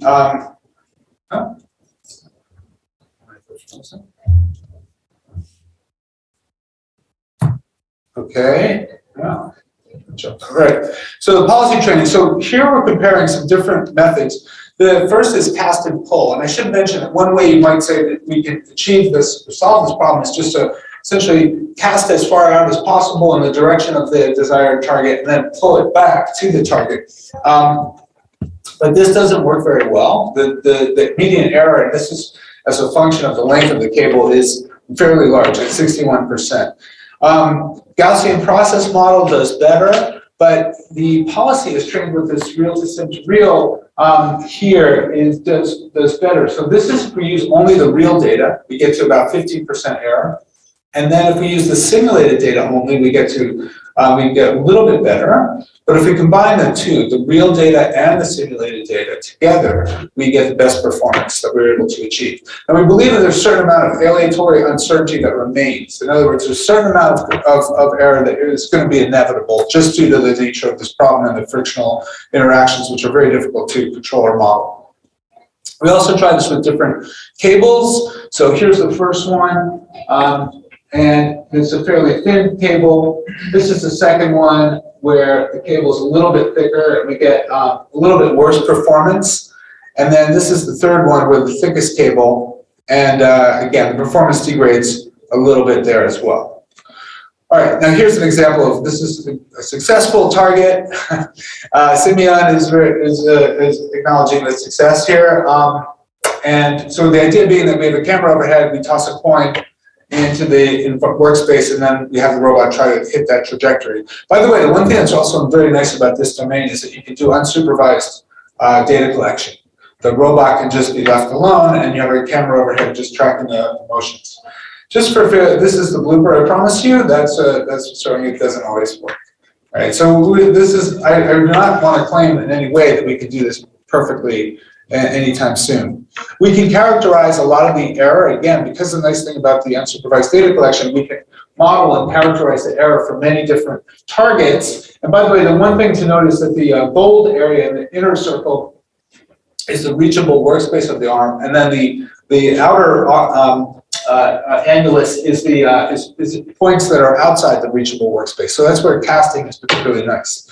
So this is with the different cables, and we can characterize where the errors form. And we see that there are certain target areas, like certain on the fringe, on the periphery, that are more difficult to control than on the center. Okay, now I want to switch over to fabric and smoothing. And this work goes back a number of years. And I want to also acknowledge Daniel did our initial work in this area. This is also with Soshi and Navid and Katsu who were at Honda.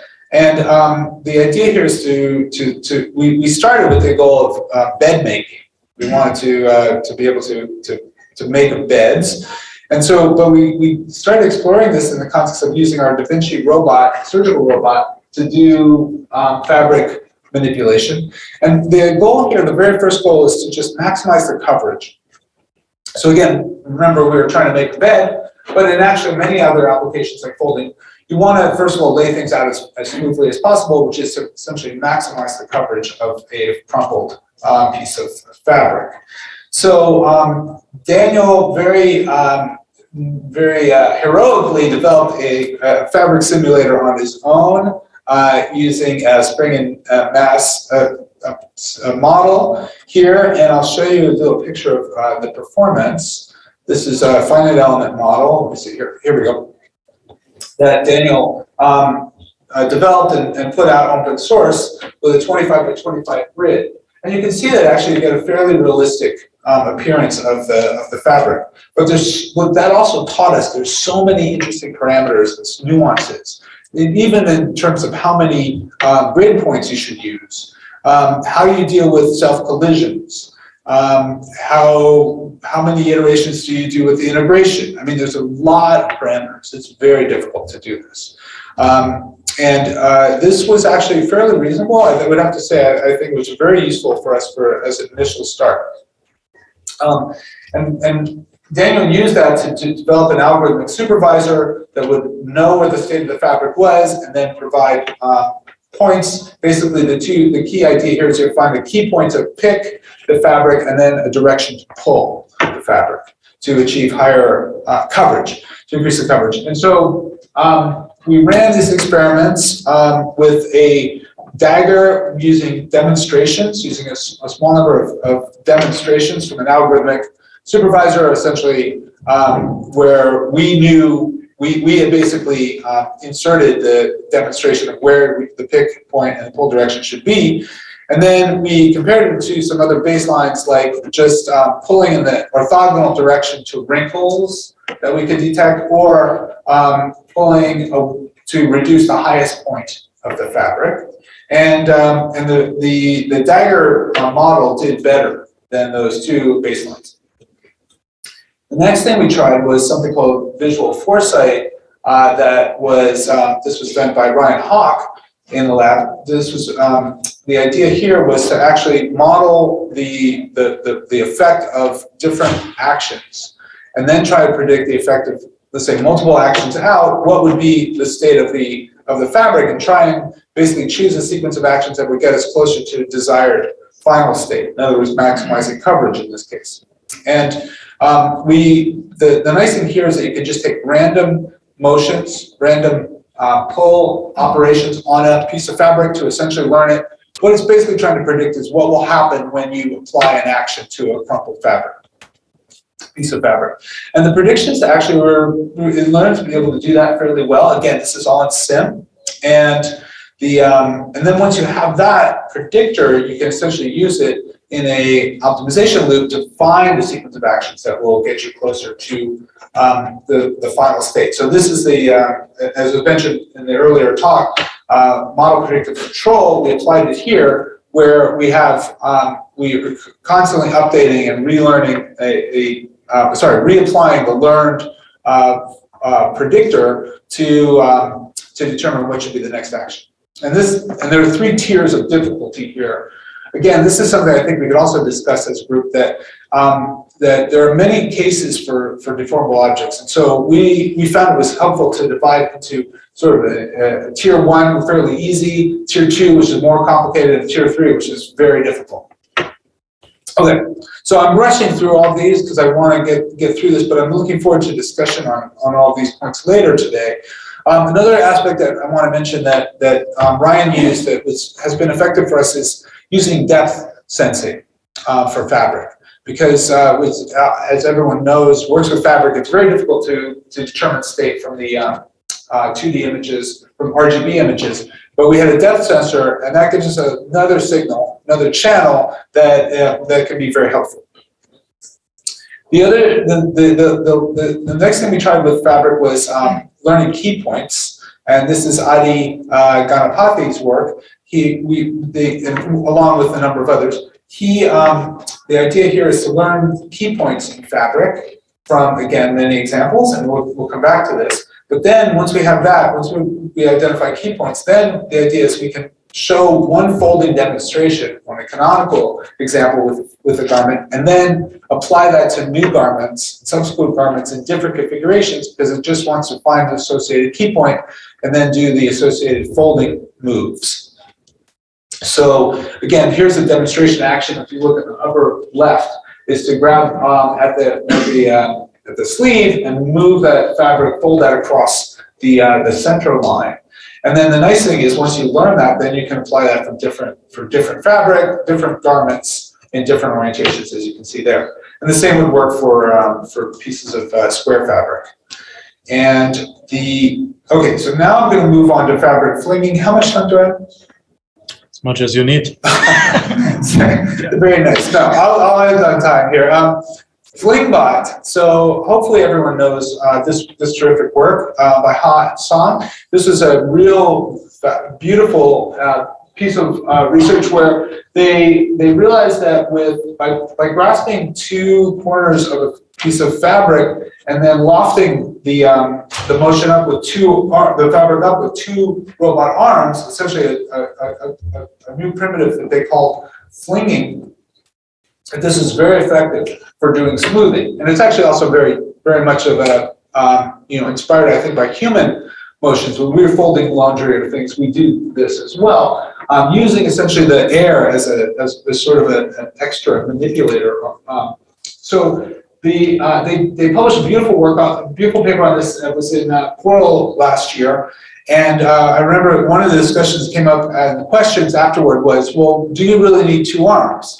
And so there's a debate about that sort of came up, and someone who was in the audience said, well, I was I had a baby, and I had learned how to fold laundry with 1 arm. I had to, because I had the baby in the other arm. So then we started thinking, well, could we learn how to do this with a robot? And so that's the origin of the learning to fling with the single arm paper that Lawrence Chen and Raven Huang worked on. And so I'm not going to have time to go into full detail on this.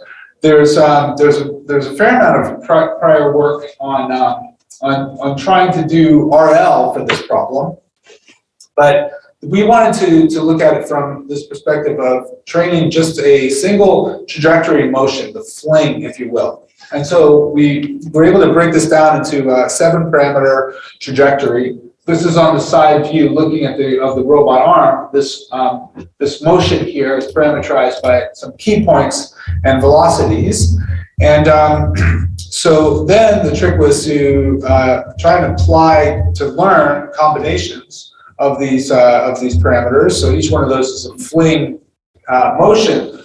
And then you apply the multi-arm bandit approach. So each one of those fling motions is a bandit, if you will, and then you're applying it. And each time you do that, you get a payoff, which is the amount of coverage that the garment achieves. So we looked at a range of garments like these, as you can see here.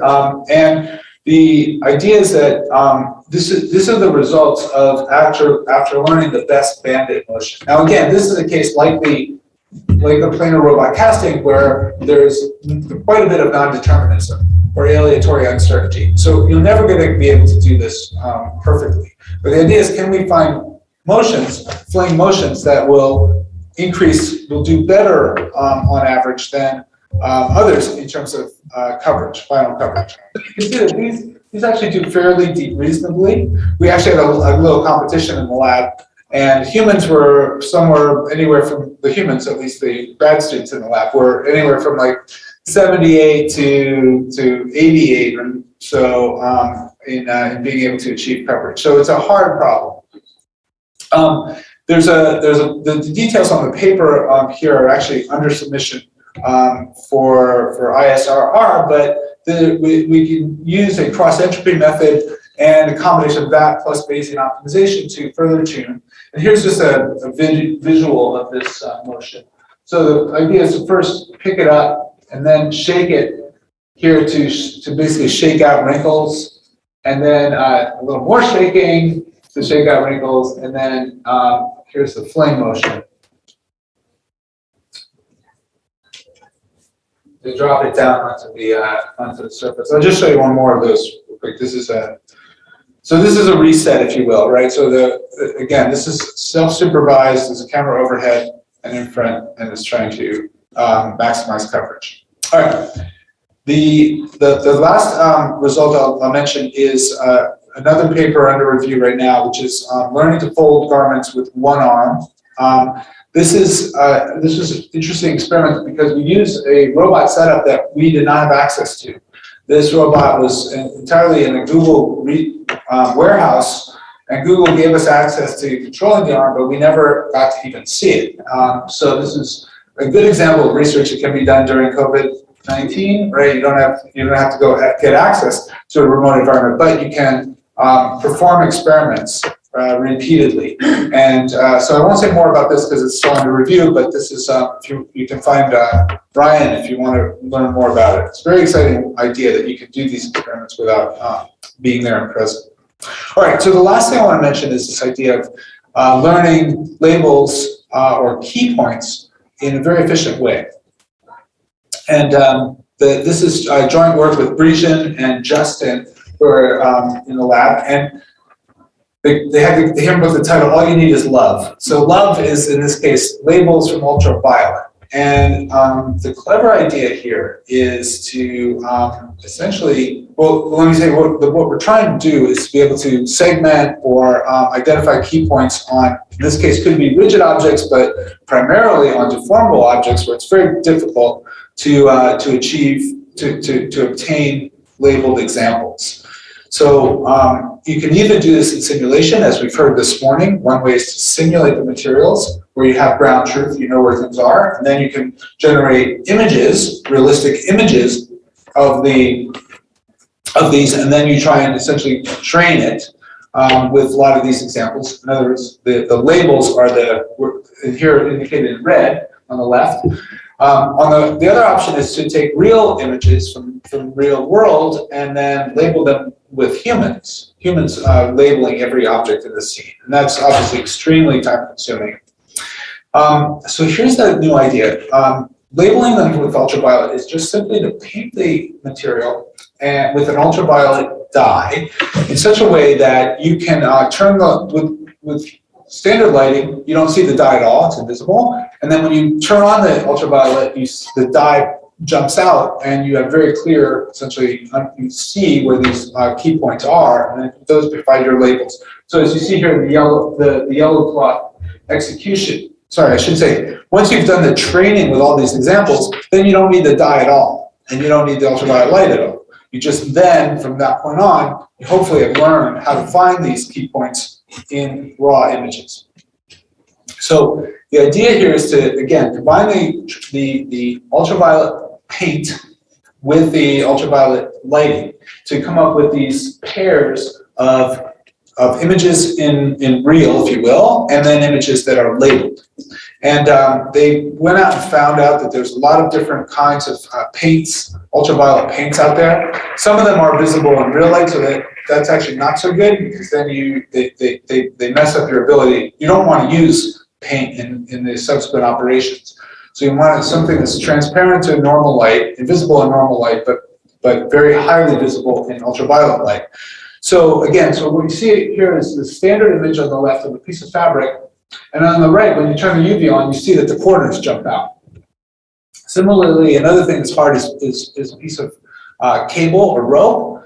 Very hard to track, as we all know. We're trying to do that, but when you turn the ultraviolet on, it pops out, and it's very easy to identify in the image on the right. And the last one is we're trying to find needles in surgical applications, which is very difficult. So again, by actually activating the ultraviolet, we're able to do so.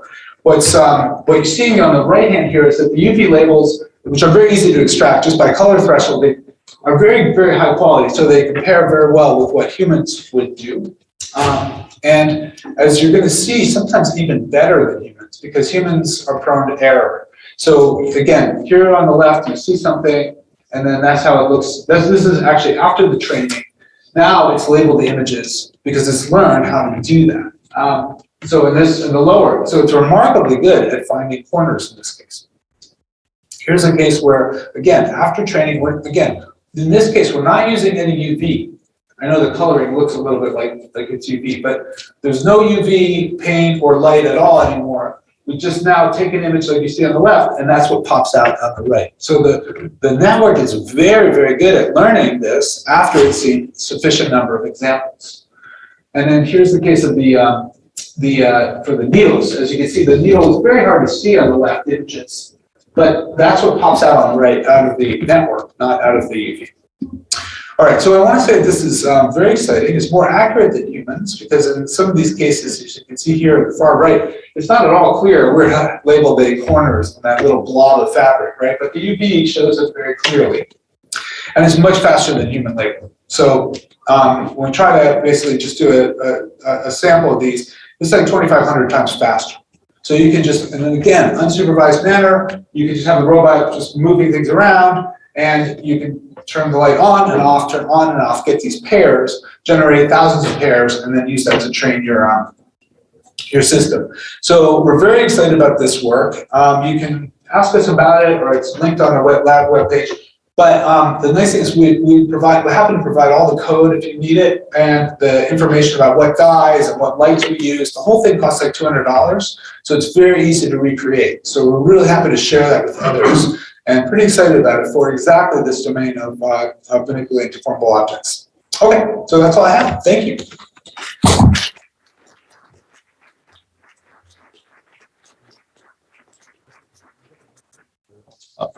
So does anyone have any question? And the microphone should be working. So if you can just walk up to the microphone and ask the question, it'll be easy for everyone to hear. Okay. Yeah, so if you have questions, just line up on the microphone. You need to get very close to it. Oh, yeah. Hello, can you hear me? Okay. Hi, thank you for the great talk. I have a question on the fabric flinging project. So obviously actually, like the type and the mass of the cloth will affect the type of motion that you need. I wonder if the current system can handle it, or like if there's a way of generalizing to different kinds of fabrics. Thank you. Okay, great. So it's an excellent question. So the type and the material and the weight of the fabric is going to affect on the flinging motion. The flinging motion that will be more successful than others. And you're absolutely right. So one thing I will say is that this method is meant to essentially quickly learn a new garment. So you'll give it a garment, it'll start experimenting, and then it's going to learn a trajectory for that garment. Now, in terms of trying to generalize to reduce the number of samples that are needed for the new garment, right? You want to be able to learn, because you've learned a bunch of garments in the past. Here's a new garment. Maybe you can categorize it, right? It's in the same, it's a t-shirt, right? And it has similarities. So can you use that to bootstrap the learning?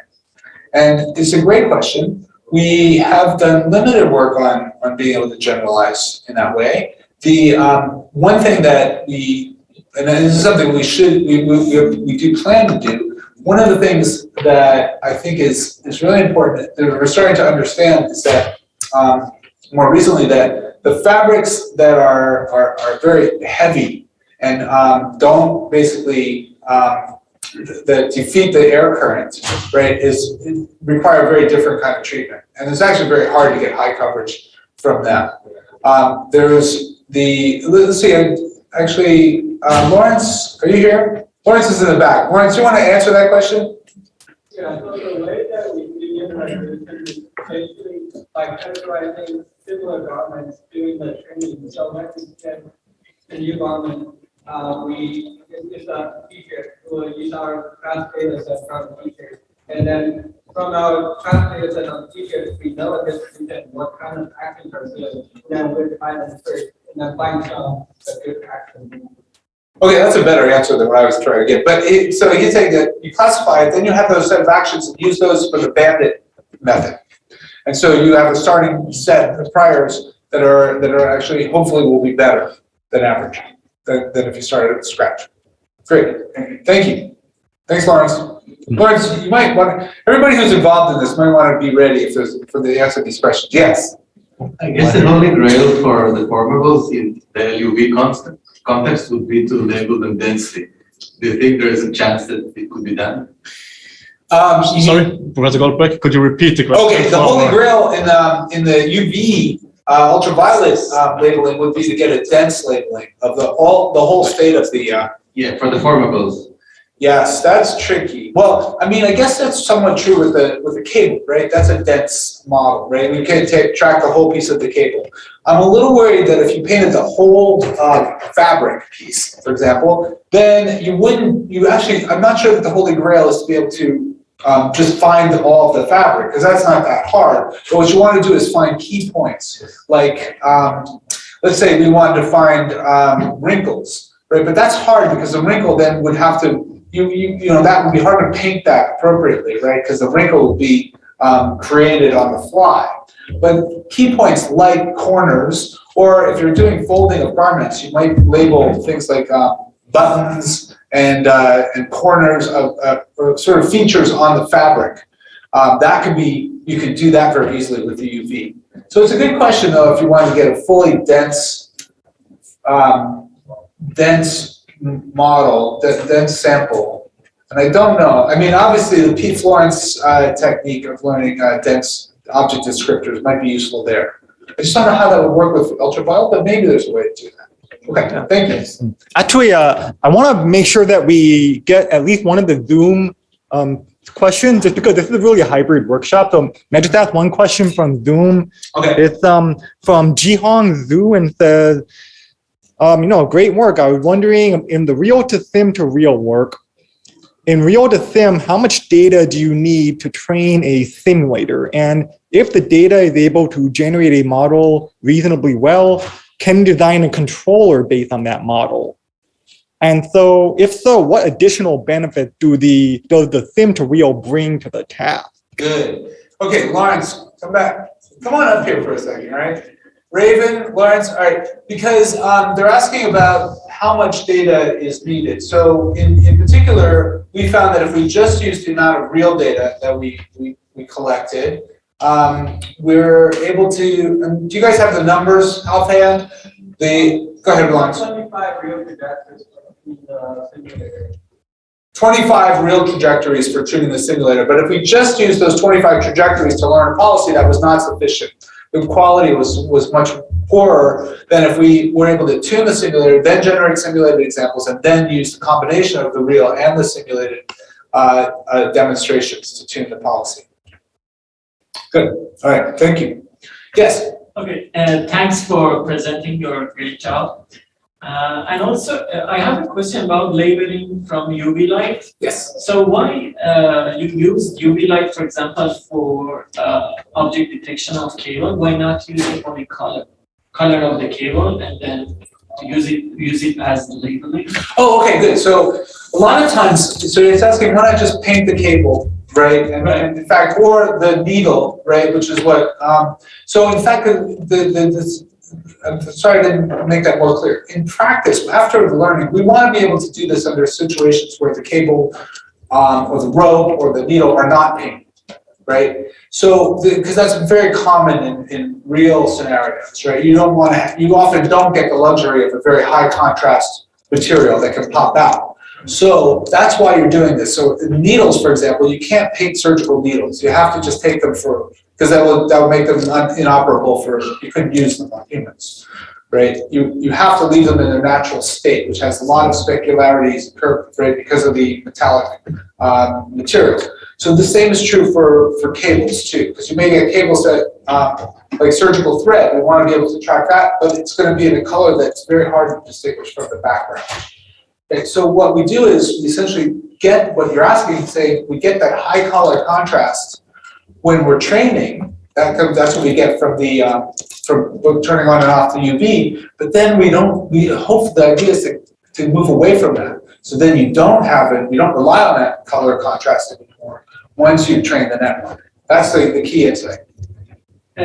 Yeah. So what I understand that you are saying, if we depend on using color that we want to use it, then maybe we are not able to paint it, for example. But what I'm saying, during the training, why not using the painting and then use the... Let's take this offline because I think you're misunderstanding the key idea. Yeah. It's that we use the coloring only to train, and then you take the coloring away. Yes. So you don't need the coloring to do the perception. Exactly, yeah. Right. Well, let's talk right afterward. Okay, thank you. And also, there's a number of people waiting behind you. Second question: how large was your training set? That's it. How long was it? For labeling using UV light. Yeah. Oh, the training set. Let's see, guys, are you here? Where are they? All right, we will answer that question offline. I don't have the numbers. Maybe just one more question, just because we're going a little over time, but maybe the last question. Yeah. Oh, okay. Yeah. Okay. Yeah. Okay. Well, thanks for the great talk. Just a quick question on fabric smoothing. What does the distribution of picking points look like? Is it just mostly the corners, or what happens if you limit it to just the corners in like the general case? Daniel, you can answer that one. Okay. So the question is, in the fabric smoothing, what if you just you limit yourself to picking only at corners? How does that help you? Yeah, so in general, because when we're doing something like, say, learning from demonstrations or learning from some expert policy, because in cloth smoothing and folding, manipulating the key points like corners is fundamental to the task. Like if you just do that, like that seems to be the most reliable way. So it makes sense to, for example, make sure that the demonstrator does like manipulation on corners, or if you're trying to learn from a large offline data set, maybe bias the data collection towards those key points. Like that's one of the problem-specific assumptions that you can make to get further gains instead of like taking an off-the-shelf method and without any modification. That's my take on this. Great. Okay. This meeting is being recorded. Oh, I guess we're done. All right. So thanks, everyone. And we'll turn it over to the next speaker. So before you leave, maybe you can just point out the students again, so we can hunt them down for more questions. Hunt them down. Yes. Stand up, you guys. Stand up. Ryan's here. Lawrence, you got to stand up. These guys are being shy. All right, good. There's Vincent, Justin. There's actually 14 students from the lab here at various, but they're not all here for some reason. But if you find me, I'll be happy to direct you to them. So thank you guys. Appreciate it.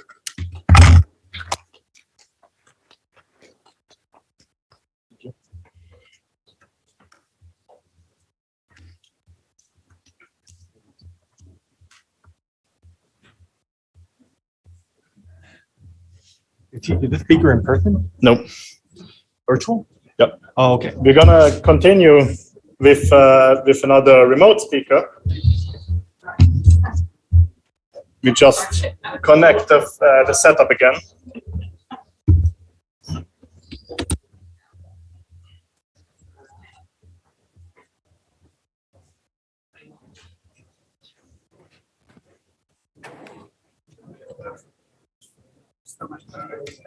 Everything good? Okay. Can you hear me? Can you repeat it? Can you hear me? I'm trying to turn off the volume a bit. It's a bit silent. How about now? Can you hear me? Yeah, I think now it's okay. Okay, can you see my slides? Just one slide? Yes. Yeah, we see the slides. Okay, fantastic. Should I leave the active speaker view on, or do you want me to remove this? This window, should I move it? Should I leave it on? It's not visible, so you can keep it. We don't see it here. Yeah. So I think it's fine. But, okay. But let me first introduce you, please. So it's our next remote speaker is Andrea Giobini, and he received a master in mechanical engineering from Sapienza University of Rome in 2001, the master in control from the University of Sheffield, UK in 2003, and a PhD in control from Sapienza 2008. From 2008 to 2011, he was postdoc at INRIA Rennes, France, and since 2011, an associate professor, and 2021, now a full professor at the University of Montpellier, France, where he leads the IDH, Interactive Digital Human Group, and is in charge of the robotic master. And I personally had the pleasure to have him in my defense committee, which I was very happy about. And yeah, take it away. Thank you very much, Michael. Thanks also Martina and Daniel for inviting me. I'm very sorry not to attend in person. It was quite hard for me this year for attending ICRA. So I'm going to speak about vision-based manipulation of soft objects. So what I call see and shape, and I'm going to show you some results we had on 3 different use cases, so to say. The first one is deforming via contacts with the environment, as in this photo you see, where a person is routing a cable on some contacts on a wall. The second is shaping an object while holding it with either one or both hands. And the third use case is molding plastic materials. So I'm going to present the 3 of these, starting from the first one, which will be quite short. Deforming via contacts with the environment. So this work was realized by Jiong Zhu during his PhD. He's also attending, so I say hi to him. And basically, the purpose was to reproduce cable routing with our dual arm robot. So for this, we had to set up the robot in such a way that it was possible to have 2 specialized end effectors, and one for holding the cable and the other one for moving it. And here the contributions of the work, which was published in IEEE RAL, was to design what Jiong called a contact mobility index, which is a metric determining whether the cable is mobile and to what extent. And this mobility index is used to trigger the 2 phases of the manipulation, which are pulling and turning the cable around contacts, as you can see in the video.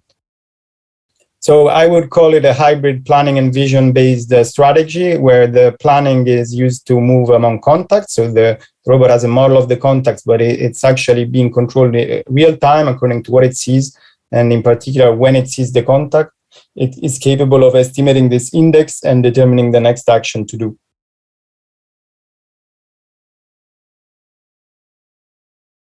I hope you hear me well and that was good. So the robot you see is our dual arm robot platform Bazaar, which has been designed and assembled in our lab using off-the-shelf, I would say, robots. And you will see it a lot in today's videos because it's the platform we use in most of our work.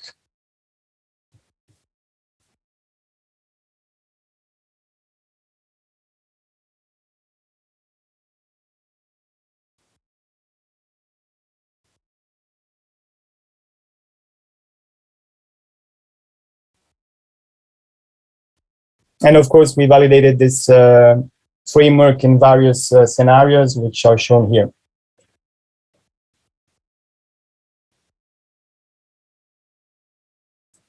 So let me now move to the next topic, which is shaping while holding. So this was also started by Jiong during his PhD, and then followed up by a current PhD student, Celia Sagur, who is obtaining nice results also in this context.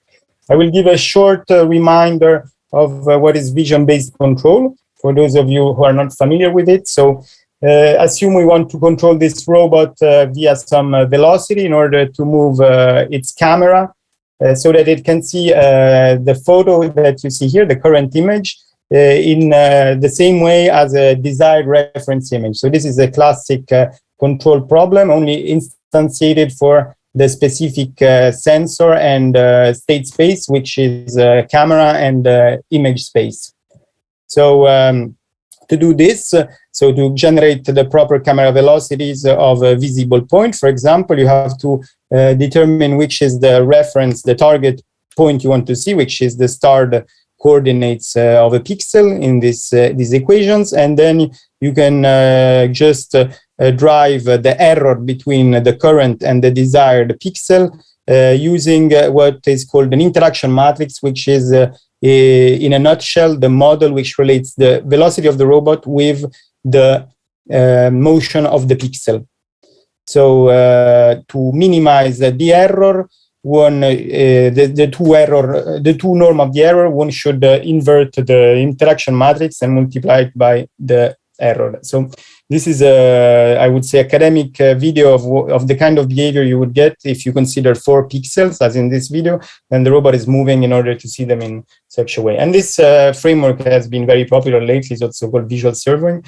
So if we go back to the equation, we have 2 big issues here when we attempt to apply to soft objects. So the first one is that the task is very highly dimensional, because the soft object has many features, possibly even infinite features. So you cannot just rely on 2, as in this example, and very quickly this leads to an underactuated problem, since our robots often have 6 or 12 degrees of freedom. And the second big problem is that if we don't have a mechanical model of the object, as in is often the case when we do manipulation of soft objects, if we don't have a mechanical model, then we cannot know the values of the matrix L and use it in our control law. So to address these 2 problems, we have reduced the task dimension using the most simple, I would say, machine learning technique, which is principal component analysis, applied on the contour of the object. And to estimate the interaction model, we have designed an observer which runs online and is updated on a short window by relying on a linear model. And basically, using this linear model, we update continuously the relationship between the robot movements and the shape of the object. The results are shown in this video, which was the result of a very fruitful collaboration with David Navarro Larcon, who is also online. So first, well, these are basics about the image processing. We need to extract a contour of the object. And in the following video, you will see in red the target contour and in blue the current contour. So here, the robot has a preliminary phase where it moves the cable around to get a first estimate of the matrix, the interaction matrix, and then it keeps on applying the visual servoing law, so inverting the interaction matrix to control the shape of the object. And the principal component analysis is run on the contour points. You can also, of course, apply it for rigid objects, where it will converge more quickly. And in other situations where the object should both change pose and also change shape. So it's a more complex problem.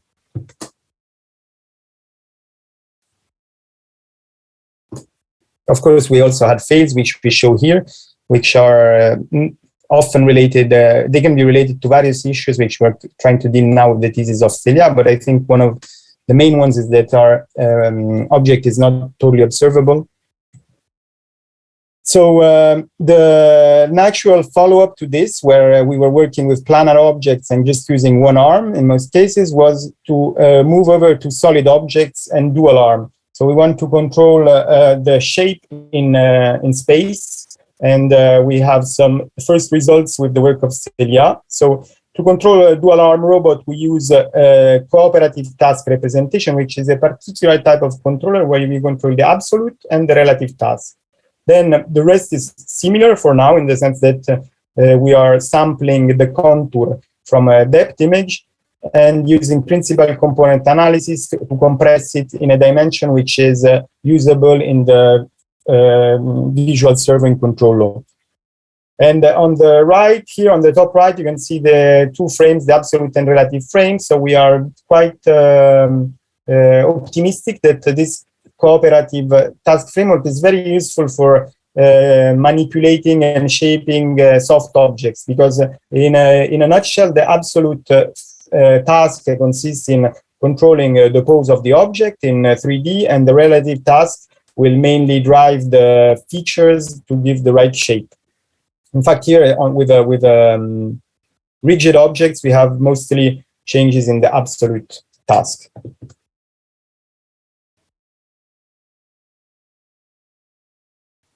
This is a fancy object, a plastic glove. One thing we still have, an issue which maybe can raise questions afterwards, is that we're still only observing one side of the object because we're working with a perspective camera, even if it's a depth image. And the future will consist in having an estimator, online estimator for the occluded side of the object. Now for the last part of my talk, which is about molding plastic materials.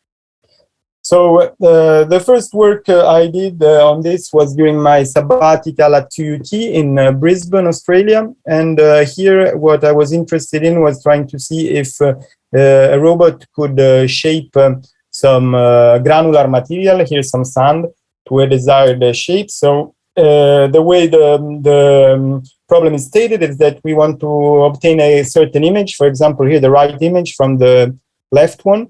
For this, we need a scalar function to measure the image error. And the robot should apply a finite sequence of actions to go from the first to the last image, similar to what Ken Goldberg presented before with the RL framework. So we assume that the method works if after ki iterations, we get an upper bound on the error. So we had to add other hypotheses for this because it's a very complicated problem and there was not much literature on it. And the first one is that the shape should be feasible. The second one is that we have a finite set of actions. Here we define two, pushing and tapping. And also the third one is that each action will only regulate some features in the image. So we can decouple the effects of actions on the state. For example, here you can see in red is the contour of our sand here, which is can be represented as a sequence of, as a list of pixels, just like in the previous video I showed you. And it can be controlled by the pushing action. On the other hand, the green is the texture of the image at a given position. So we can represent this as an imagette, a small image. And this feature can be modified by tapping on the material. So then we should design a controller based on the feature that the action affects. So recalling the actions, which are the pushing and tapping, we can rely on image-based visual servoing. So I showed you the equation at the beginning. In vision-based control, the velocity of the robot is controlled by inverting the matrix which relates the changes in the image and the velocity itself. So we can start modeling this, but clearly, very quickly, we are confronted once again with an issue, which is that this model is not available and we need to find the relationship between state changes and actions. For example, if we consider the contour changes and the pushing action, we can we would like to figure out which action is needed to go from the red contour here to the green contour. And for this, there are various options. One is to go from the centroid of the red pixels to the centroid of the green pixels, and we call this method average. Another one is simply to push the sand where the distance is maximal between the two contours, and we call this method maximum. And the third one, which is quite trendy nowadays, is to use a neural network which can, given as inputs these current and desired contours, infer the blue arrow, the action needed to go from one to the other. So now the big issue is how to train such neural network, which should map the blue contours here in this image to the action, to the tool motion.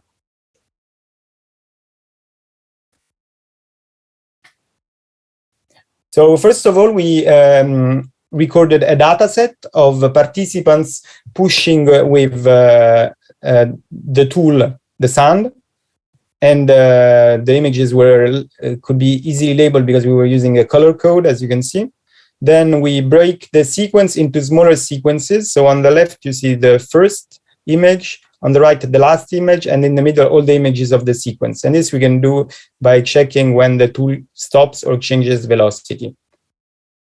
Then we can, of course, detect the contour changes between these.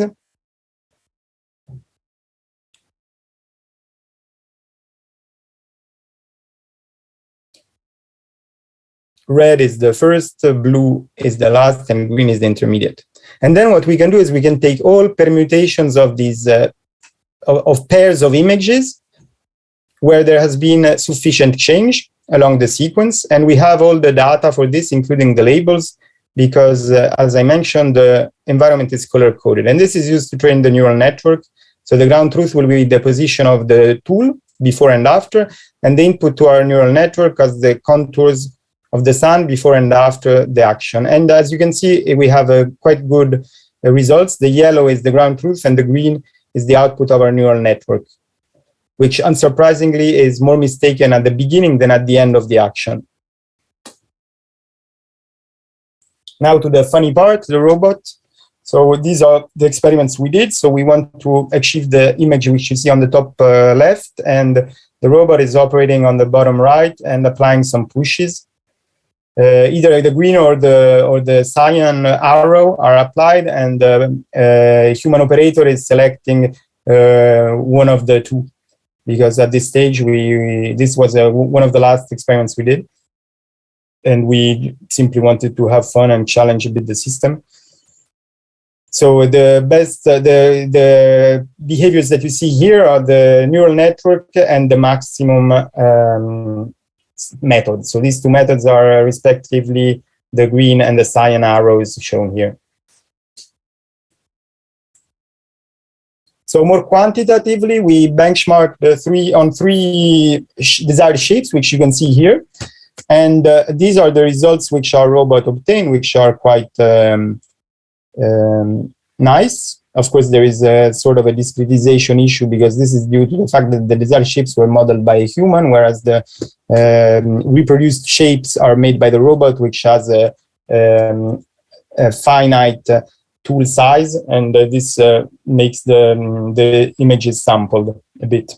So the big problem here was to define an error metric, and for this we used the mutual information, which is a very powerful tool in signal processing and image processing, because it is robust to luminance variations and generally to different environments, etc. And we compared the three methods: average, neural network, and maximum. And as you can see, in all cases, the errors converge. So the robot is making the image much nearer in terms of mutual information to the desired one. The characteristics of each method are that the average was very coarse, and in fact is the worst if you look at it in terms of error values. The neural network had a very fast convergence at the start, but was not very efficient on the small errors. And the maximum method was opposite. If you look at the curves, it takes longer to converge, but then it's very efficient on small errors, because it will keep the robot pushing where there is an error between the two contours. So after that, I extended this work back in Montpellier on point cloud shaping. So this time we tried to move in 3D and use a robot hand to do the task. So we designed 3 actions again. I mean, no, in the previous work, there were not 3 actions, but 2, but knock, grasp, and poke. And the purpose here, once again, is to predict what will happen when I apply an action. So for this, we used 3 convolutional autoencoders for the robot and 3 for the human, which could infer, given an initial shape, what would be the following shape after the action is applied. Then we want to realize the desired shape, which you see on the top left here. And for this, we do a very simple path planning through a tree of possibilities. So we simply deploy the tree from each image to all possible following images, given all the possible actions. And then at each layer of the tree, we select the depth image, which gives us the least error with regards to the desired shape. And we stop when the least error starts to increase. So one very important thing, I think, in this paper was the metric which we used to match 2-point clouds. I will talk about it right after. So this is an experiment where the robot should reproduce an image, actually not an image, a shape. So a 3D shape, given the initial point cloud, it will apply a sequence of actions to reproduce the same shape. And here you can see that the result is very similar. And then we did another experiment, which was quite fancy, where the shape was made by the human and the robot had to reproduce the shape. So again, the robot is now executing the solution which has been found in the tree exploration.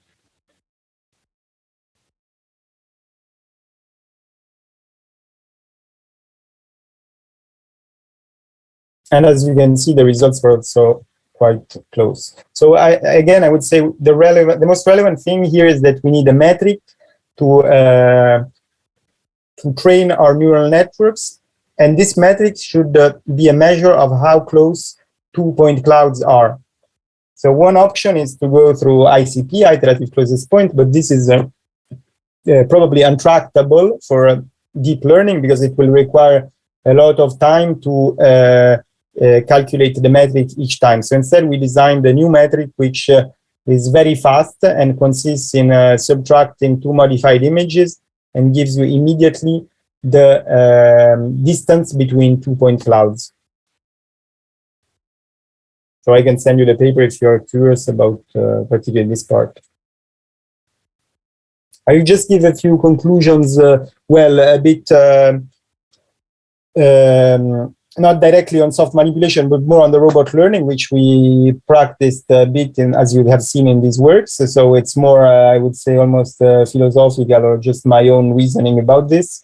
And it comes from a bit of considerations on the buzz there is about robot learning and particularly deep learning nowadays. So we should keep in mind that as humans, we have developed 3 types of intelligence. The first, the most ancient one is the spatial embodied intelligence, which enabled us to hunt and fetch our own food in prehistoric times. Then more recently, we developed the relational intelligence, which makes us relate to other human beings and interact. And very, very recently, probably in the last 2 or 3 centuries, we have developed logical, linguistic, and mathematical intelligence, which makes us solve very difficult and complex logic problems. And what I find very fancy nowadays is that with the artificial intelligence developments, we have actually addressed we are addressing this in the opposite order. It seems like we are capable of doing fabulous things in terms of the third point, like winning at Go beating at Go a human with a machine, and so on. we are starting to have robots which can interact and relate to persons, but we are really struggling on the first point, as you can see in many demonstrations of robots, not so as nice as expected. And this is paradoxical because the spatial and bodily intelligence are the first ones as humans we developed. So I think there's a lot of work to be done for making robots which are actually capable of operating in real environments. And this is also why molding and deforming soft materials is a very interesting problem to be generalized for other issues as well. And lastly, also another thing which is a bit of a concern with robot learning is that most of the times it operates on correlations. So you have fancy correlations as the one I show here, where you can find websites showing this. This is the relationship between divorce rate and consumption of margarine. And a computer is not capable of discerning the fact that these events are uncorrelated. And you can say the same about syllogism, such as the one you can read here, which are also logic relationship which can easily break an artificial intelligence. So my personal take-home message, I would say, especially to the young students, is that machine learning and deep learning are really powerful tools, but they have to be used with caution. And in general, and I hope that's also what we are managing to do in Montpellier, you should combine the models with the data as much as you can. When models are available, as you saw in our work, you should keep them also in the pipeline, because data alone can be very tricky to be used. That concludes my talk. This is Bazar, our robot, and all the people who contributed to the papers and research I showed. Thanks again to the organizer.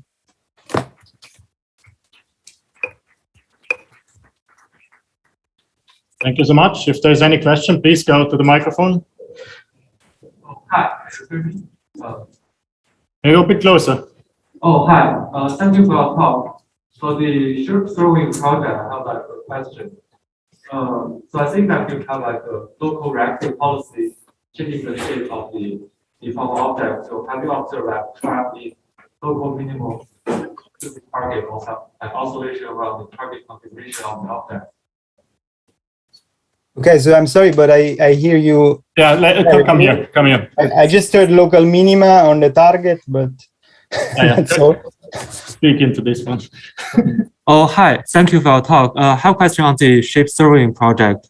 Have you observed like the track of the object, like some local minimum towards the target, or like oscillation around the target configuration of the object? Yes, for sure. That's, I think, also the reason. Well, I think you referred to the first one where we were pushing on the sides. Yes. Yeah, so yes, as you see, yeah, there's a plateau. So somehow that we cannot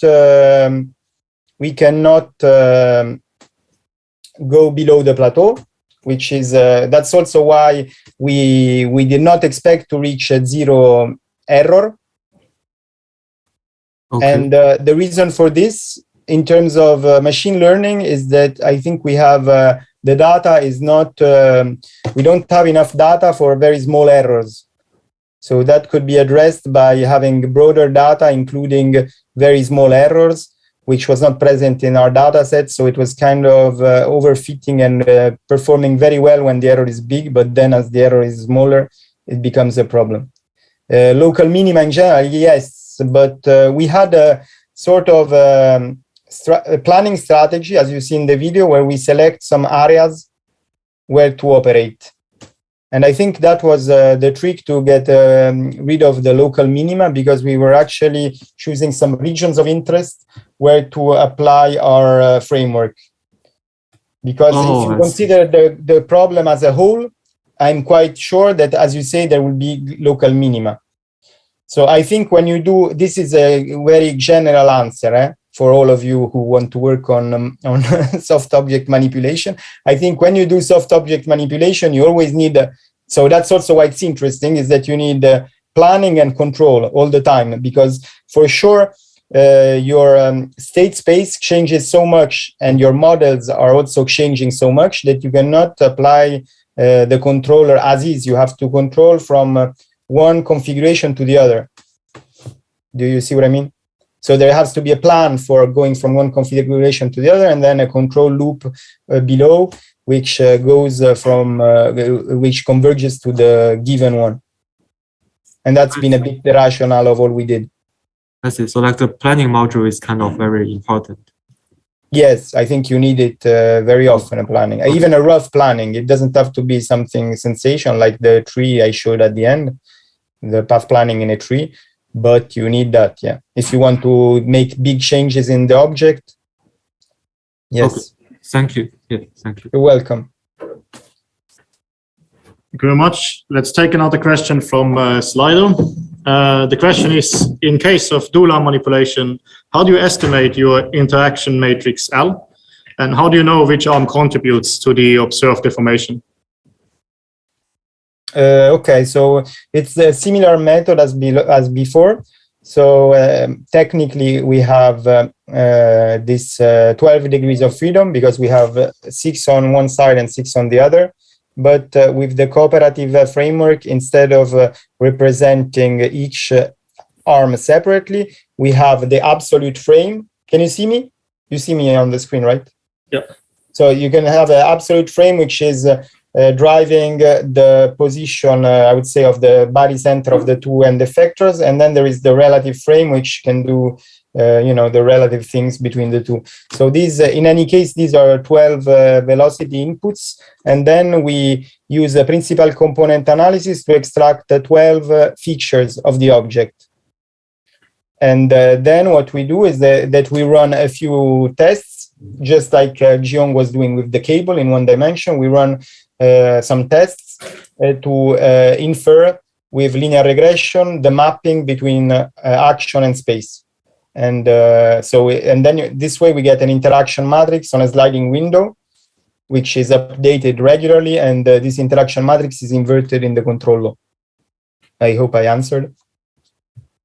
Thank you very much. I think we have one more question in the Zoom, and then we need to close this talk for the interest of time. In the Zoom chat, it's very interesting talk and insights. I have one question on the SANS pushing work. From what I can see from the video, there are shapes and motions in 2D. Have you considered shapes and motions in 3D?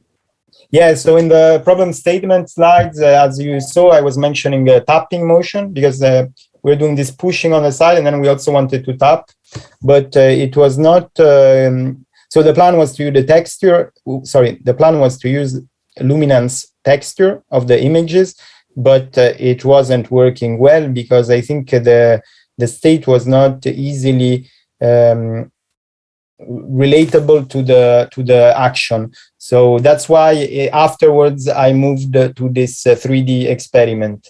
I think in all these so in the 3D experiment, we work on point clouds and we try to do actions in 3D. But in the first one, it wasn't working well. So that's why I only showed the results on the pushing actions. This said, I think most of the problems we have nowadays, if we want to have a robot sculptor, is that the hardware of robots itself is not mature yet, because even as you saw in my last experiments, roughly what we do is we just do some fingerprints or try to grab some sand, but it's very difficult with the shadow hand or other robots to actually mold material. And I think this is the limitation of the hardware, which made us struggle a bit with actually extending to 3D. So, but surely it would be very exciting to do so. And maybe with softer robots, it could be possible, or with these robots which are waterproof, like the one which is used by Usama Khatib in the undersea, the soft hand. So yeah, that's my answer. Thank you very much. Thanks again for the great talk. Thank you again. Bye bye. Thank you, Andrea. Enjoy Philadelphia. Okay, so now I think it's time for the second session for the spotlight talks. So the first one is Rita Laezza from Chalmers University of Technology, who should be there. So please, Rita, if you can go to the desk. You need And to I'll, swap to your screen, Martina. yes, I'll share it. Wait. And get the speakers here to here. Yeah. Okay.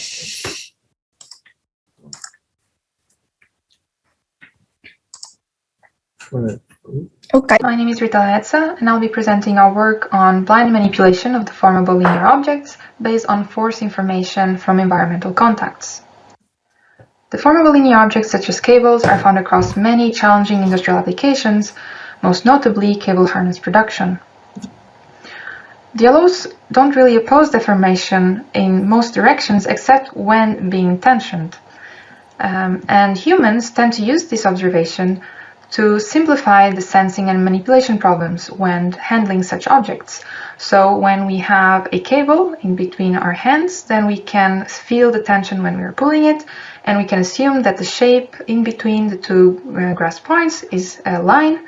And also, if we then push that cable and have some sort of obstacle, we can feel a change in tension and estimate the new shape.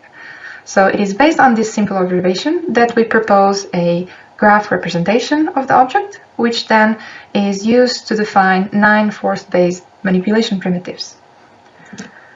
The goal of this project is to see how far we can get with force-torque sensing alone, but I would like to point out that in any real application, vision will still play a big role, especially for handling errors. So when something unexpected happens, it's very hard to recover with force alone. So the proposed representation is summarized as a graph G and constant of the weight per unit length, which is either measured before or known, or even just measured using the motion primitives as a first step. Once we have that, then we have the path graph that is constantly updated as we manipulate the object, and it contains a set of vertices and edges. Vertices are defined in a set order, so anytime that a new vertex is added to the model, then the indices need to be updated. And also here we can see that vertex 3 was added in order to formulate this clipping motion. So when the grippers were above the fixture, then we added a new vertex to define that we want to have it clip through this object. And we can also see that each vertex contains information about the position, orientation, and also a point mass estimate of that vertex based on the rho constant.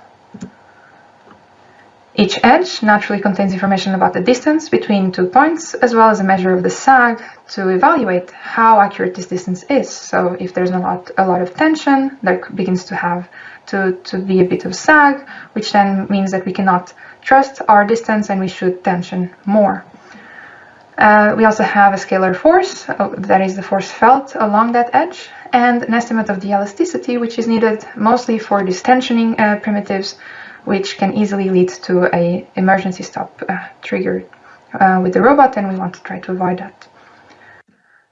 So the 9 motion primitives we have proposed are essentially tensioning primitives or sliding and clipping primitives.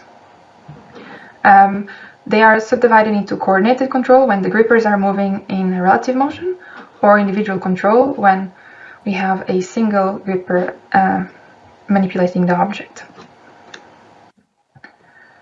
The most important primitives naturally are the tensioning ones, and here we demonstrated with more detail how we can see that the sag is being constantly estimated, and it shows in red when we have too high sag, and in green when sag is none, and you can assume a linear edge. We also have here a demonstration of all of the primitives on the real robot. We also tested our contact point estimation, which is necessary to update the vertices, and we see here the error decreasing as the Kalman filter observes more data, and also a sudden change that is then quickly recalculated. So we can see here how as the robot moves, the variance of the estimate becomes smaller.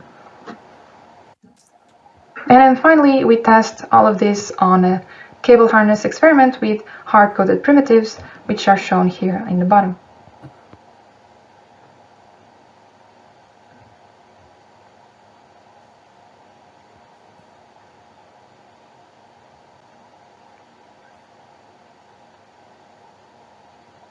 Thank you. My name is Rita Laetza, and I'll be presenting our work on blind manipulation. Yeah. Any questions? Thank you, Rita. Yeah, actually, before questions, I just want to mention, I hope that the last frame would stop there because I had to shorten the video, but a lot of the credit goes to Finn. That was the last second frame that was there. Finn did this work in his master thesis, so it was really good work. Okay, nice.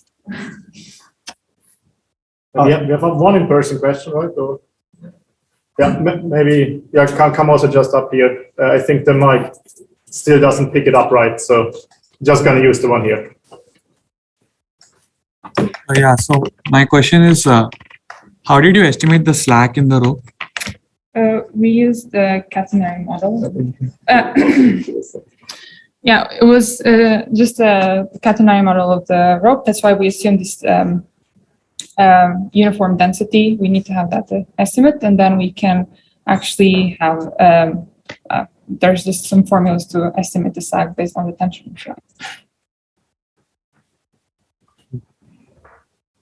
Okay, great. Are there any other questions? So if not, I think we can. Yes, one now. Okay. To execute the primitives in the last video that you showed, did you have you had all the red position holders placed at fixed spots, right? Yeah. So did that limit the sort of which primitives you could execute at which point of time, and how did? I guess this is the more real execution question. Yeah, exactly. So, I mean, this is a blind operation, but we need to have some assumptions of what is around. So even though we're estimating the contact points, when you define the motion, you have to know where they are in a sense. So you can define the right motions. Yeah, so there was no vision in any sense. No vision at all. It was just knowledge a priori. Yeah. We need to move on, but Rita will also have a poster later. Yeah. So then we'll direct the question towards her there. Yeah. Thank you again. Thank you. Thank you. Yeah. Thanks a lot. So the next one is Ali Dinkel that should be there. So please, if you're there, just get closer to the laptop and I'll start playing the video.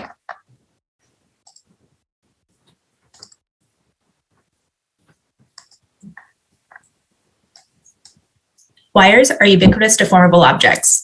Perceiving these objects enables robots to interact with them in challenging manipulation scenarios, like industrial wire assembly, knot untying, and autonomous human habitat caretaking. Our work on wire point cloud instant segmentation from RGBD imagery is inspired by several recent works. First, recent work automatically generates a synthetic dataset comprising single wire images where the wire masks are cheaply obtained using color-based thresholding. These images are used to train DeepLab v3+, a method of semantic segmentation to segment wires in cluttered scenes. Second, the RANE+ algorithm proposes the first method of RGB wire instant segmentation. The RANE+ algorithm enables individual wires to be distinguished from each other, building off of work produced in the auto-generated wires dataset. Third, MaskRCNN is a state-of-the-art general method for object instance segmentation RGB images, learning to directly predict instance masks. Finally, the point-run mask prediction head is trained to iteratively predict the label for ambiguous points to refine the mask edges to finer resolutions. Point-wise semantic labeling of point cloud data remains an open challenge in computer vision. We first perform instance segmentation on RGB imagery, then apply the instance mask to the depth image. Object instance segmentation models require label data for training. Annotating point cloud data with object instance information is expensive. Pixel data in RGB images can be cheaply obtained using automatic labeling techniques. In general, point data in depth imagery are more difficult to label to obtain ground truth information than pixel data in RGB imagery. This work leverages automatic RGB image labeling in the UIUC wires dataset to train MaskRCNN to perform object instance segmentation in RGB imagery. The UIUC wires training data are synthetically generated from single object images using color thresholding to automatically obtain object instance masks. It uses the copy-paste background substitution, scale jittering, and hue jittering augmentation techniques to increase the variety of wire configurations and environmental noise classes present. UIUC wires is an RGB image dataset comprising 2,000 training images of up to 4 wires and up to 2 devices per image. Images include 2 schemes of object segmentation mask representation. With object segment semantics, or OSS mask representations, each object contour receives a unique bit mask, and occlusions by other wires and devices are not explicitly represented. With object semantics, or OS mask representations, all contours comprising an object receive one corresponding bit mask. These data are used to train MaskR CNN as implemented in Detectron 2 with the point-rim mask head. The trained model is used to predict object instance bit masks on the RGB image. Then the instance segmentation masks are applied to the image-aligned point cloud to obtain the 3D points belonging to each object in the scene. The UIUC wires work under submission found that MaskR CNN, instance segmentation, and RGB imagery performs better when wire masks are specified with OSS semantics. The proposed method of point cloud segmentation using the PR plus OSS model produces significantly more complete segmented point clouds than the PR plus OS model. Preliminary results indicate a 153% improvement in the number of points recovered using the PR plus OSS model. The segmented point cloud was used to construct an object mesh of the scene using a density-based clustering outlier removal step to smooth the scene mesh. The mesh reconstruction is a candidate 3D representation of the scene from raw RGBD data. One challenge with using UIUC wires to train instance segmentation is it does not simulate real lighting effects like object shadowing, object glare, or low light conditions. We also observe resolving self-occlusion and environmental occlusion is an open problem in wire instance segmentation. Finally, we observe point clouds are noisiest around object edges, which is a residual source of uncertainty in the scene surface reconstruction step. This work is the first to predict wire object instances in point cloud data using MaskR CNN. This work leaves the following questions for future work. Can a graph search method, such as the method used in RENE+, be combined with the instance segmentation performed by MaskR CNN to improve instance segmentation performance for the class of wire instance segmentation problems? Can multiple fused sensor perspectives improve scene point cloud and mesh retrieval for the 3D wire instance segmentation problem? And how do wire detection and segmentation frameworks perform when trained on the auto-generated wires dataset compared with the UIUC wires dataset? In addressing remaining open questions, future work aims to improve the reconstruction quality for model-free deformable object perception. Thank you for your time and attention today. Thank you, Ali. Are there any questions?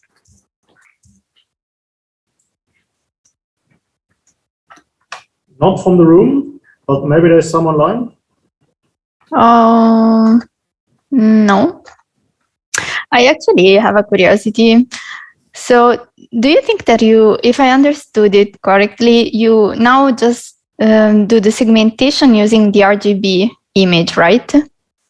Correct. Yeah, okay. So have you tried also to use the depth map that you have to do the segmentation? And do you think that this may help? So one of the motivations for this was the difficulty of labeling depth imagery, the difficulty of labeling point clouds directly, but we came up with this auto-labeling technique for labeling depth imagery to train a model. Well, I don't know how obvious it is, but PointNet, there are a few depth image segmentation models that exist, but we just, because there's no sort of existing wire data set, we started from the RGB standpoint to obtain free data.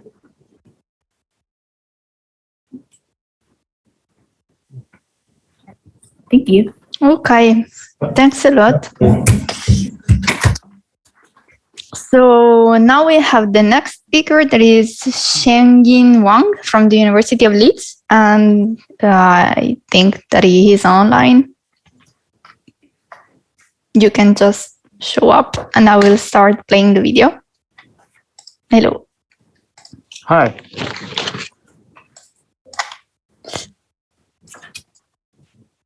Can you see me? Yes. Okay. Hello, everyone. My name is Shengyin Wang. Today, I'm going to present our work on goal condition model simplification for deformable object manipulation. This is a joint work with Matteo Leonetti and Memo Dog at the University of Leeds and King's College London. Deformable objects are everywhere in our daily life and have a wide range of applications from housekeeping, medical operation to industrial production. Compared to rigid objects, deformable objects pose two main challenges: high-dimensional configuration space and complex dynamics, which make both planning and learning time-consuming. To simplify the deformable manipulation problem, we have conducted some research trying to fill several existing gaps. Instead of defining key features manually, such as corners and contours, we want to establish an automatic feature extraction method that is adaptive to different goals. Instead of using the expensive fine models, we want to find a simpler model with acceptable accuracy. Instead of learning high-dimensional space, we want to find a compact state representation that captures the most important and relevant information to achieve the task. This leads to the work we are doing now, namely as goal conditional model simplification for deformable object manipulation. Potential usage of the method includes simplifying the action space or state space for both motion planning and policy learning. In this work, we focused on action space simplification for manipulating ropes and clothes using cross-entropy method as a planning algorithm. Given the goal configuration, our model simplification method will find the minimum elements to approximate the original model with acceptable accuracy. Depending on the types of the deformable object, line fitting or mesh simplification will be called. After model simplification, a set of key points will be extracted as graspable points, which can reduce the searching space for CEM-based motion planning. For line fitting, we start from using two key points to approximate the original model. The position of the key points can be anywhere in the space. We use quadratic programming to find the optimal position based on our defined distance error metric. If the approximation error is below the threshold, the simplified points and line segments will be outputted. Otherwise, we will gradually increase the number of key points until the precision is satisfying. As in the example shown above, 4 or 5 points give a much simplified model with minor errors. The same idea applies to close approximation, with the only difference of using off-the-shelf mesh simplification toolkits from MeshLab. For a piece of clothes folded sideways, a simplified mesh with 6 triangles has a small enough error to approximate the original model. After model simplification, we use the simplified model to reduce our defined action space by extracting a small number of key points on the original model as graspable points instead of searching in the action space of all points. The bottom left figure shows the extracted key points in blue pentagons, while the bottom right shows the motion plan based on the simplified action space. Finally, to demonstrate the effectiveness of our proposed method, we conducted a set of comparative experiments on 4 tasks. Due to limited space, only the results of close diagonal folding are shown. As we can see from the same initial state, CEM simple, which is based on the simplified action space, can successfully achieve the task, while CEM original cannot find a feasible plan with the same number of simulation steps. Additional results can be found in the paper. Thanks for watching.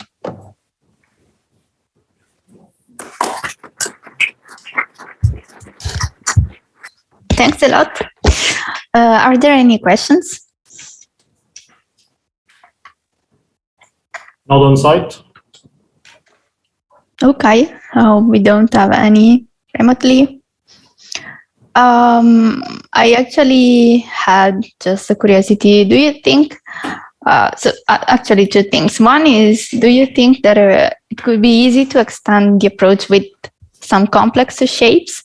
And also if you tried to apply it also in real world?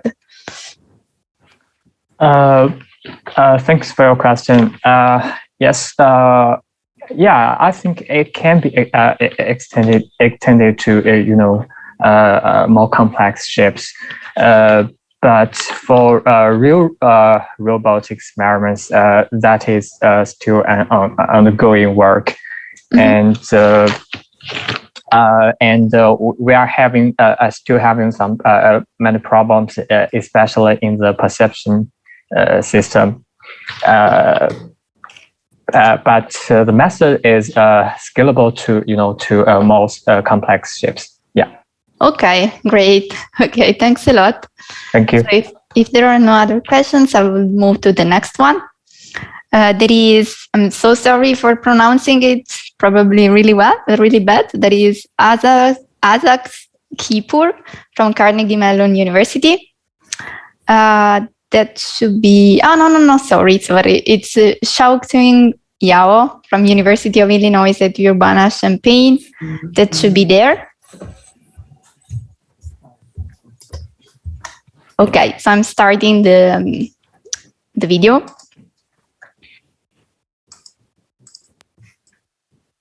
Hello everyone. Today I'm going to present our work on estimation of point-based volumetric stiffness model using joint torque sensors. Estimating the stiffness of the deformed object can enable robot arm intelligently navigate around in a cluttered environment. Such cluttered environments exist in agricultural applications or our daily life. Estimating stiffness can also enable efficient autonomous packaging of the deformed object and also haptic feedback rendering in teleoperation. Existing works that model the stiffness of the deformed object either require a mesh model, which can be difficult to obtain online, or mostly work with two-dimensional planar object. Recent work model the volumetric obstacle distribution from contact feedback, but only recover the geometry of rigid objects. In this work, we present volumetric stiffness field, a point-based deformed object representation that can be efficiently estimated in real time and used to predict force response during interaction between the robot and the object. We apply this method to model the stiffness of a highly heterogeneous deformed object, which is the artificial plant. Our method is as follows. First, the hardware sensors will sense the joint angles of the robot arm. Together with the geometry of the robot, the contact simulator will simulate quasi-static stick-on-stick motion during interaction. The simulated displacements of points in the field will be sent into the volumetric stiffness field, giving an expected joint torque measurements. Compared to the actual joint torque measurement, the recursive estimator will update the belief on the distribution of the stiffness in the environment. We implement an extended Kalman filter-based method that can run this update loop in 17 Hz on a normal CPU. Here, we visualize one example where the robot arm interacts with the artificial plant and the volumetric stiffness field is estimated in real time. The left figure shows the motion of the robot arm, and the right figure visualizes points with stiffness estimate greater than 1 Newton per meter. We repeatedly touch the same location on the plant from different joint angles. Here we can see two features. First, before contact happens, the free space volume is mostly estimated with low stiffness and are not visualized. There is sparse spurious estimation, but can be potentially removed in post-processing. Second, when contact happens, the estimated high stiffness region is mostly localized around the true contact position between the robot arm and the artificial plant. We make quantitative evaluation of this dataset with 11 touch sequences and 400 steps for each sequence. We take a k-fold validation approach, where we take every sequence as a testing sequence and estimate the volumetric stiffness field using the rest 10 sequences. We implement several baseline methods that directly learn this mapping from joint angles to the joint torques. The red figure shows the maximum torque prediction error per sequence, and we can see our method outperforms the baseline methods by a large margin. Here, another experiment where the robot arm touching slightly different location on the artificial plant with similar configuration. Taking a zoom-in view of the touch region, we can see variation on estimate stiffness in this field. There is sparse spurious stiffness estimation on the upper part of the robot arm because of limited number of touches and similar configurations. Estimating the stiffness by touching every location of the plant can be very tedious and time-consuming. Therefore, we implement a vision-based method to extrapolate the stiffness estimation from touch region to untouched region. We only use the RGB value and KN interpolation and demonstrate that the quantitative result is interesting. We can see the branch region is estimated with higher stiffness value compared to more deformable leaves, which corresponds to our intuition. In conclusion, we present volumetric stiffness field, which is a novel deformable representation that can be estimated efficiently in real time. The estimate model can be used to predict force response and achieve better performance compared to baselines. In the future, we are interested in include correlation between motional points in the field and learn the relation to map visual information to stiffness.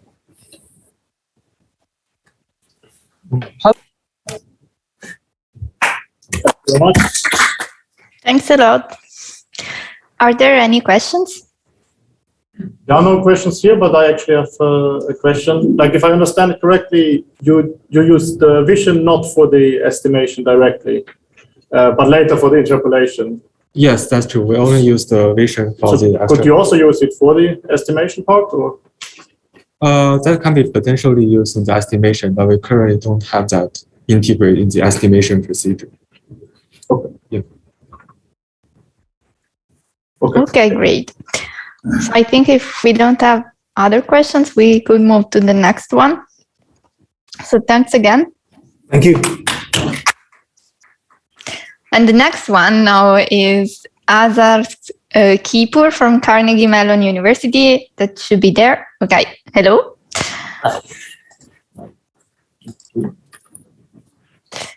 Let me start the video. Okay. Let me share also.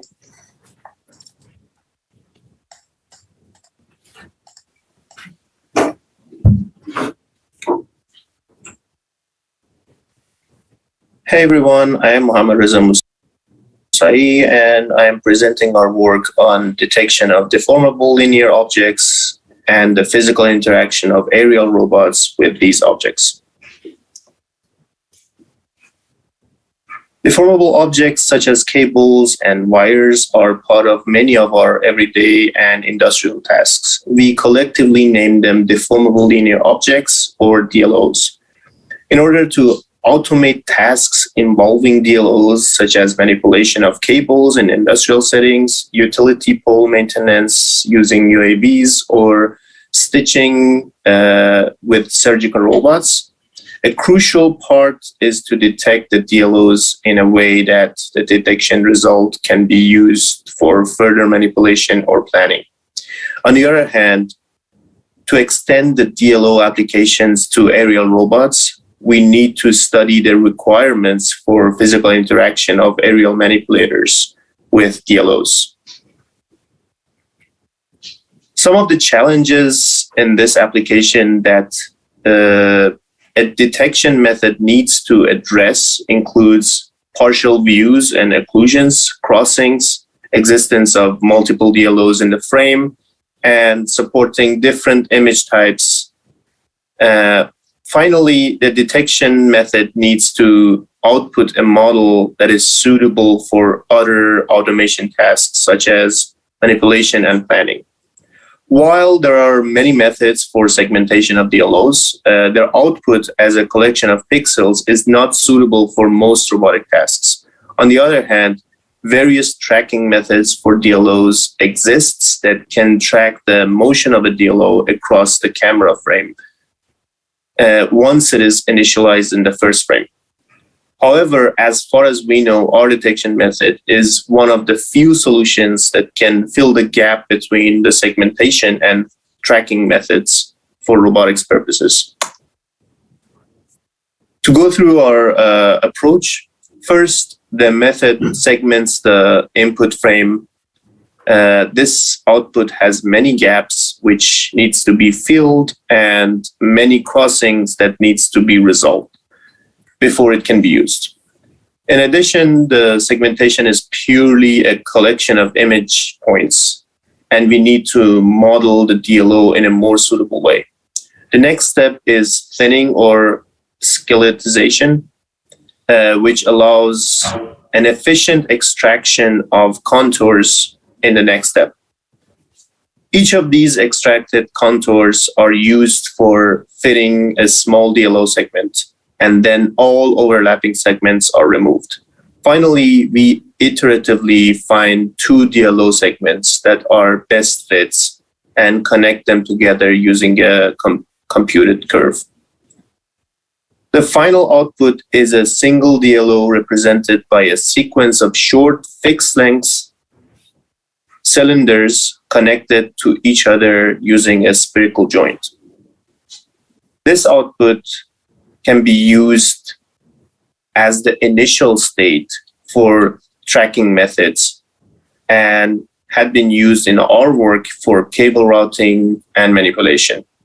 The whole process is near real optimal, and the whole process is near real time.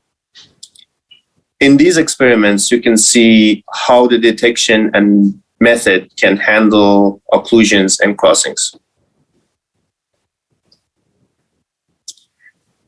To extend the physical interaction of DLOs to aerial robots, we analyzed the feasibility of the tasks from the end effector position perspective in simulation.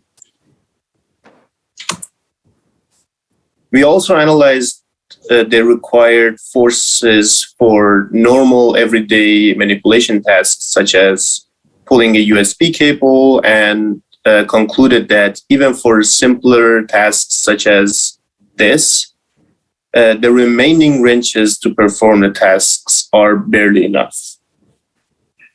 With that, I'm going to conclude this talk, and thank you for listening.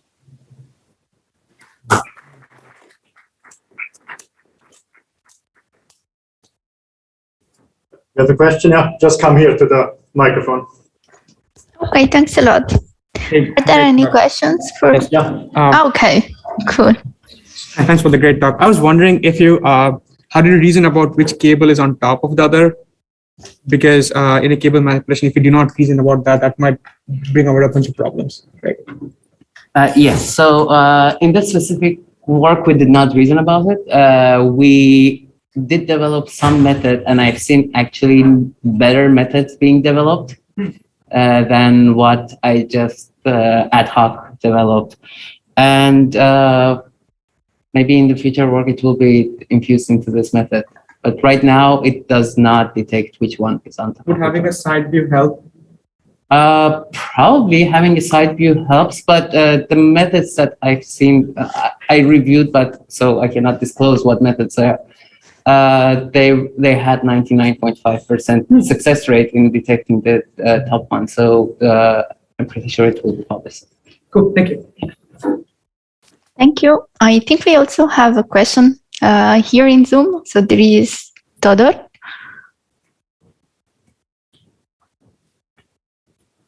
We cannot hear you. Maybe you could just write in the chat.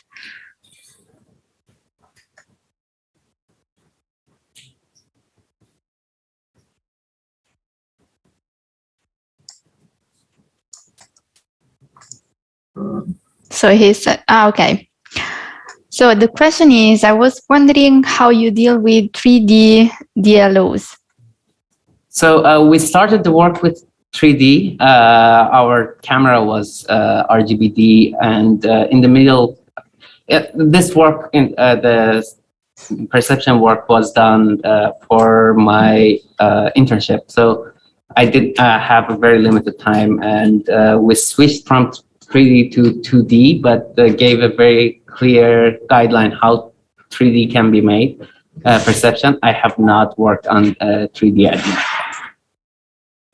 The method is very general and can be easily extended to 3D, but it's not implemented for 3D right now. Thanks. I don't know if you hear me now.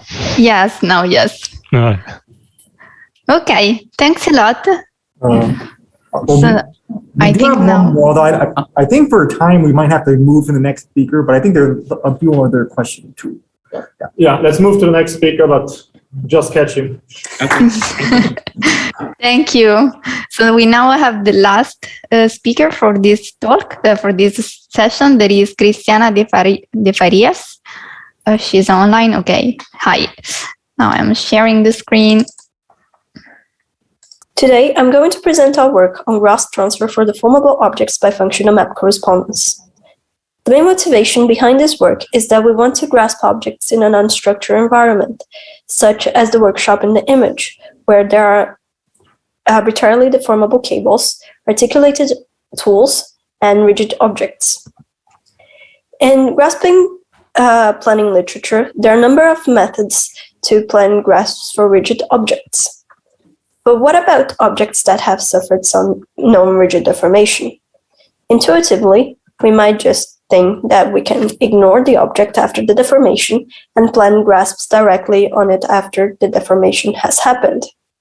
However, this can be counterproductive, as we're ignoring some previous or expert knowledge, such as task awareness, and it can be inefficient because maybe we have planned grasps before the deformation has happened and we're just throwing them away and planning them again after the deformation happened.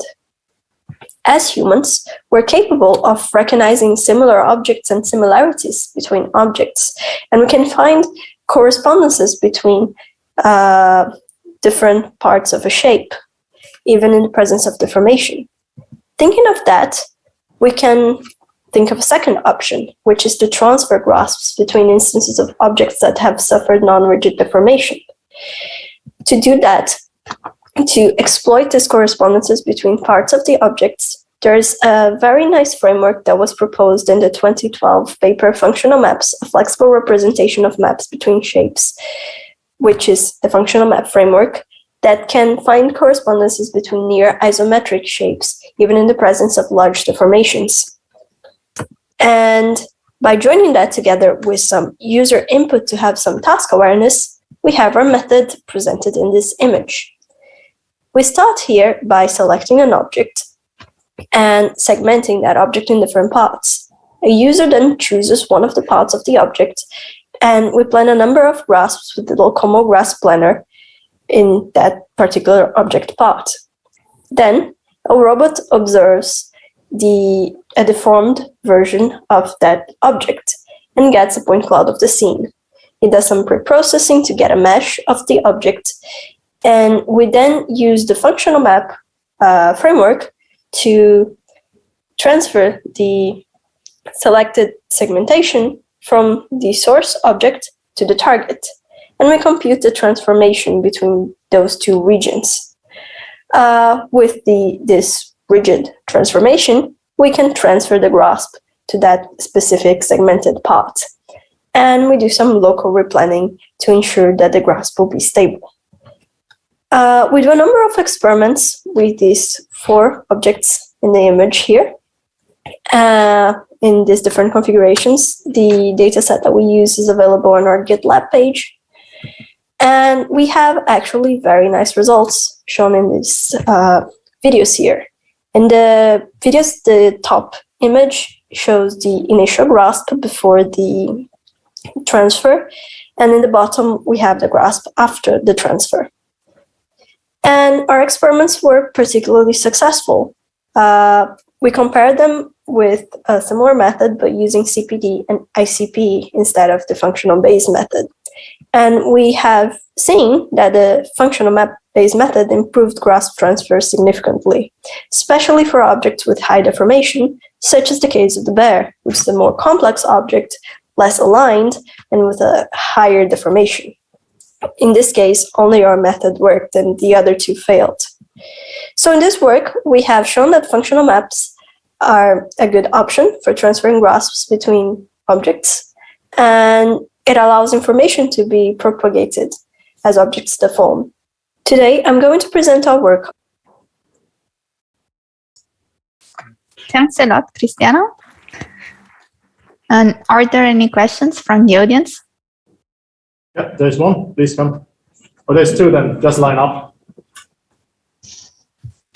Yeah, I had a question. So is a functional map like a matrix, or like what sort of transformation is it? So the functional maps basically works by changing the domain that we want to work from a matrix of all the vertices in a mesh to a functional basis. Like we applied Laplacian to transfer the domain, and then we do the correspondence in this Laplacian domain. So that's how it works. Hey, do you use any environment collision information when transferring the graphs to make sure it's still valid after the deformation of the object? Yes, the way our method works is we plan a number of grasps in the beginning, and in the beginning part that we segmented, and then after we transferred, we check if the grasp is feasible. So we filter out the ones that are not. I see. Thank you. Thank you very much. Thanks a lot. So I think if there are no other questions, we can close this session. And thanks again. Thank you. Thanks to all the speakers for being here. And now it's lunchtime. So we're sorry that we are running late, but we have to reconvene at 1:45. So see you in 40 minutes. Might start a little bit here. Yeah, but let's say yeah.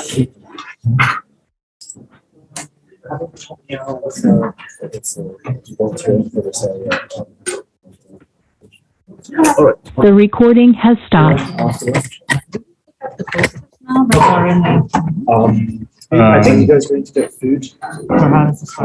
Yeah, we have them in the second coffee break. That was the idea, at least, because it's 5 posters, and it's a 3, I think, for the next. So I should put it up like right before. You can put it up now. I mean, Yeah, that's what I'm asking. it's not going to get taken down. I see. And are there allocations? Maybe I missed something. It's Yeah. on Just this tree. any place. Any place you find. Yeah.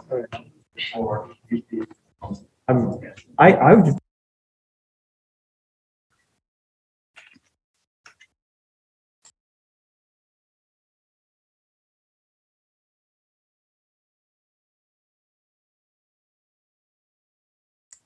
Michael.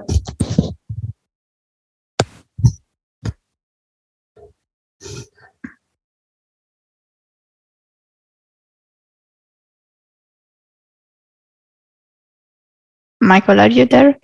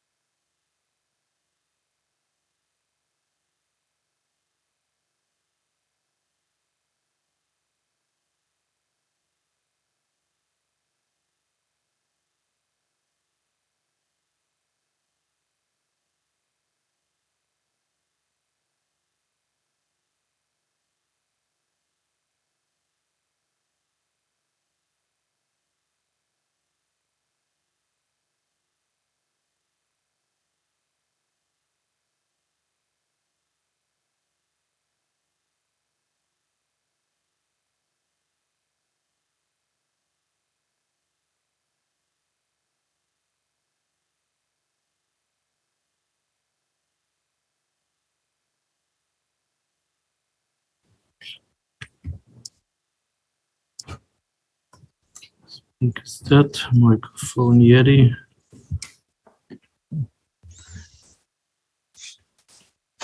Okay, let's see if Martina, can you hear us? Yes. Hello, Shuran. Hello. Thanks for being here. Can you hear me? Yeah, it's a bit silent. So I can hear you, Michael, but not Shuran. Okay, so it's this mic again. Okay, let me actually swap to the. I think I will try it out later. It probably. You can try it, yeah, just to see. Oh, okay. Now it's good. For the round, but how is it for the remote? How is it, Martina? Can you try to speak again? Hello, can you hear me? What's that? Oh, hello, can you hear me? It's a bit low.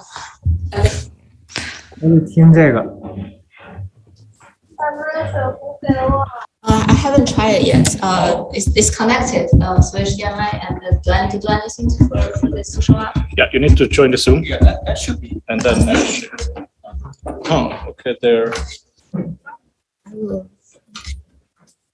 But how to make sure that that's nice. Okay, I think for the we can just retry this.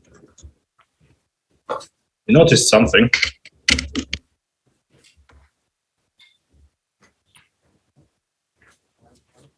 Oh. Okay, good. Okay, let me just make sure that's the size gonna play. One is usually reliable. There's a room at CMU where all the adapters fail except for this one. Like I literally replaced adapters with a different HDMI cables, and this is the one that works, and the other one.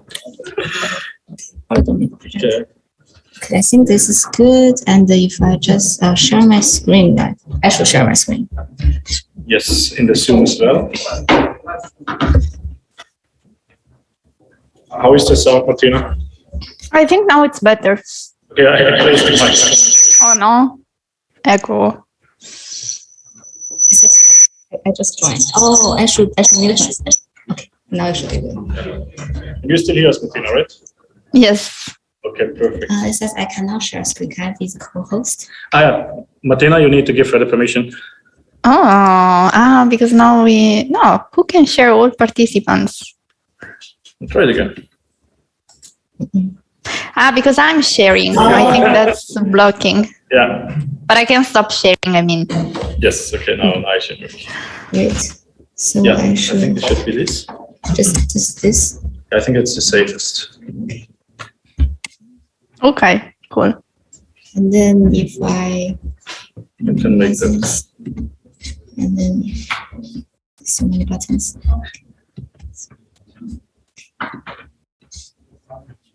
This is good. Yeah. It's running. Yeah. And I think if you move the mouse from that, the Zoom should also this should also vanish after a while. It's okay. It's not a lot of information there. Should be fine. It's actually it doesn't show up in the remote, but it does show up in the... Yeah, here it's perfect. Okay. I think this is good. Okay. That's a bit weird. Okay, we still have some minutes. Okay, yeah, let's just wait. This one? Oh yeah. Yeah. So we still have let's give some more. We should just start. Yeah. That is late at the Q&A. Yeah, exactly.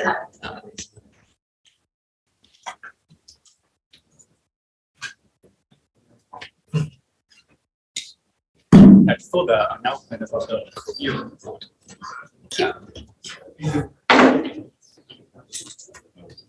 Very helpful. Yes. I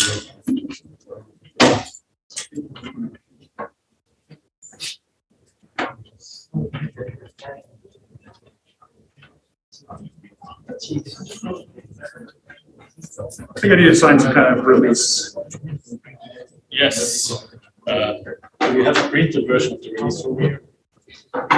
Printed version of the release. I can do it online. Yeah, they just said there would be enough. Yes. Well, let's Ken. Let's get everyone that we can get. I'm not Ken, so I'll get started. Yes, we're just going to send it by email. Okay. It's just the release for the streaming and the YouTube. Perfect. Okay. It's just a digital signature works. Yeah, let me just. They did send me something. Yeah, then if you can somehow get that back to the signature on it, you can. Like if you can draw into it in the PDF or whatever, that is perfect. On our way. Okay, cool. Thank you so much. Yeah, thank you.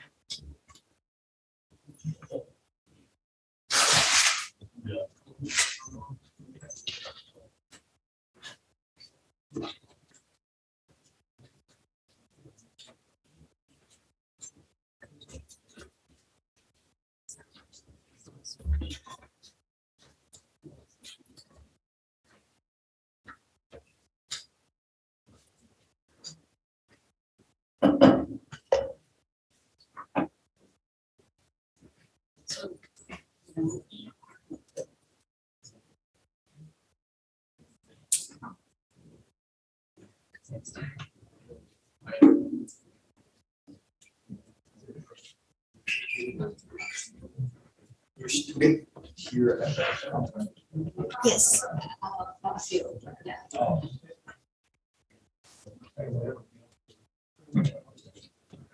I've only met but yeah, I have a few that's sitting there. I can introduce you later. And Cheng is not here. Who? Cheng.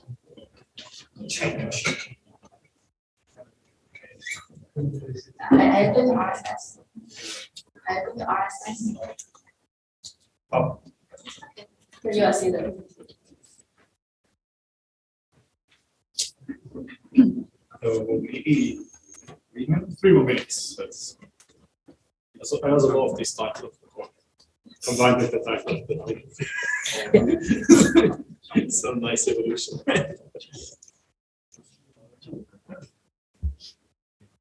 So yeah, people are coming in now. So let's give them some minutes. Yeah.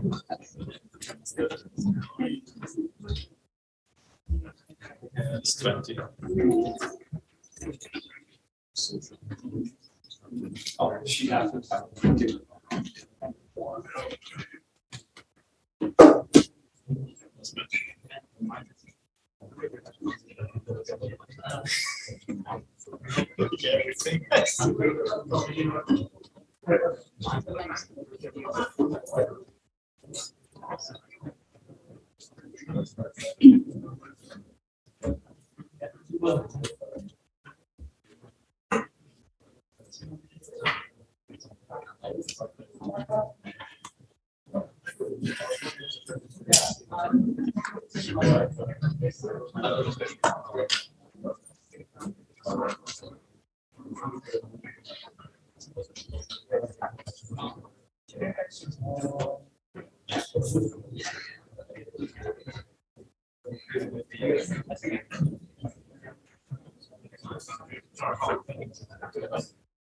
Everything.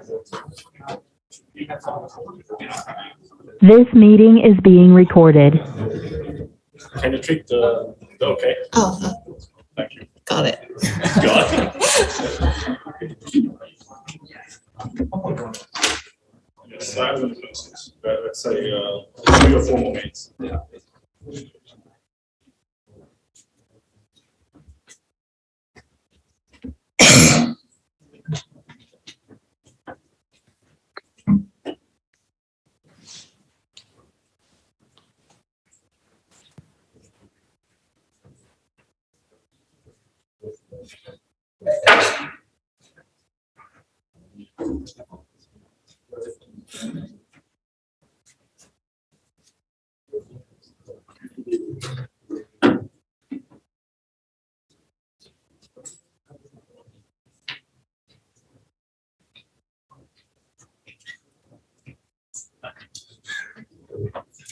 I don't think I've ever had the doping and stuff.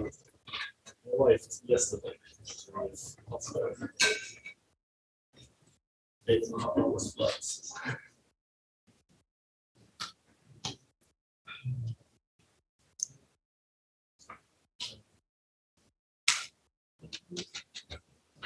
Let me close the door and then I can. Yeah. Okay. So hello everyone. So thank you for showing up to the second half of the workshop, and it's my great pleasure to introduce our next speaker. Sharon Song is an assistant professor in the Department of Computer Science at Columbia University. Before that, she received her PhD in computer science at Princeton University. Her research interests lie at the intersection of computer vision and robotic. And her work has received awards, including the Best Paper Award at TRO 2020, Best Systems Paper Award at Coral 2021 and RSS 2019, and the Best Manipulation Systems Paper Award from Amazon in 2018, and her other work has been finalist for Best Paper Award at ICRA 2020, CVPR 2019, RSS 2019, ICRA 2018. She's a recipient of many awards, including the NSF Career Award, the Sloan Research Fellowship, and research awards from Toyota Research Institute, Microsoft, Amazon, JP Morgan, and Google. And it's our great pleasure again to have her give a talk, so go ahead. Thank you so much, Daniel. It is a great pleasure to be here, and so nice to see everybody in person. Yeah, so today I'm going to talk about dynamic manipulation for deformable objects, and hopefully by the end of the talk, you think it is a good idea. Okay, so I think at this point of this workshop, I probably don't need to repeat the importance of manipulating deformable objects and why it is such a hard problem. But I do want to highlight one of the most fundamental properties of deformable objects that actually directly motivates our approach of using dynamic actions. That is, there are extremely high degree of freedoms. Right? So for objects like clothes or garments, they can easily be considered as have a near infinite degree of freedom. And what makes things worse is that among all these degree of freedoms, actually only a very small amount of those degree of freedom can actually be directly manipulated or controlled by the robots through contact. In other words, the system is often highly under-actuated. Right, so for example, if a robot just kind of holding a cloth, all it can control is a very small region of the cloth around the gripper. And the rest of the cloth is kind of just hanging there, and the system does not have any direct control over those auto contact positions. So as a result, because of that property, a lot of actions or action primitives that we designed for manipulating rigid objects is actually highly inefficient when we're dealing with deformable objects, because each time or during each of the interaction, the system can only manipulate or kind of affect a very small region of the cloth or the object compared to the total degree of freedom of the object. And apart from efficiency, this kind of quasi-static pick and place action also kind of limited the type of tasks the system can perform. Right? So for example, a system or a robot can never really manipulate an object that's outside its kinematic reach range. However, in contrast, we humans actually manipulate deformable objects in a very different manner. Right? So we often use very fluid and fast motion that fully leverage the dynamics of the object in order to quickly achieve our goal. So formally, we can categorize these two types of manipulation as quasi-static or dynamic manipulation. So fundamentally, what dynamic manipulation allows us to do is to leverage those accelerations in action, in other words, the dynamics in the system, in order to control those auto contact positions on the surfaces or the deformable object. Therefore, allows the system to obtain more control over the total degree of freedoms of the object. And I think this property is actually particularly beneficial for deformable objects or in general, a system that's highly under-actuated. So here are just a few quick examples of applying dynamic manipulation on deformable objects. So for example, we can fling a cloth to open it, or swing a rope, or opening a bag with active air. Right? So in all these examples, we can actually highlight the position on the object that's it's actually manipulated by controlled by the system, but actually never really directly in contact with the robot throughout the manipulation process. And before we get into more details about those examples, let's take a step back and then think about this question. If dynamic manipulation is so well suited for deformable objects, then why we have not yet using it everywhere? So what are the main barriers preventing us from using dynamic manipulation for deformable objects? So I think there's three key challenges. So first is action complexity, or the action sequence complexity. As you can imagine, for programming or kind of code up a simple pick and place action, you only need to specify 2 positions for pick and place, or like 2 unfactored poses. However, if you want to specify a dynamic action, we also need to kind of, in addition to specify these velocities or accelerations in action. Therefore, the policy or the algorithm that designed for dynamic manipulation really need to be able to handle this expanded action space. And another challenge is complex object dynamics. So as we know that objects' motion under dynamic action is actually highly influenced by their physical properties. And many of those physical properties is actually extremely hard to measure, especially if you consider deformable objects. Right? So that really requires the system or the policy able to actively adapt to those hard to measure physical properties on the fly. And I think the last challenge is about simulators, or the sim to real gap. Right? So I think by now, the simulators for class or for deformable objects is still very far from perfect, especially when dynamics or dynamic actions are involved. So how to design a system that either can directly or efficiently learn from real world, or robustly adapt this kind of sim to real gap is another big challenge. And into this talk, I'm going to kind of show some of the possible solutions for all those challenges through 3 of our recent work. And we will start with a relatively simple task that's just kind of doing class unfolding. That's not really require very precise control, and moving towards more challenging tasks that actually has much higher requirements of precision and also is goal conditioned. So let's start with Flingbot, which is actually our first attempt of using dynamic manipulation for the task of class unfolding. So the task for class unfolding actually has a very simple objective. It's just trying to maximize the class coverage through interactions. However, just like many tasks in robotics, although the objective is very simple, designing or kind of developing a robotic system that's able to do this task efficiently and robustly is actually quite hard. So here is an example of a 2-arm system that is trained to do this class unfolding task using pick and place actions.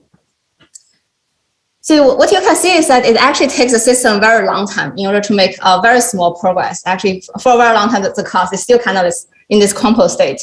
And what's worse is that if the class being unfolded is larger than the robot's kinematic reach range, then the class will actually never be fully unfolded. So which means that if you think about unfolding your blanket in the morning, if the blanket is larger than your arm length, then you'll never be able to fully unfold it, which is not very ideal.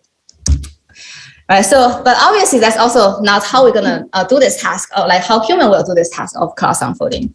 So very likely what we're gonna do is something similar to this. We're gonna hold this class with 2 arms and then fling it with a high velocity in order to quickly unfold it.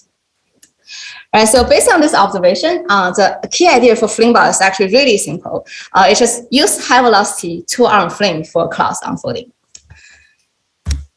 So to implement this idea, we developed a system that learns how to unfold a piece of fabric using a sequence of pick, stretch, and fling action.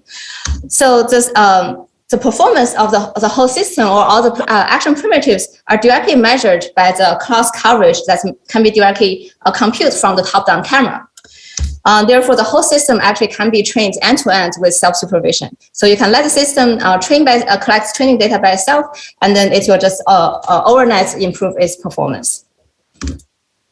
So to make long story short, by the end of training, both in simulation and real world, Flimba is able to reach 80% of coverage within 3 interaction steps, and at least for the class that we tested on.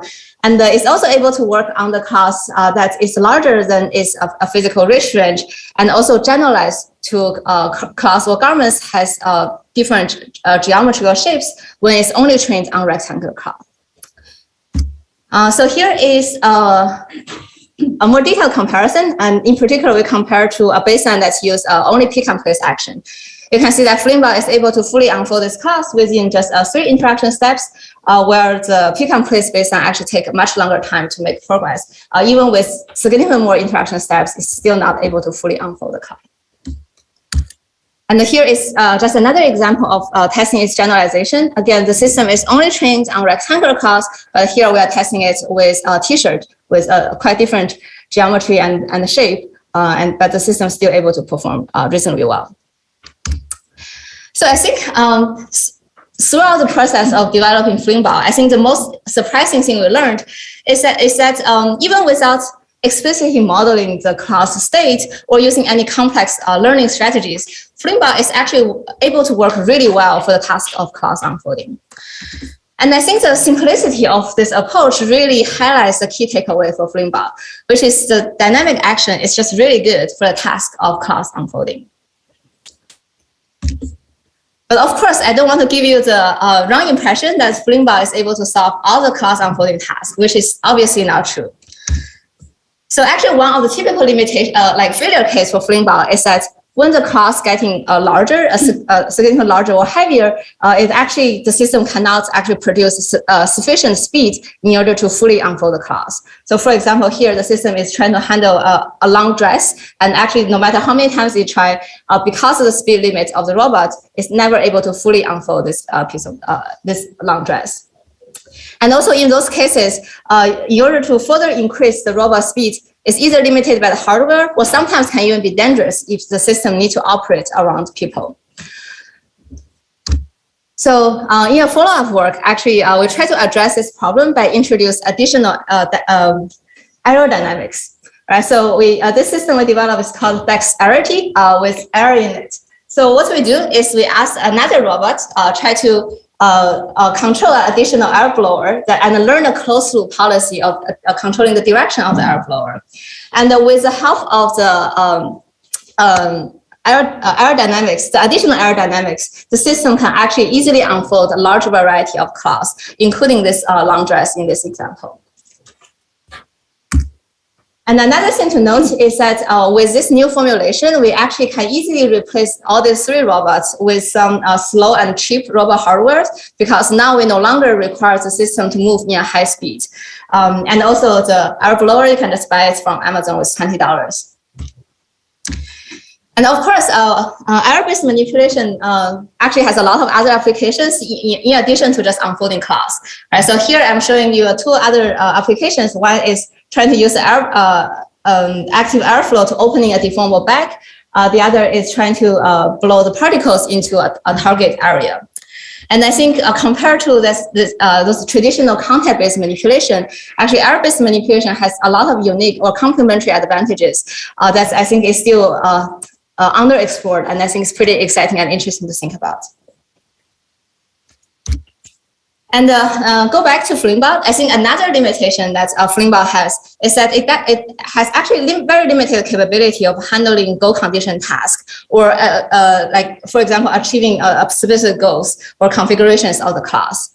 So for the whole system, actually what it's trained on or what it's only care about is the total coverage of the class, which means that all the configurations that you are seeing here is actually considered as equally good by the system, which is obviously not sufficient for many real applications that requires more precise configurations. So for example, if you want to fold the class, maybe only certain configuration is good for those tasks. So in the next project, we're gonna... It's some error from the Zoom. Okay. Sorry. No problem. Yeah, so in the next project, we're going to focus on actually another category of tasks that is much harder or much challenging, but also goal conditions. So what do we mean by goal condition task for dynamic manipulation of deformable objects? So here are two examples. One is trying to swing a rope and try to hit a target position in the 3D space. The other is trying to swing a cloth and then try to swing it in a way so that it reaches to a target configuration. Right, so in both cases, the goal is defined by the target keeping locations. So either it's on the tip of the rope or the corners of the cloth. And in both cases, the goal are still outside the robot's kinematic reach range. Therefore, it still requires the system to leverage or make use of dynamic actions. So actually, in our earlier work, we have been on purposely trying to avoid this kind of goal condition task because we just think it is way too hard, right? So basically, the combination of dynamic manipulation and the deformable objects make it just extremely challenging for the robots to precisely control its action in order to reach to an accurate goal. And in fact, it is a task that's even challenging for us or for people. So I think given a new rope or an unknown rope, it's actually very unlikely that you're gonna be able to hit a goal position within the first trial, right? So, but the good thing is that after a few trials, just like in this example, you typically will be able to kind of get closer and closer to the goal and eventually reach to the goal condition. So the question to think about here is, what do we really learn through this kind of trial and error process, right? Do we actually learn the mapping directly from our action to the full trajectory of the rope? I think probably not, right? So at least I don't think I can do this task. Or maybe we are trying to decoding the rope parameters through this trial and error process. I guess probably not either. Especially for deformable objects, those parameters are actually really hard to measure or think about. Like, for example, nonlinear densities or mass distributions. So what we really rely on, at least we think, is a good intuition, or you can call it a prior knowledge, about how we can adjust our action in order to affect the trajectory to achieve the goal. Right? So for example, it's very easy for us to understand that if we swing harder, the rope will reach higher. Right? If we extend our arm further, the rope will also reach to a further location. Right? So in this work, we actually call this intuition residual policy. So our hypothesis is that the knowledge about the change is much easier to learn and also more transferable to different ropes or systems than the specific actions or strategies we learned. So to implement this idea, based on this kind of observation, we implement this idea called iterative residual policy. So at its core is the system actually learned delta dynamics. And what they do is that it will take in our observed trajectory and a delta action as input. And it will try to predict the updated trajectory after apply that delta action. And here the action, the robot action is actually represented by their target joint angle and the maximum speed. And then by sampling different delta action and then predict their corresponding trajectories after apply that delta action, then the system can select the best action that will get the system closer to the goal. And then it can iteratively refine its action until it reached the goal conditions. So note that the delta dynamics model, we actually only trained in simulation. And then, as you can imagine, for this task, it actually has a huge sim-to-real gap, right? So here is actually just an example of highlighting the difference when we are using the exact same rope parameters in simulation and real world. The trajectory is actually very different. But our hope is that the learned delta dynamics, especially its general direction, is good enough or generalizable to real-world objects with different physical properties, even if the exact model is not 100% accurate. So here is a system in action. So at the beginning, the system will take an initial action that is actually the same for all different ropes. And then the distance to the goal is actually measured with the shortest distance along the whole trajectory. And then the policy will sample different actions and predict their delta trajectory correspondingly, and then select the one that actually has the smallest distance to the goal. And then this process will repeat until the system reaches to the goal or reach the maximum number of iterations. So that is for one rope. And in our evaluation, we try to evaluate the system's generalization capability to different ropes with different physical parameters. Again, in all the following experiments, we're going to show you the results of using the same model trained in simulation. And a lot of the ropes that we test on is actually quite significantly out of distribution. So for example, this long cloth actually has much higher air resistance when you actually swing it in real world. And this bow whip actually has a nonlinear density that the mass distribution is actually nonlinear. And for both properties, actually we cannot directly simulate it in the simulation. In the simulator we have, actually we use a Mojoko simulator which does not have, like, for example, air resistance simulated. So here I'm going to show you the resulting trajectories after the policy converges on different goal conditions. So you can see that the policy actually chooses to use very different action in order to achieve the same goal, just to accommodate different rope parameters.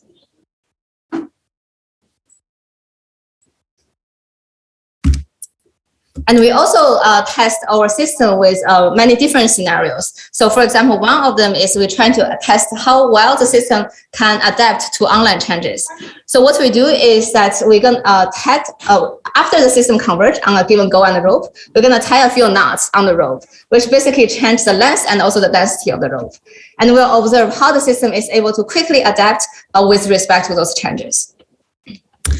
And we also test on the policy on different robot embodiments, which will basically change the length of the last robot link. So that basically changes the mapping between the robot's action and their effect. So the conclusion is that the policy is able to kind of adapt to different robot embodiments and able to converge to a good performance. So here is a quantitative result. Yeah, so actually on the right is a very strong baseline that is optimal action that is optimized in simulation and is optimized actually for each individual ropes. So we manually measure the rope parameter and then model it in simulator. But as you can see, it still kind of results in pretty high error. Like I think it's on average about 10 centimeter error, which really highlights the large sim to real gap for this task.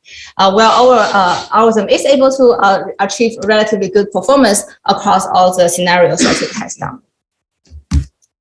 So finally, in order to kind of test the generality of this kind of iterative residual policy framework, we try to test the same framework on a different task, right, which is the class placing task. So in this task, we try to swing a class and then want it to reach to a target configuration. Again, the target pose is defined by 9 different key points on the class. And again, the algorithm does not know the physical parameter of the class.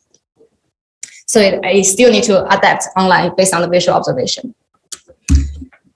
Okay, so here is 2 typical strategies that the system learned as we observed. So at the first step, the system will use the same action regardless of the class and the goal conditions. And you can see that in the first case, the class actually land too close compared to the goal configuration. And in the second example, the class actually folded up due to the high density of the class. So based on this observation, the policy will actually adjust their action differently, right? So in the first example, the policy will increase the stroke in order to swing the class further, in order to getting closer to the goal. And in the second case, the policy actually chooses to decrease the speed in order to prevent the class fold by itself. And this process will repeat until it converges or reaches the goal. So typically for this class placement task, it takes about 3 steps to converge. So as you can tell, this formulation of iterative residual policy is actually a very general formulation that is applicable for most of the repeatable tasks with complex object dynamics. Right? So here I highlight repeatable because this system do require that it can be reset during the different trials in order for it to work. And I think the most important lessons we learned in this iterative residual policy framework is that instead of trying to directly learn the full dynamic model that's mapped directly from action to the trajectory, what we can do is instead learn this delta dynamics model that actually learns how the changes in action will result in changes in the trajectory. So this delta dynamics is actually much easier to learn and also potentially generalize a lot better into noisy real-world dynamics and also different object physical properties. So that is actually most of my talk, and I think here is a summary slides. If you want to have one sentence summary or takeaway from this talk, I hope you can remember that the importance and the benefits of incorporate dynamic action in deformable object manipulation tasks. And the reason is that by using dynamic manipulation, we can leverage the accelerations, the action, or in general, the dynamics in the system in order to kind of get more controls over the total degree of freedoms of the object, which is particular the fundamental challenge for deformable object manipulation. And if you care about how to make this dynamic manipulation system work, here are some lessons that we learned from our projects. For example, we can use action primitives in order to reduce the complexity of learning action sequences, or we can use iterative residual policy in order to handle the complex object dynamics, and also potentially better handle sim-to-real gaps. And that's the end of my talk, and happy to take questions.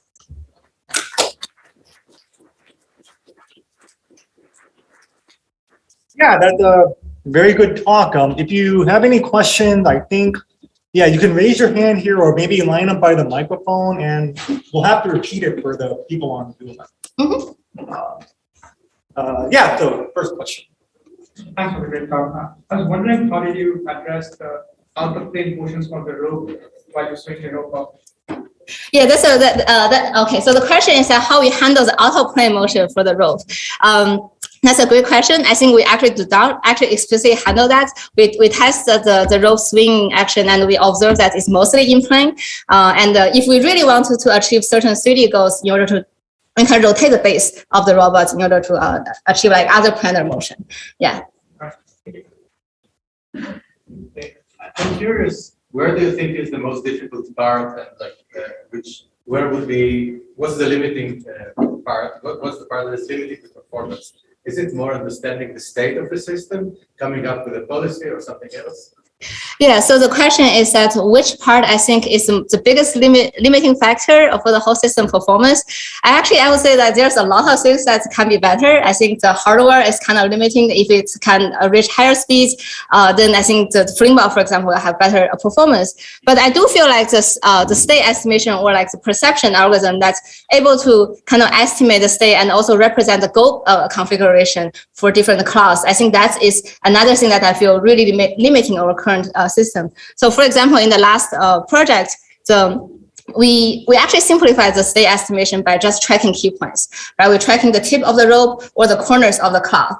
But if you're handling like shirt, pants, their configuration space is much bigger and maybe cannot be really simplified with a few key points, and they may have self-occlusions. So I think if we really want to handle like in the wild cloth manipulation, all those other challenges we need to handle. So for the Flingbot, when generalizing from the rectangular towels to the t-shirt, what were you treating as the corners? Was it sort of hand-coded, or was it? Yes, so the question is that for Flinkbots, when we generalize from rectangular cloth to t-shirt with general garments, how we're treating the compute the corners. Actually, the answer is that we do not explicitly detecting corners for Flinkbots. Actually, the system learns where to grasp, and actually most of the time they don't grasp corners because they didn't learn this optimal policy where the corners are not accessible. But because it doesn't really explicitly detecting corners or manipulating corners, so it can easily generalize to different shapes. Thank you for a great talk. I'm curious about the iterative residual policy. Mm-hmm. How hard do you think it would be to start advancing to 2 targets in the same stroke? Okay, so let me repeat the question first. The question is that for the iterative residual policy, how hard it will be to extend it to reach 2 goals with 1 stroke? That's a very hard question. I think, yeah, I actually never really think about it. I think this is probably pretty hard and maybe requires some reformulations of the problem, but I will definitely think about it. It's a very interesting problem to think about, yeah. Well, I think for that one, you could probably dynamically replan. That's possible. Yeah, I guess the one of the challenge I think about now is like how the system even know whether that 2 goal is reachable with 1 stroke. I think that's probably the first thing the system needs to identify. And actually, I kind of don't know how to solve that problem. Yeah. Well, actually, that brings me to my question, because this is basically trying to close the loop with the dynamic action. And the fact that a lot of these dynamic primitives primarily sort of open loop and primarily also mostly one step. You can learn for a future demonstration from the past demonstration, but you cannot close the loop during execution. And so what do you think can be done to close the loop during execution? For example, let's say in sports, you see like a batter in baseball is able to react to the ball.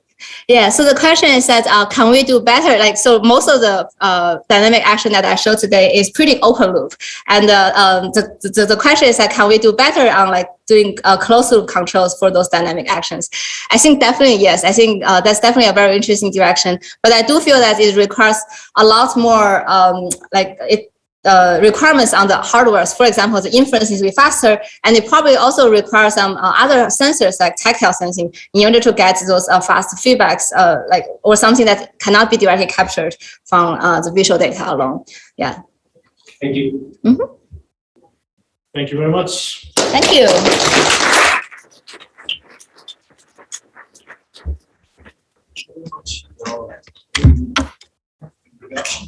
So next up.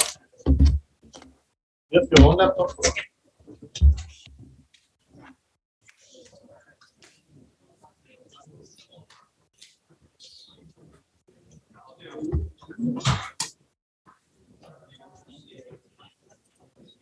Do you have that?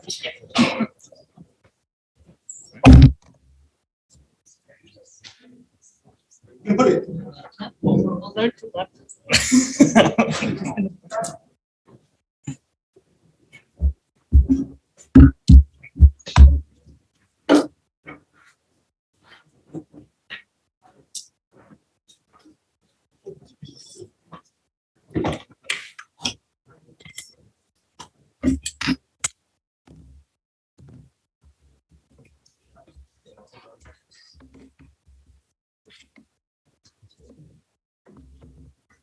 It's my pleasure to introduce our next speaker, Rika Antonova. Rika is a postdoc at Stanford working on interactive perception and robotics learning. She received the NSF CRA Computer Innovation Fellowship funding to conduct research on active learning of transferable priors, kernels, and latent representation for robotics. She completed her PhD work on a data-efficient simulation to reality transfer at the Robotic Perception and Learning Lab at KTH, Stockholm, working at the group with Danica Kragic. And I myself can be happy to say we also collaborated, and it was a pleasure. And I'm very looking forward to this talk. Then go for it, Rika. Thank you. So I have 25 minutes, right? Can you join the Zoom and share? Oh, what? Turn on Zoom. Yeah, sorry. Oh, yeah. You can go to the website. Oh, God.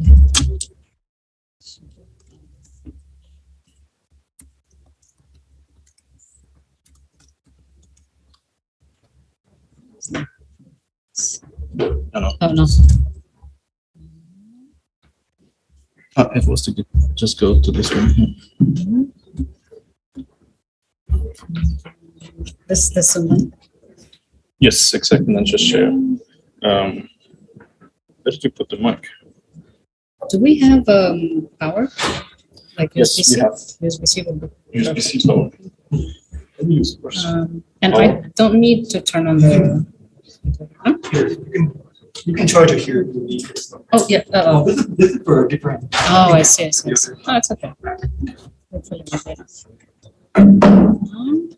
So I share screen, right? Yes, exactly. Just desktop. Yeah, I think it's Do you have enough power for the talk? I think so. So I should be fine. I'll just have to figure out how to play in. Not in the window, but in.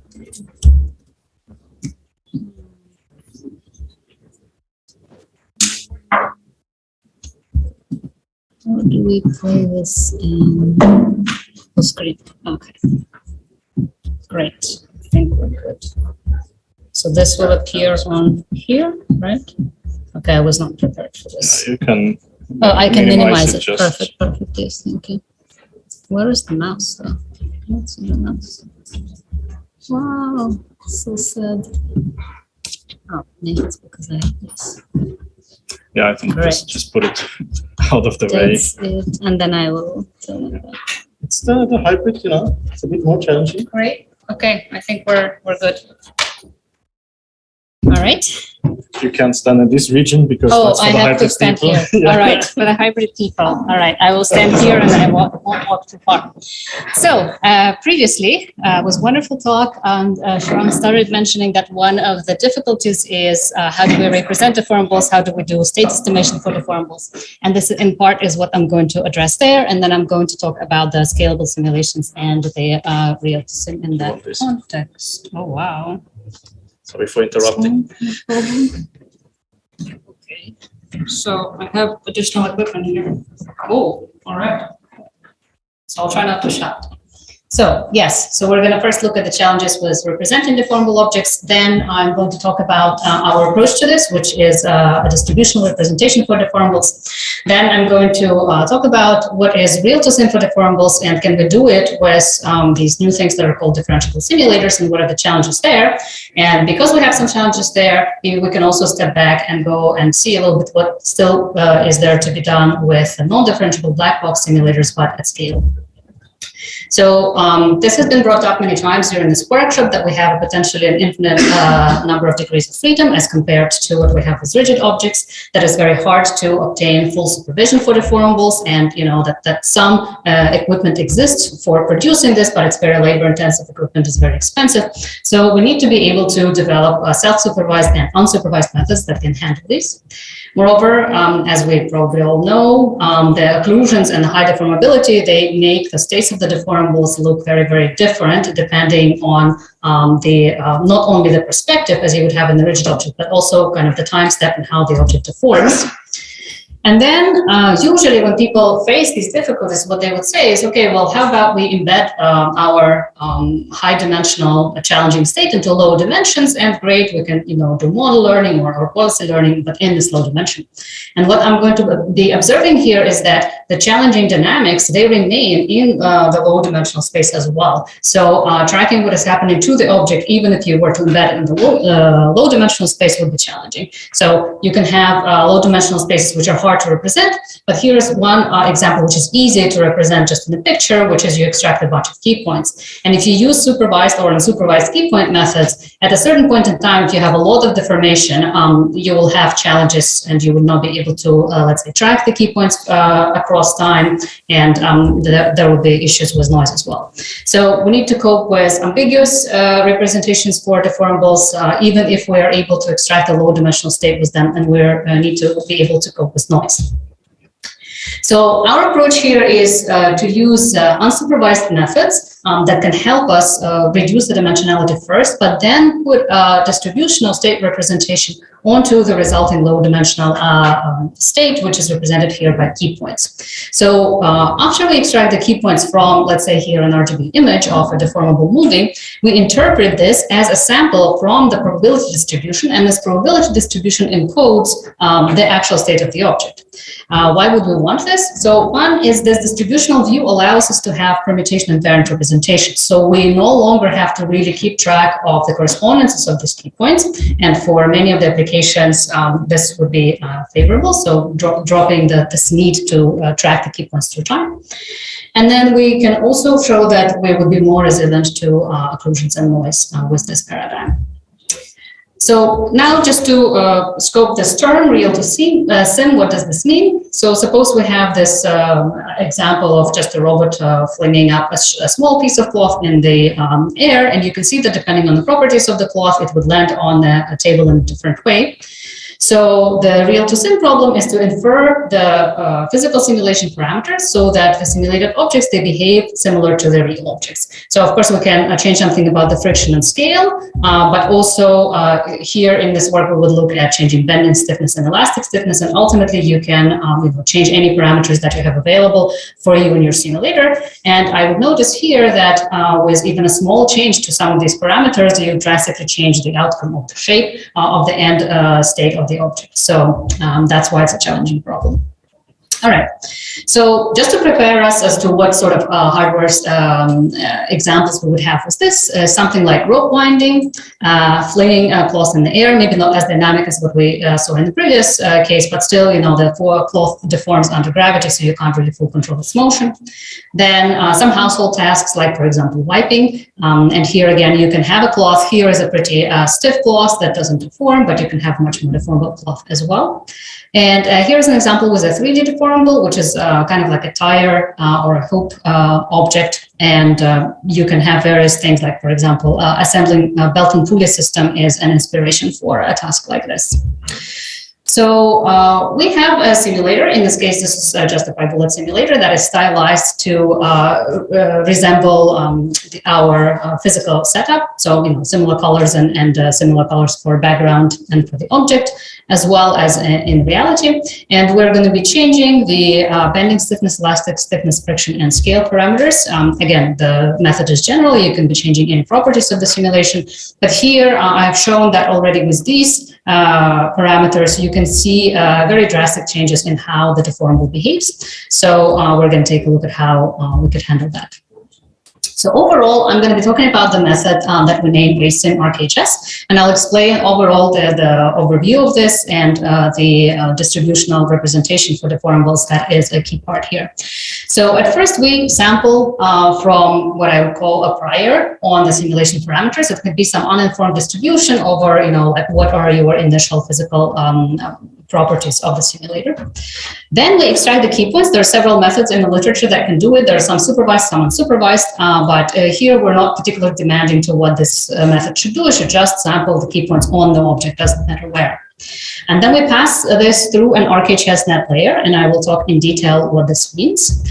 So here we take the key points that are unordered, and they can appear on various parts of the object, and we interpret this as noisy samples from a partially observed state distribution. And so what we do with this is we embed this into an infinite dimensional space that I'll explain.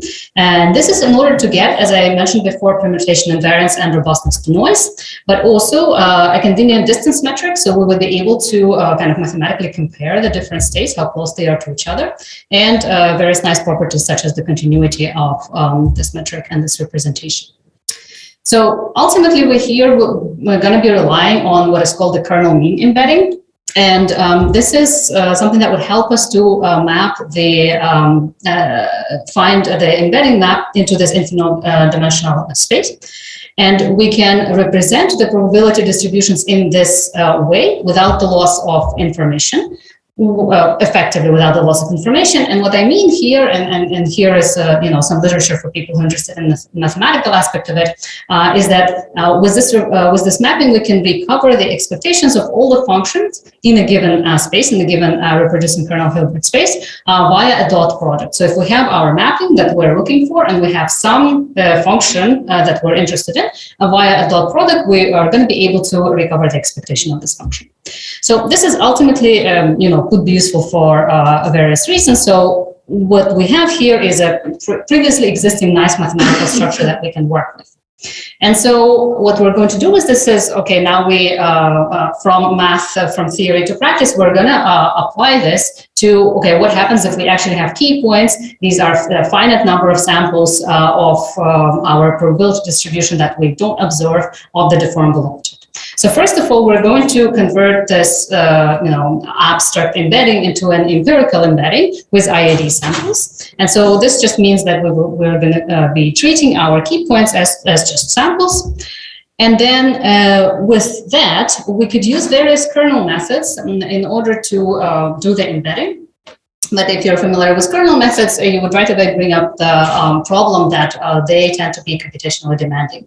And so anticipating this, because we want to scale right away, we're going to take an approximation with random Fourier features that will allow us to compute various functions that we need in a pretty fast manner. So what does this mean? This means that we can approximate the kernel distances, which would otherwise be computationally demanding to compute, with a dot product of two feature vectors. And these two feature vectors would contain pairs of cosines and sines with some parameters in them. And I would like to briefly explain this just from an intuition perspective. So what this effectively does is this introduces a choice for projecting onto different dimensions. So because we're mapping into an infinite dimensional space, we're not going to be able to say, put a coordinate system and just like cover all of them. There's an infinite number of them. But we randomly choose in which direction. So like this wiggly function here sort of represents the functional direction onto which we're projecting. And so you can think of it as building a coordinate system with a finite number, so basically like a finite subset of overall number of directions. Right, and here we would have some parameters, like this W vector is kind of like where this direction is pointing, and we have an additional parameter which controls the stretch of this overall. And so this is how we are going to use the approximation in order to make it very computationally efficient to map these key points into effectively an infinite dimensional space, but then still have a finite dimensional representation for this that is computed quite quickly. All right, so this is our RKHSNet layer.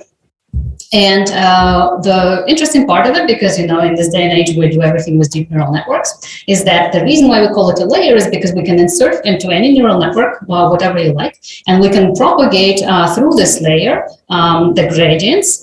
So whatever end-to-end system you're going to plug in, it's going to propagate the gradients and going to be able to adjust these sigmas and w's, so like these directions and stretches that I've talked about before, effectively making it more, making this coordinate system choice more adapted to the data that the system is actually training on. All right, so we're done with building this layer. Now we're going to put it into this overall system and continue building it. So after we have this layer, we're processing our key points. We're mapping it into infinite dimensional space, but with this approximation.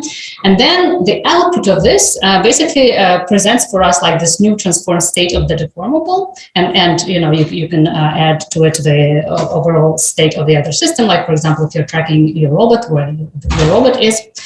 And then we're going to train something that has been introduced before in RSS 2019, a method that's called base sim, which is going to take the input simulated trajectories. So by trajectories, I mean this data that we have just encoded, maybe padded with where the robot is, right? So a representation of deformable and then the robot.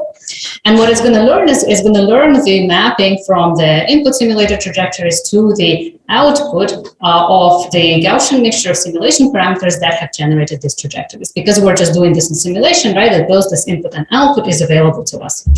And then, so the training is just going to be done with data of likelihood. And this is just like a regular training of a mixture density network, just with these special inputs and outputs.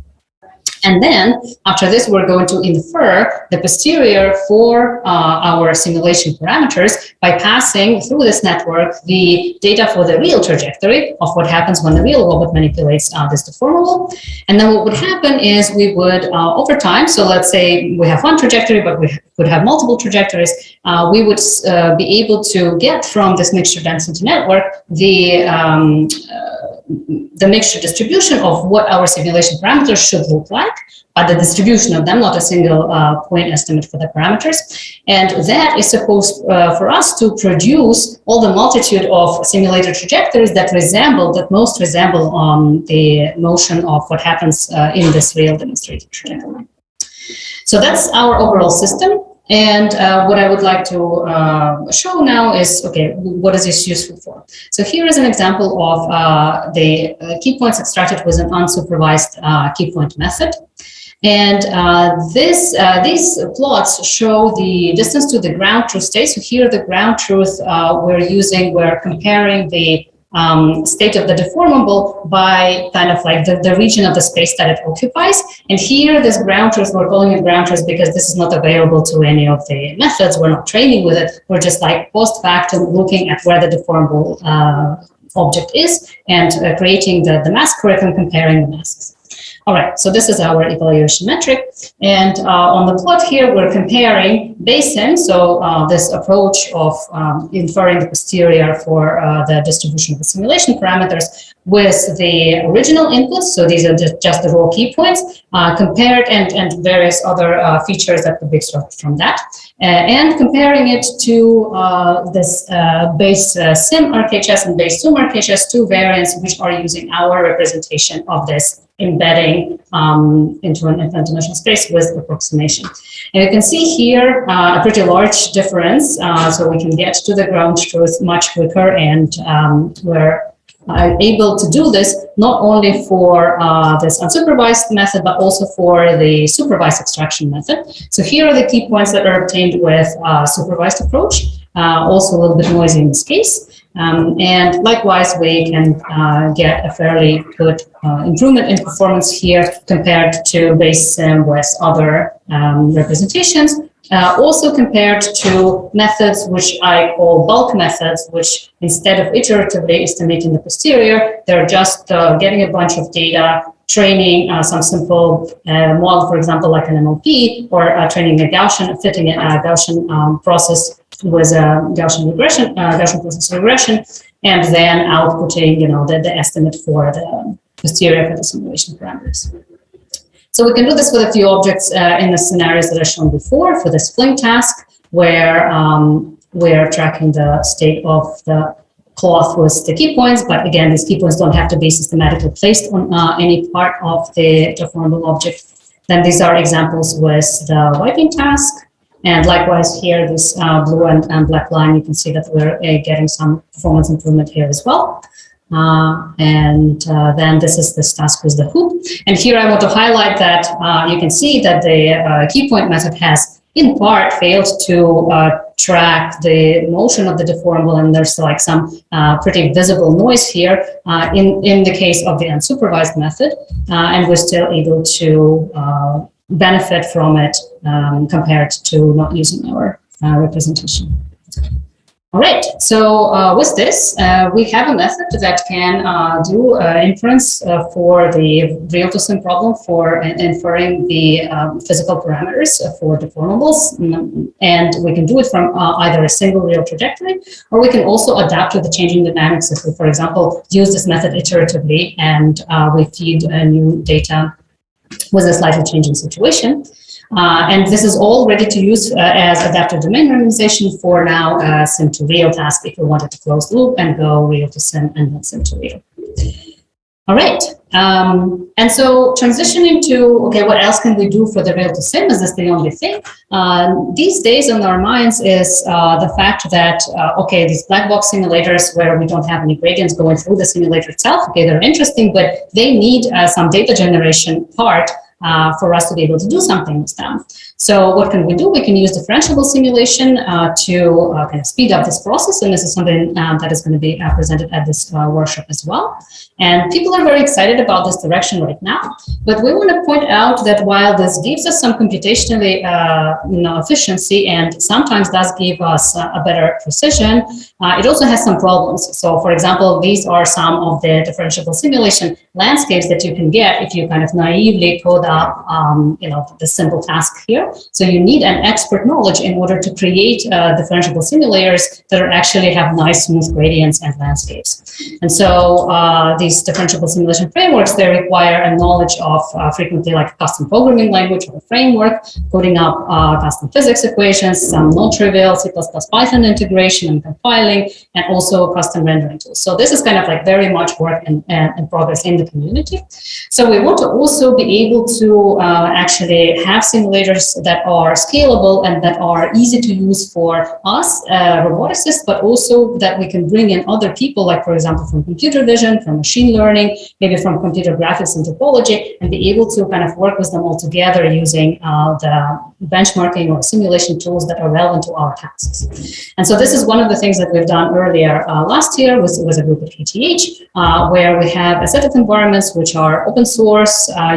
They implement OpenAI Gym interface, and they're fast, real time, built on PyBullet, but we have stylized them and kind of like customized them, pre-customized them, let's say, so that people are able to run them even if they're not roboticists, or if they're just interested in a set of tasks and want to try something scalable, but they don't want to code out the physical simulation from scratch. And we've given some examples of how to load a very large number of mesh modifications into these environments. So for example, different garments and different data sets. For example, this 22,000 garment data set that's procedurally generated by another group. All right, we have procedural generation of meshes and some interesting tasks on here that are just for exploring what one could possibly do with, let's say, suggesting tasks, for exploring what one can train with reinforcement learning algorithms and how far they are from currently being able to solve these tasks. So this is an example, even after extensive hyperparameter search, of what a TD3 algorithm could do. And you can see it's not really achieving kind of like the goals here. And we also built in some experimental tasks here for us roboticists that would do dual arm manipulation and something like food packing tasks. So that's what we can do with non-differentiable simulators. And our next step right now is looking at mobile manipulation. So again, bringing in the deformables here. This is a visualization of AI habitat, which there are frameworks that are emerging right now that are good for mobile manipulation and navigation and so on. And they're highly visual, as you can see here. But in this system, they didn't yet have support for deformables. So this is what we're adding. And we want to do now the next step after the real to sim. We want to do the sim to real with the robots that we have in our lab. All right, so to summarize, I've talked about first the distributional approach to encode the state of the deformables. And next, we want to apply this to more general problems with partially observed settings, not necessarily focusing only on deformables. Then I talked about real to sim, and that we can do this with differentiable simulators, and that there's some, to-dos in the community, even though there's interest. And also, I talked about our work on large-scale training for interacting with people from other communities, but also bringing this to a more mobile manipulation setting, kind of whole room scenario as opposed to tabletop scenario. And these are the pointers to the work that I mentioned, and I would love questions from you.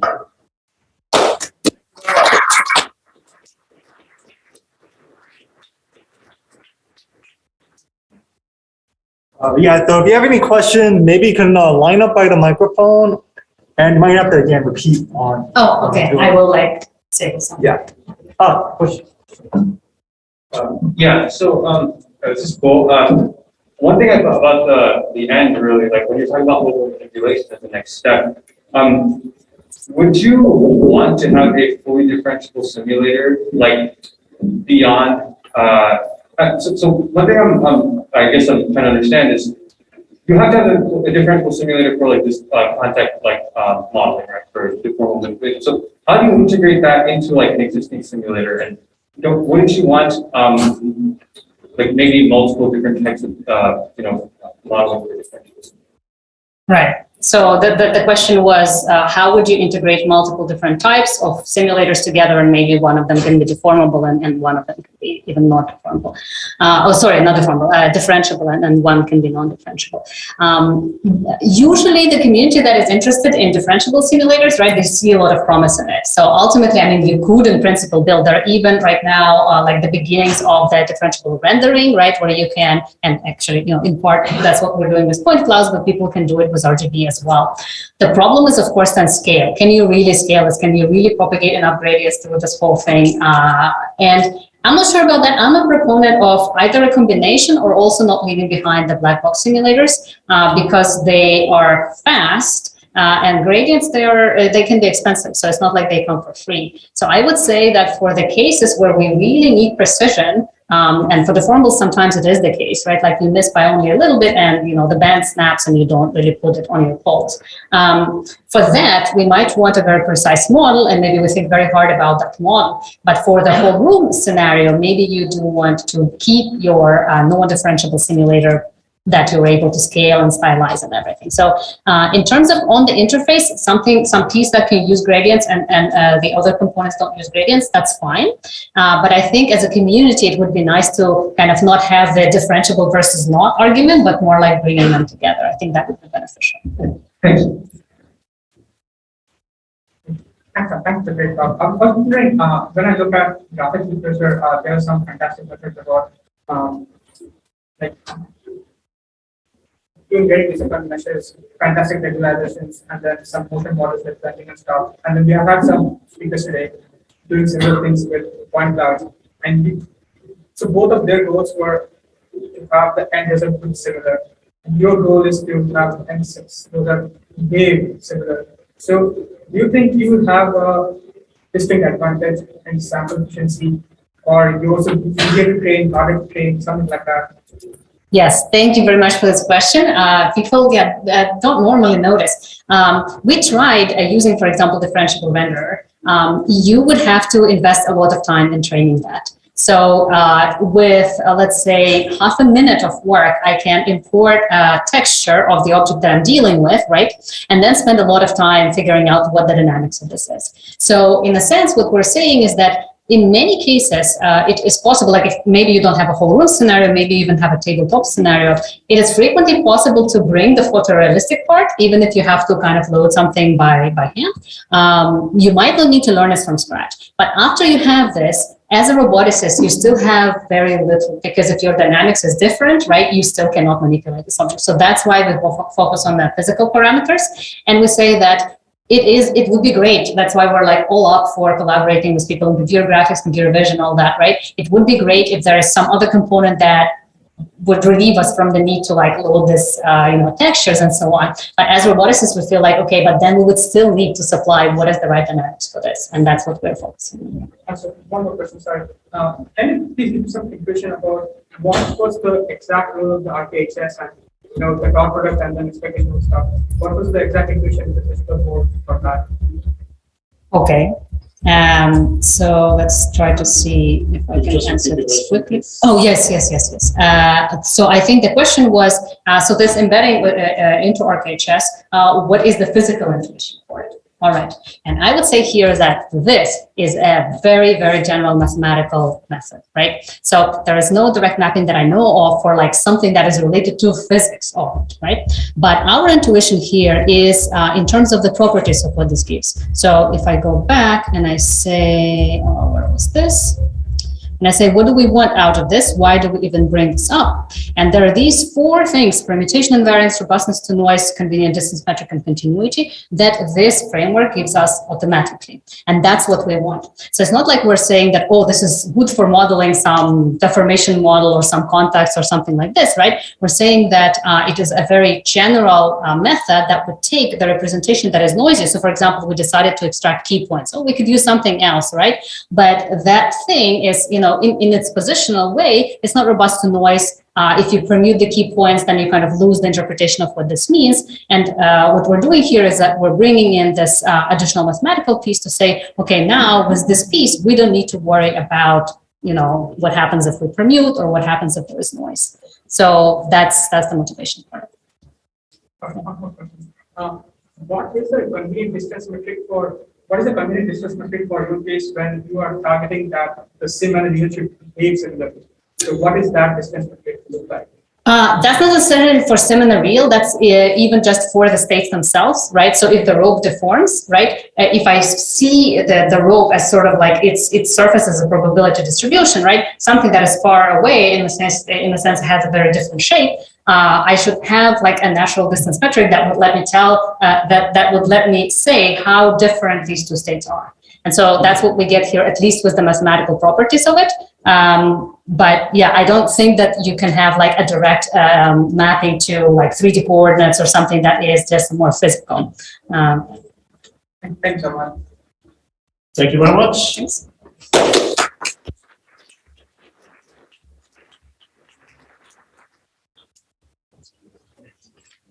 This brings us to the next part of the workshop, which is the spotlight session number 3.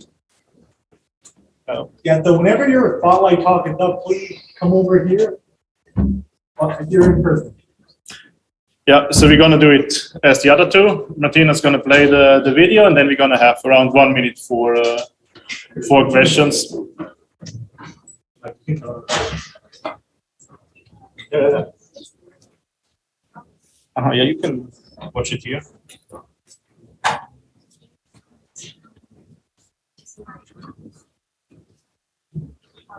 She's going to play the video. Michael, can I start it, or I think you have to introduce there? Okay, there's no voice on this.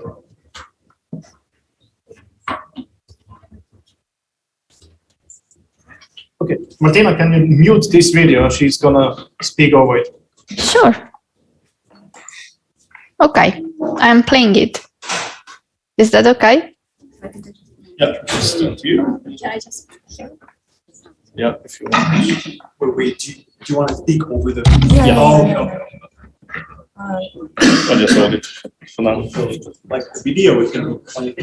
I can restart it. Okay, now if you can start.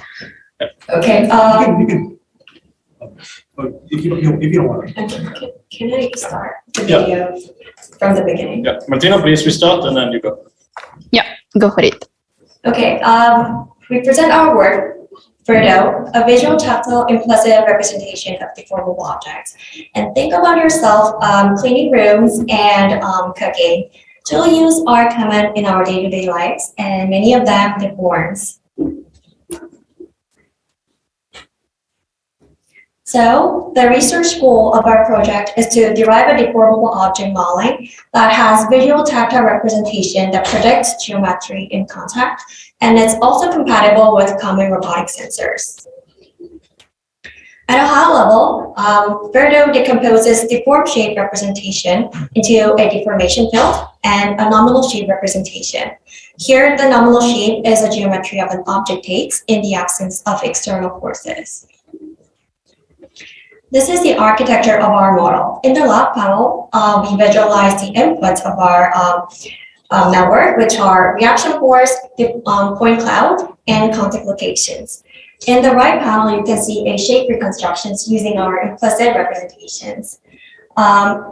In the middle panel, we visualize our network, and it has two subsections. One is about representing nominal shapes using object model, and the other is about representing deformation field using deformation module D. So these are the reconstructions using a single pre-trained Verdo. And I want to highlight that Verdo can represent multiple objects and their deformations. Also, given the same contact location, Verdo can produce a unique deformation field from the tactile signatures.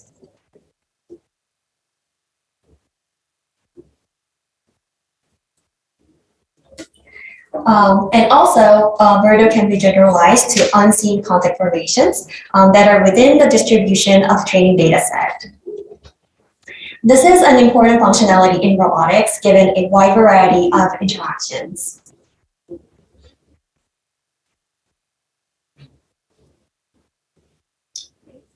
Also, however, it's not trivial to get a contact patch explicitly. So instead of getting the contact patch, we can use a partial point cloud to perform a geometric estimations under occlusion. Here, the reconstructions at time step 0 is when the vision is missing. So I want to highlight that even when we are using the tactile only, the geometric estimation is fairly close to the ground truth. Also, our method can learn dense correspondence without explicit supervision. So for this figure, we first painted the nominal shape and tracked the painted points by applying a variety of deformations. And this property is useful for tracking a pose and relative deflection of a point during robotics manipulations. Finally, we visualize the latent space using view map projections. And in the left panel, we visualize the object code, and it's it exhibit a separate and even separations. However, if you visualize the first codes, it's naturally distributed according to their bending directions and it's generalized across different objects. And finally, if you visualize the concatenated vectors, you can see that it's clustered by their deformation properties like stiffness that are not directly observed or given as input. Thank you so much.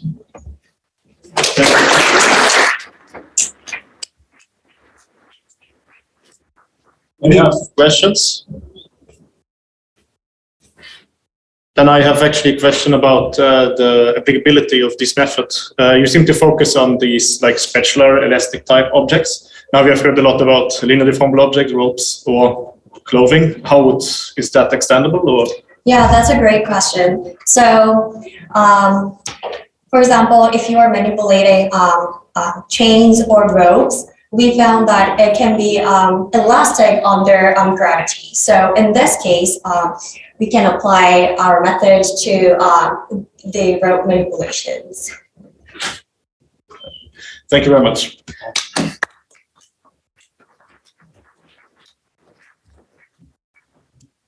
And we're gonna continue with the next spotlight talk. I think Ho-Chen Shi? Yeah, right. He's here, okay. I'm on Zoom. Yeah. All right, perfect. Then you can play the video. Hi everyone, my name is Ho-Chen Shi. I'm a first-year master student at Stanford University. Today, I'm very excited to share our recent work on deformable object manipulation, which mainly focus on manipulation of elastoplastic objects, such as plasticine or Play-Doh. Our task is to let the robot use a parallel two-finger gripper to deform an elastoplastic object, such as a Play-Doh, into a target shape, such as the letter X on the top right corner. It's a very challenging task to manipulate the elastoplastic object into a target shape for the following reasons. Firstly, the real-world input from RGBD cameras is very noisy.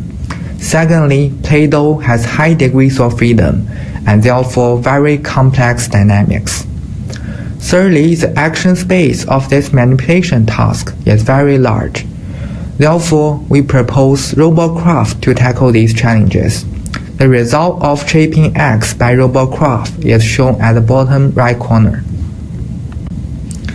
Robocraft includes 3 modules: perception, dynamics, and control. We will work through them one by one. Graph neural network needs clean and sparse data to learn a particle-based simulator, but the raw RGBD images from vision sensors are very noisy and dense. So how to tackle this problem? In the perception module, we reconstruct a watertight mesh around the raw point cloud and sample a sparse point cloud inside the mesh as the input to our graph neural network.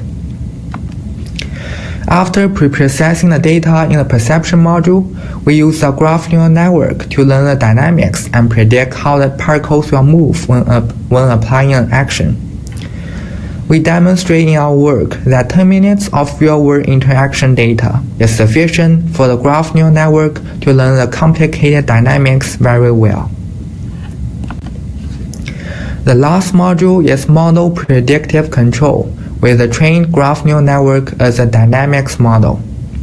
We use a random sampling and gradient-based trajectory optimization method to find the robot trajectory that leads to the most similar shape to our target. Next, we will show our results in a simulation. In a simulation, Robocraft successfully shapes most of the letters in the alphabet. Some of them, such as C and E, are in fact very challenging, but Robocraft is able to figure out a good trajectory to complete the task. Next, we will show the experiment results in the real world. Robocraft successfully shapes the letter X in the real world. It accurately predicts how the Play-Doh will deform and leverages the gradient information to plan the best trajectory, which is vertical pinch combined with horizontal pinch. Here's a more challenging task: manipulating the letter A in the real world. If you were asked to shape an A, how would you accomplish the task? Although the shape of A doesn't seem very complicated, it's actually hard for me to quickly come up with the exact steps to do it. RoboCraft instead figures out a creative solution that differs from what I have in mind, but nicely completes the task. Following the question of how to shape an A in the last slide, here's a comparison between RoboCraft and untrained human subjects in both the simulation environment and the real world. You can see that RoboCraft is comparable to and sometimes better than human subjects in the tested tasks. Thanks everyone for the attention.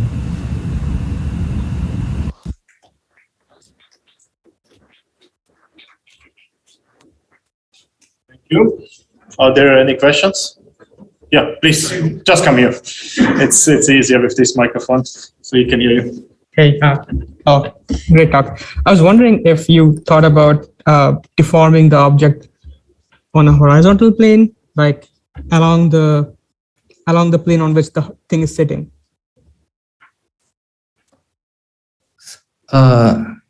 So if sorry, can you hear me? Yeah, I can hear you. Okay. So the question is like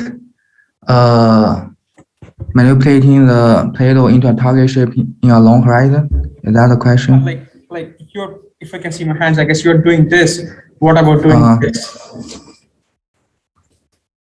So sorry, can you raise your hand higher? Yeah. So you're doing this. What about doing this? Oh, yeah, that's a great question.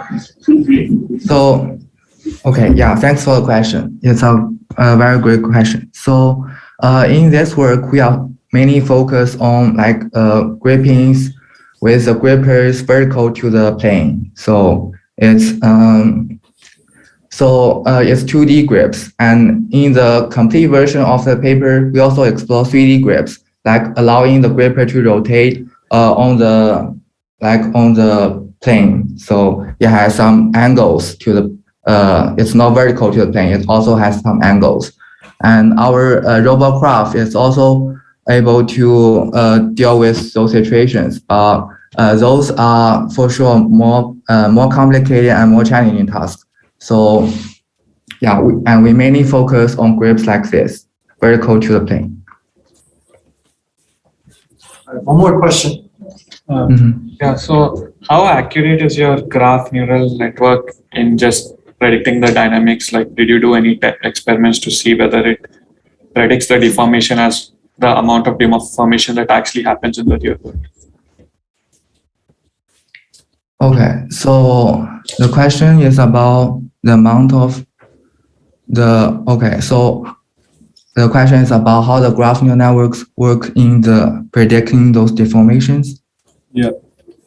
Okay. Yeah. So, I guess empirically, I think our graph neural network is able to predict the dynamics in a long horizon very well, and also since in the real world we don't have the precise physical parameters of the Play-Doh, and it's also hard to predict those parameters very accurately. And our graph neural network has better performance than simulator based on material point method on the real world experiments. Yeah. Thank you very much. Thank you. Continue on with the next spotlight talk by Gautam Salanto. Come here and we can play the video. Hi, my name is Gautam Salhotra, and in this video, we present our method Deformable Manipulation from Demonstrations, or DMFD, to solve robotic manipulation tasks on deformable objects. Many everyday tasks use deformable manipulation, such as folding clothes or cooking. The problem is hard due to the difficulty of obtaining object states and predicting their dynamics, especially since environment interaction can change these properties. Furthermore, their complex dynamics and their high-dimensional configuration can increase the task difficulty. Analytical techniques succeed in certain conditions but fail to generalize with such tasks. we propose a new method, deformable manipulation from demonstrations, or DMFD, for an agent to use experts' data while learning to solve deformable manipulation tasks. It is designed to work with state and image-based observations with both 1D and 2D deformables and in both simulation and the real world. Now let us look at the DMFD training pipeline. So here we see that the agent obtains observations from the environment during experience collection or the replay buffer during training. For the state-based environments, the observations are encoded by an encoder network. Then the state encoding is passed to the actor and the critic, denoted by the blue and black arrows. Note that the observation for the actor and critic is the same as the state observation. Our method can additionally use image-based observations denoted by red. Here we see that the image observations are cropped and encoded by a CNN. The image encoding is then passed to the actor and the critic, denoted by the red arrows.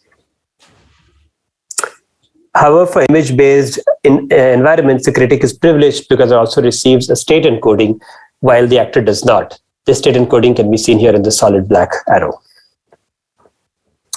Specifically, our method uses expert demonstrations in 3 ways. 1, we pre-populate the expert buffer with pre-populate the replay buffer with expert trajectories before training.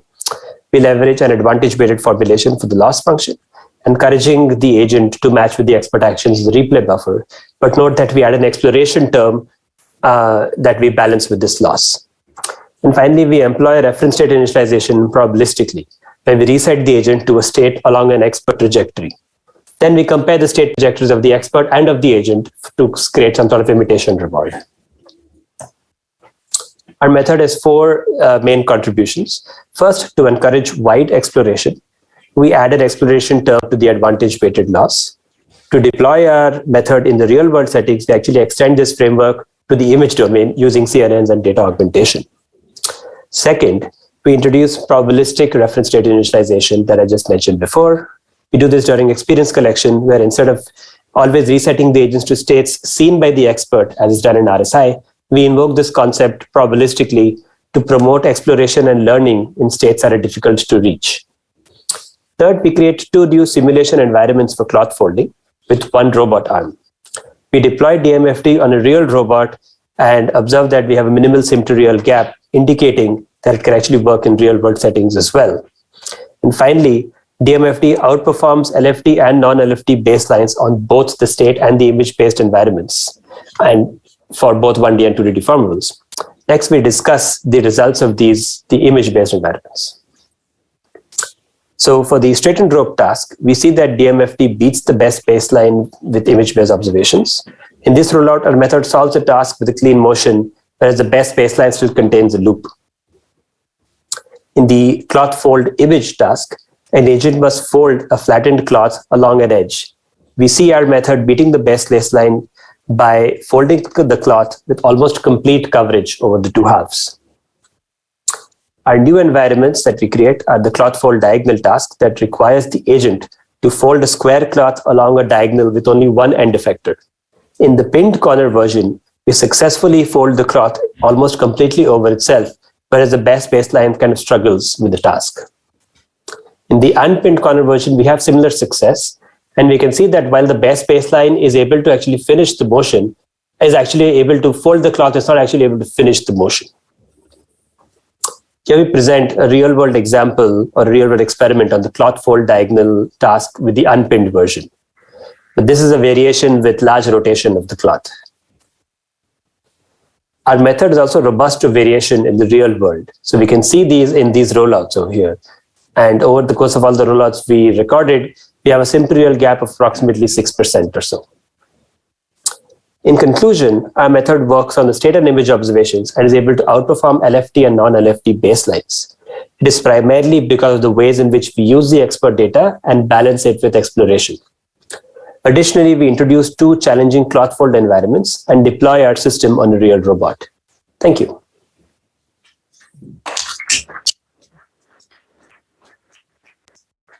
Will we ask questions? Yeah, please. How many demonstrations do you use for this task? So the question is, how many demonstrations are used for this task? For the original paper over here, we had about 8,000 demonstrations.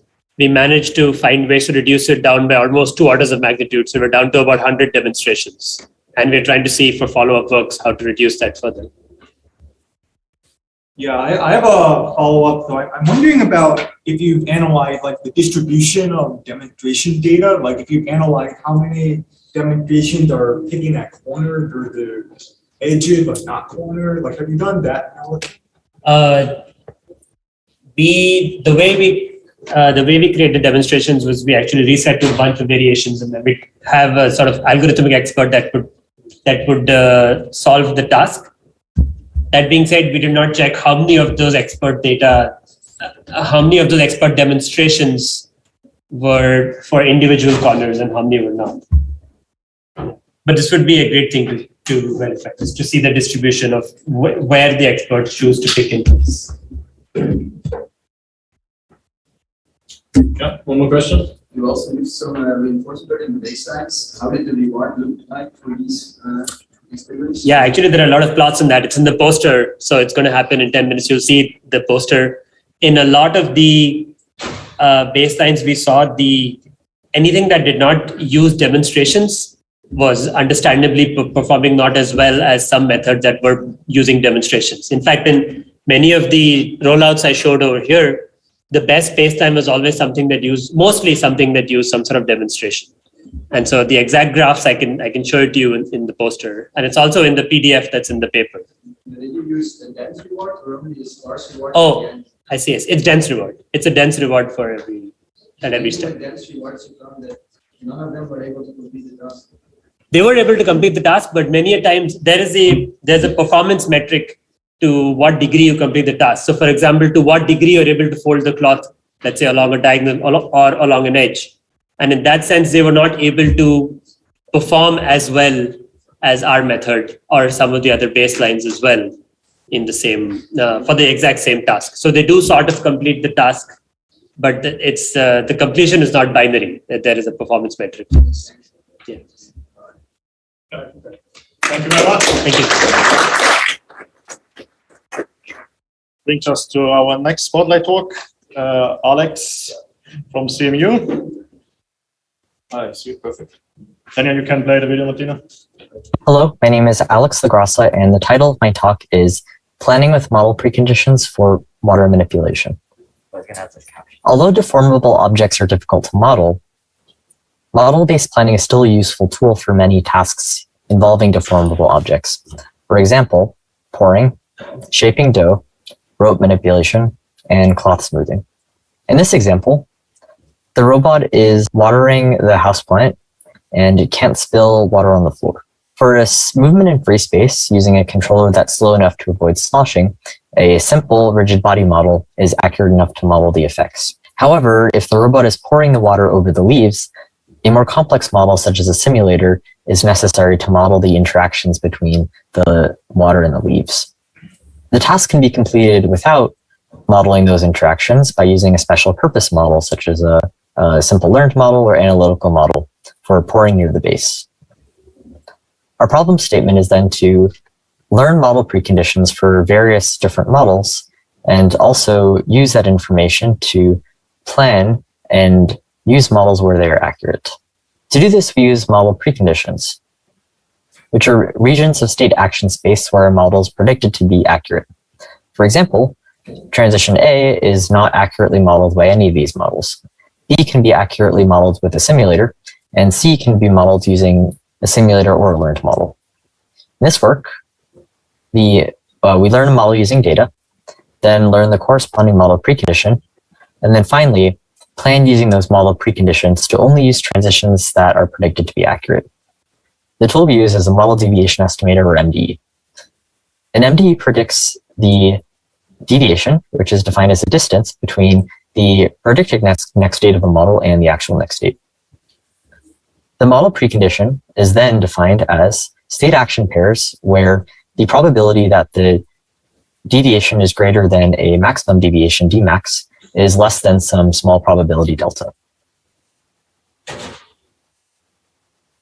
This is the data collection pipeline we use in this work. The system is in an initial state, has some initialized models, and a goal distribution. The robot computes plans, execute those plans, and then collects two data sets, alternating left and right. The first data set is to train a dynamics model. Once the models are updated, then new plans are computed, executed, and then used to update the model deviation estimators. And the final result is a planner that can compute plans that are more reliable at test time. This is the process for learning MDs. The implementation that we use for the MD is a Gaussian process, where the observations are inputs of state action pairs, and the outputs are the deviation. This is the domain that we evaluate our method on. The state is the pose of the box on the left and the volume of both containers. The actions are to move the left box to a desired XZ pose and to rotate about the XZ plane. The tasks are box at location, which is to move the control box to a given location, and water in box, which is to pour a given volume of water into the target container. No more than 1% of the initial volume of water can be spilled. It occurs in box at location when the box hits the target box and then water spills. Model error occurs in water in box in the transport by moving too quickly and the water coming out, but also by not pouring the desired amount. Here we show the success rate in finding plans using model preconditions and without using model preconditions. On the left, you can see that the success rate in finding plans does go down using our method, and that's because it's more constrained. However, we do find that the success rate when executing those plans is much higher when using model preconditions than when not using them. In conclusion, we've shown an improvement in plan performance by using these learned model preconditions, and that deviation estimators can be used on learned models. Our next steps are to scale to larger dimensional state spaces, which are important for representing many deformable objects, and to assess the ability for this approach to improve data efficiency over existing methods, especially over predicting error in state space. We also anticipate many challenges in applying this to the real world, as data is much more expensive and the state is difficult to observe. If you're interested in discussing this further, please visit my poster or contact me. My email is on the bottom right. Thank you. Hello, my name is Alex Lagrosse.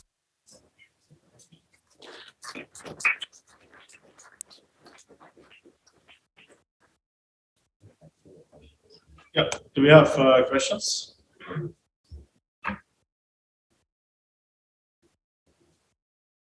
I have a quick question. I'm curious about the choice of the Gaussian process for modeling. Did you consider any alternatives, or did you right away think this was the right measure? Can you just repeat it? Yes. Yeah, which microphone? This one, the big one. Thank you. I've actually used many different implementations for them. I tried using nearest neighbors. I used the neural net. I tried representing the uncertainty in the neural net. GPs ended up being the easiest choice. They're data efficient. The ability to, sorry, I forgot to repeat the question. The question was, why did we choose a Gaussian process as the implementation, and if we considered other models as well? And the answer was data efficiency, having a well-defined and easy to work with representation of uncertainty.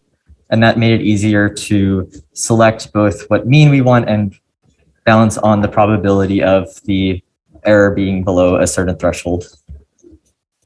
And does that answer your question? Yeah. Okay, thank you. Should I come up to the mic? Yeah. Okay.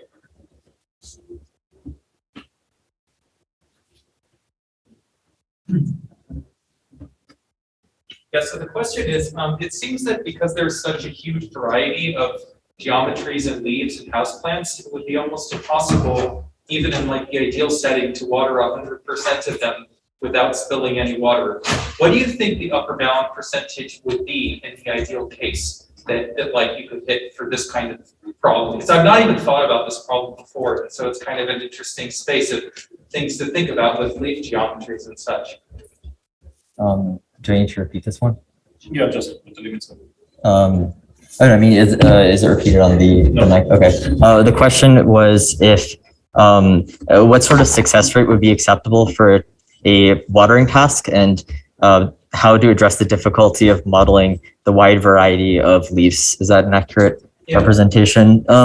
I think the desired success rate is a very user-dependent question. So that would depend on what the requirement is. So for example, if a little water is okay in a house, that would be specified by the user. I think that getting a high probability is not out of question because there's ways of watering that doesn't require it spilling on the leaves, for example. And that's one thing that I hope to address in both reasoning about model error and in incorporating that into planning. Does that answer your question? Thanks. Sure. Yeah, thank you very much. This brings us to our last spotlight talk from Rika. Rika is online as well. Oh, it's online, okay. So we have 2 people to answer questions, and let's play the video. We present DiffCloud, real-to-sim from point clouds with differentiable simulation and rendering of deformable objects. First, we will describe DiffCloud inputs. Our hardware setup consists of a Kinova robot and 2 RealSense cameras, one mounted on the side and one overhead. Next, we manipulate deformable objects and record point clouds from both views. Using knowledge of the geometry, kinematics, and meshes of the Kinova robot, we also mask out the robot from point cloud frames such that only the deformable object is captured. The merged point clouds serve as input to DiffCloud. The goal is to estimate unknown physical parameters of the object, such as stiffness and mass. We use a mesh-based deformable simulator. In simulation, we execute the same trajectory on the deformable object which was performed on the real robot, resulting in a deformed state. From this state, we differentiably sample a point cloud from the surface of the mesh. Next, we take the loss incurred between the simulated and real point clouds. Since the simulator and the point cloud sampling procedure are both fully differentiable, we can propagate the gradients to the estimated simulated parameters and perform updates. We repeat these 2 steps until point cloud alignment is achieved, indicating that we have found simulated physical parameters that fit the observed real point clouds. We evaluate DiffCloud on 2 real scenarios, starting with lifting a cloth off a table. We show the real point clouds for a stiff, lightweight paper towel and a heavy, collapsible polka dot patterned cloth. On the left is the target input point cloud sequence, and on the right is the result of visualizing the simulated cloth with the parameters found by DiffCloud as point clouds. We find that the inferred parameters produce point cloud alignment between real and sim, noting that DiffCloud correctly learns the shape retention and self-collapse behaviors of the paper towel and polka cloths. Next, we move on to fold. Similarly, we show the trajectories for 2 cloths of very different properties. We note that the fold scenario exhibits a high degree of self-occlusion and partial observability. Nearly half the cloth is not apparent in the point cloud due to the resting half of the cloth being indistinguishable from the table surface. Still, DiffCloud finds parameters that fit the observed trajectories and learns the shape retention versus self-collapse properties. We also evaluate DiffCloud on 2 simulated scenarios using synthetic data as input, band stretch, and vest hang. In these experiments, we will visualize the initial guess for parameters that DiffCloud starts from in black, and compare this against the final optimized parameters in blue. 2 target sequences for band stretch are shown in green, where varying the band properties affects distance traveled upward along the pole. DiffCloud successfully finds these parameters, shown in the blue column. On the right, we see that DiffCloud starts from an initial guess for parameters shown in black, which diverges from the target behavior in green, but eventually converges to optimized parameters in blue, resulting in alignment with the target. For vest hang, we show a highly deformable and shape-retaining vest, with the properties affecting the resting pose of the vest on the pole. DiffCloud learns to infer parameters that describe these behaviors. Thank you so much for listening, and for more information, please feel free to check out our website or stop by our poster session later today.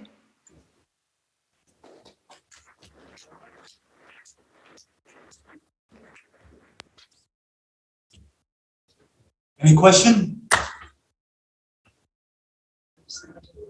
Yeah, please ask.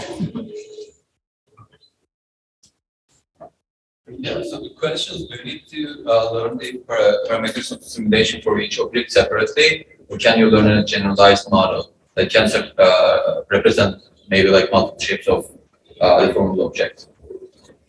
So that's interesting. In this work, right? The question was, can you learn a generalized model that would kind of infer the properties of multiple objects as opposed to a single object? So in this case, we tried for a single object, and that was specifically to infer the parameters of infer the parameters so that you match the motion of a given object. It's an interesting question as to in what cases would you want such a thing, right? Because you wouldn't be then manipulating a given object, right? You would be like manipulating an abstract group of objects or something like this. So you can certainly do it very simply by just feeding a lot of data from multiple trajectories of different objects. You would be fine, you would find something. The problem, of course, is what happens if you have objects for which some group of parameters would be optimal for one of them, and then another group of parameters would be optimal for the other one. So for that, right, I would refer you to what I was saying before about treating these things as probability distributions, both on the inputs and the outputs. And so then you could certainly do this. However, we did not do it in this particular work. And I think with differentiable simulators, a lot of the focus is, as I was mentioning before, on can it be precise and can it offer more precision than what we can have with the black box. So like a lot of the motivation is really for, can I match the behavior of this particular object, not just a general clause. And that's why the focus is on that. Right, thank you. So is the differential simulator, is it explicitly learning parameters about the object, like its level of tension and weight or something? Or is it explicitly learning to render based on those parameters? It's explicitly learning the parameters, so you would have differentiability with respect to some parameters, and those are the parameters that you would be adjusting, right? And what do you mean by implicit? Oh, sorry. So the question was, whether the learning process is learning explicitly to infer the parameters of the simulator, or is it learning something implicit? And so I'm asking, what is your idea for this? Yeah, like if you had like a piece of rope, like the weight of it affects how it gets simulated. Like, is the simulator learning sort of interpretable properties of it? Yes. Or, okay. Yes, it is learning interpretable properties in the physics that you have coded for, okay, this rope is moving and the physics parameters for its motion for the model of that. Yeah. Thanks. One more question? Did you face the issue that multiple sets of parameters can fit a particular motion? That's interesting. Let's see if Priya is around. Maybe she repeat it probably. Yeah, I'll repeat it. So, so the question was, did we face the issue? Oh, can we have her on screen? But if she speaks up. Oh, she speaks up. We can hear her. Yeah. Did we face the issue of what happens if you can have multiple parameters that would be a good description for the motion of the, to match the properties of the object? Yeah, that's a great question. So we did face this issue, especially like since we're considering the parameters of stiffness and mass, there are like some scenarios where high stiffness could overcompensate for low mass and vice versa. But I think in this work, we're mainly concerned with not so much like finding the exact stiffness and mass parameters that correspond to like the real quantities on the physical object, but just learning simulated models that could fit the real behavior by finding really like any valid combination of the stiffness and mass that would yield point cloud alignment. But it's definitely an interesting question. And in follow-up work, it'd be interesting to consider maybe different sets of physical parameters like friction, mass, and things that don't necessarily have or yield like similar deformation results on the objects themselves. Yeah, thank you. And a follow-up question, does like the same set of parameters generalize to like many different motions of the cloth? So in general, we did find that one thing that we didn't do in this work, but we would definitely want to evaluate in follow-up work is like whether, for example, like the found trajectories from lift would then yield comparable behavior on the fold task. And we did see some general patterns like the stiffness and mass parameters found from lift and fold yield similar results across tasks, but may not be like exact parameter matches. But definitely like fitting parameters based on one trajectory and then evaluating across tasks is something we'd like to do going forward. Thank you very much. That concludes the spotlight session. So that means we now have the coffee break and the poster session outside the room, and we're going to reconvene here at 16 sharp. 4 o'clock, sorry, 4 p.m. Yeah, see you then.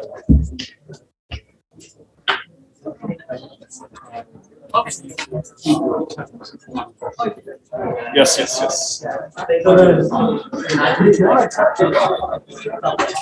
Yeah, I think. Are we using your laptops?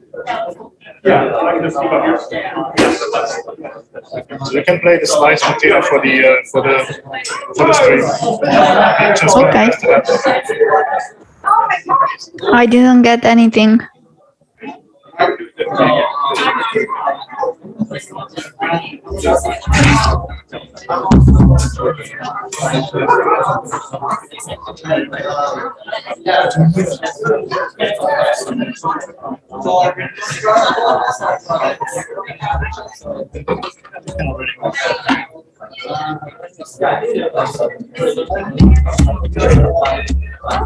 How are you all? Nice to meet you. Thanks for happy to help. Yeah, no worries. Whoa. Nice. You're very fast. I'll have to make fewer jokes about not looking like the picture then. Yeah, that's okay. Oh no. So what has quit? Yeah. We just test it. We can share. Sure. So it's HDMI. Yeah, I have a adapter. Yeah.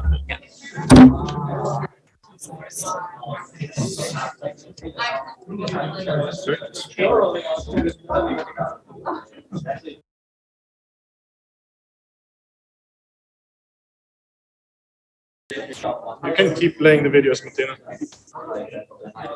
I just noticed that I had a mistake.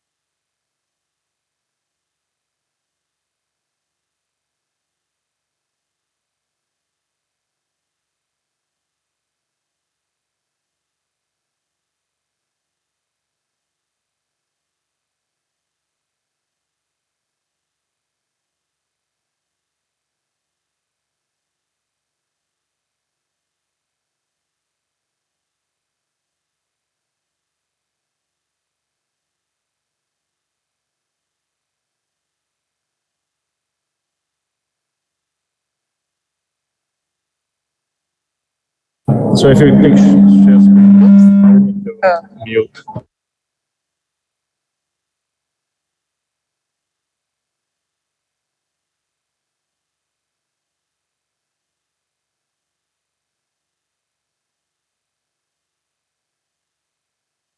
Martina, can you stop sharing for a second?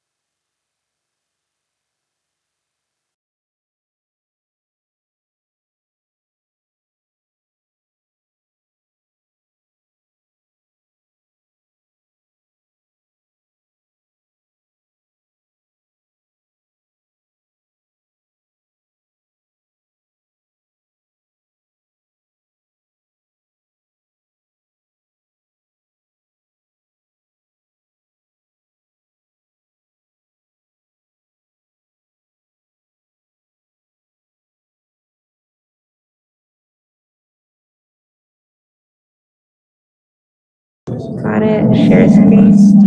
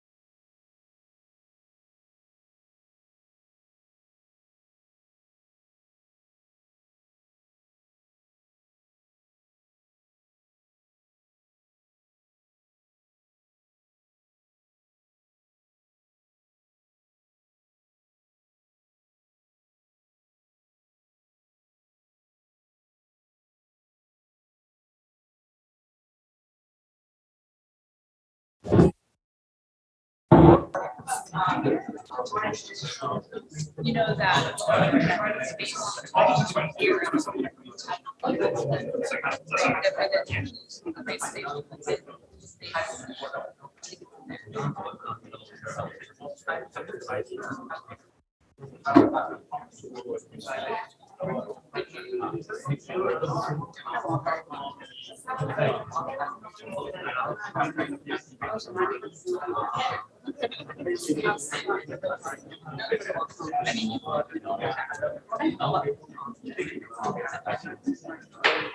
This is feeding back the audio. Right. Okay, Martina, can you hear us? Yes. Okay, can you see if the mic cover is out? Do you hear any feedback from that? Yeah, I can hear. I can hear. I hear myself. So how do we fix it? And also has it been happening all day? The sound of the computer.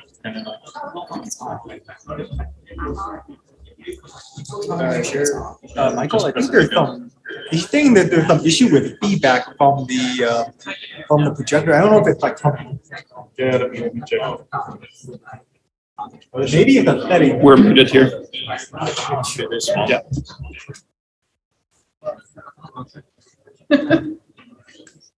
We have to restart this guy. So now the feedback is off, right? But that was over this. Because you don't have any speak output, right? If you. Yeah, it's muted. Okay, okay. Okay, if we plug this in again, and then we test. Is there a feedback again? I don't think so. How is it? Is the feedback? Hi. Speak up, speak up. Yeah, is the feedback there or not? Okay. Okay. So that seemed to work. Then, Martina, are you there? Yes. Okay, then yeah, Martina, you can introduce the next part. Okay, cool. Thank you. Okay, so it is my pleasure to introduce our next speakers. They are Alan Kuntz, that is here in place of Tucker Hermans, and Isabella Wang. And they are from the University of Utah and University of California. In particular, Alan is an assistant professor in the School of Computing and Robotics Center at the University of Utah, where he leads the Artificial Intelligence and Robotics in Medicine Lab. Prior to joining as faculty in Utah, he was a postdoctoral scholar in Vanderbilt Institute for Surgery and Engineering and the Department of Mechanical Engineering at Vanderbilt University. And he completed his PhD in computer science at the University of North Carolina at Chapel Hill. While Isabella is a PhD candidate whose research focuses on modeling and control with soft materials in robotics, she is advised by Rosina Baishi at the University of California, Berkeley, where she develops soft tactile sensors for use in physical human-robot interaction.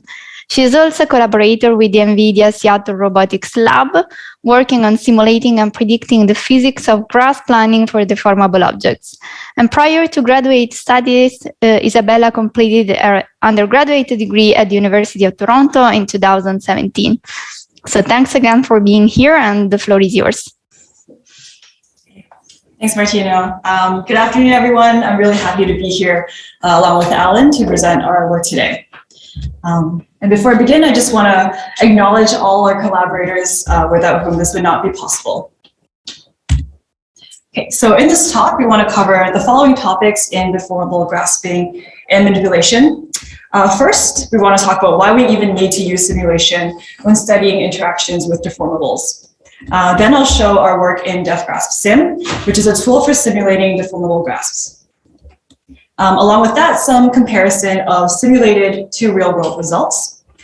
I'll then highlight some key shortcomings of FEM-based simulation, in particular speed and differentiability, and show how we're currently using deep neural networks to act as an alternative to FEM.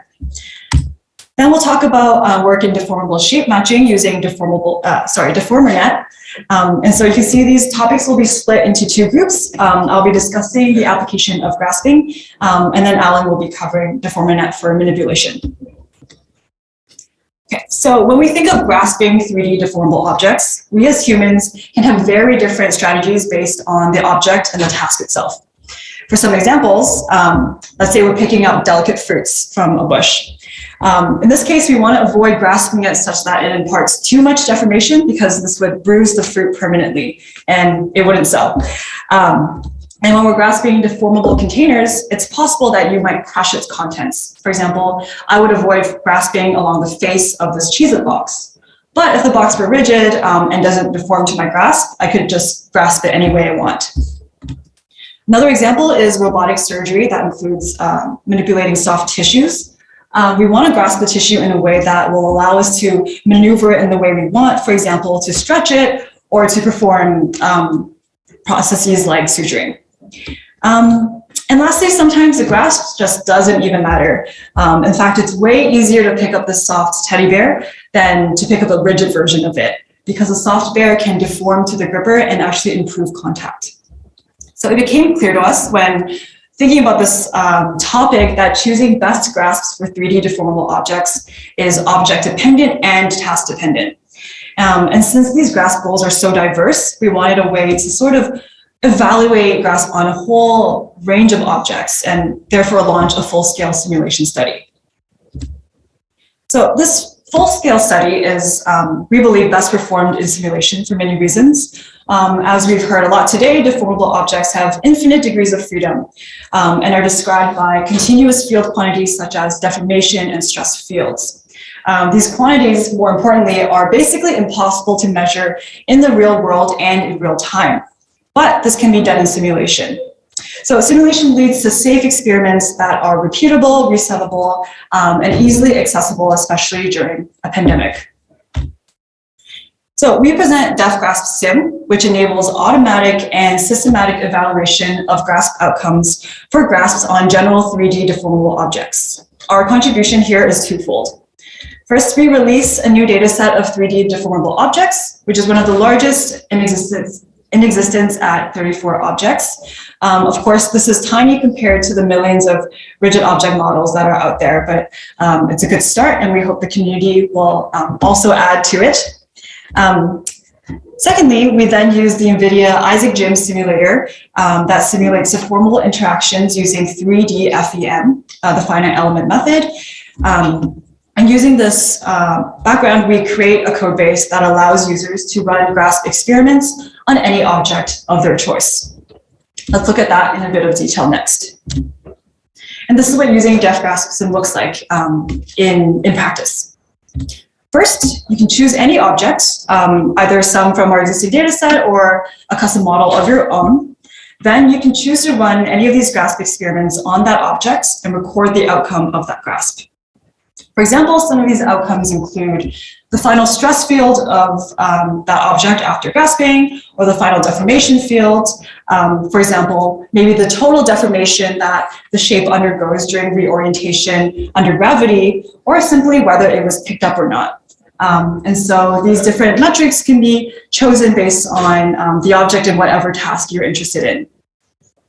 Now, I want to mention that users can also design custom grasp measures that they want to look at that might not be included from our code base, because at each time step, a full state tensor is actually made available to the user. This full state tensor includes full nodal positions and velocities, element stress tensors, as well as contact points and contact forces. And to our knowledge, this is the most complete per time step state tensor that there is out there for 3D deformable objects. So we're happy to see that this ability to design custom grasp measures is starting to be used in the community already. For example, in this recent work by Lei et al. And his team in predicting grasp success. Now, the next natural question to ask is, well, do these simulated experiments have good correspondence with the real world?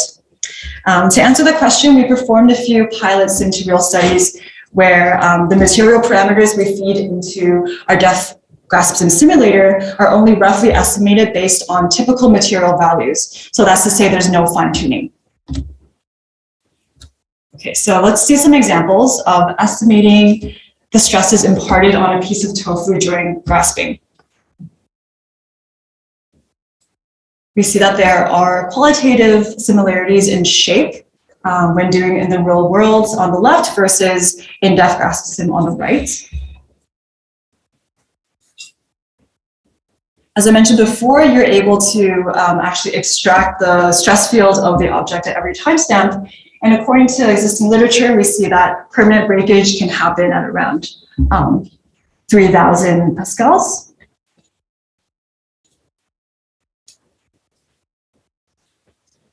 We then see some similarities between the stress fields predicted in def GraspSim compared to what shows in real world.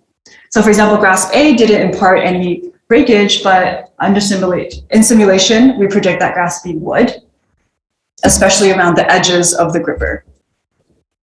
And indeed, that's what happens.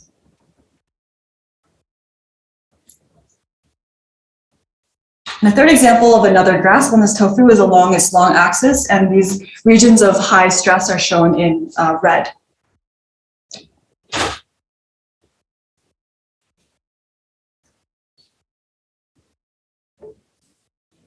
So we see that breakage indeed occurs along these areas, and even though we don't have the full, let's say, state tensor of this real piece of Trader Joe's tofu, we can see that the qualitative results are similar.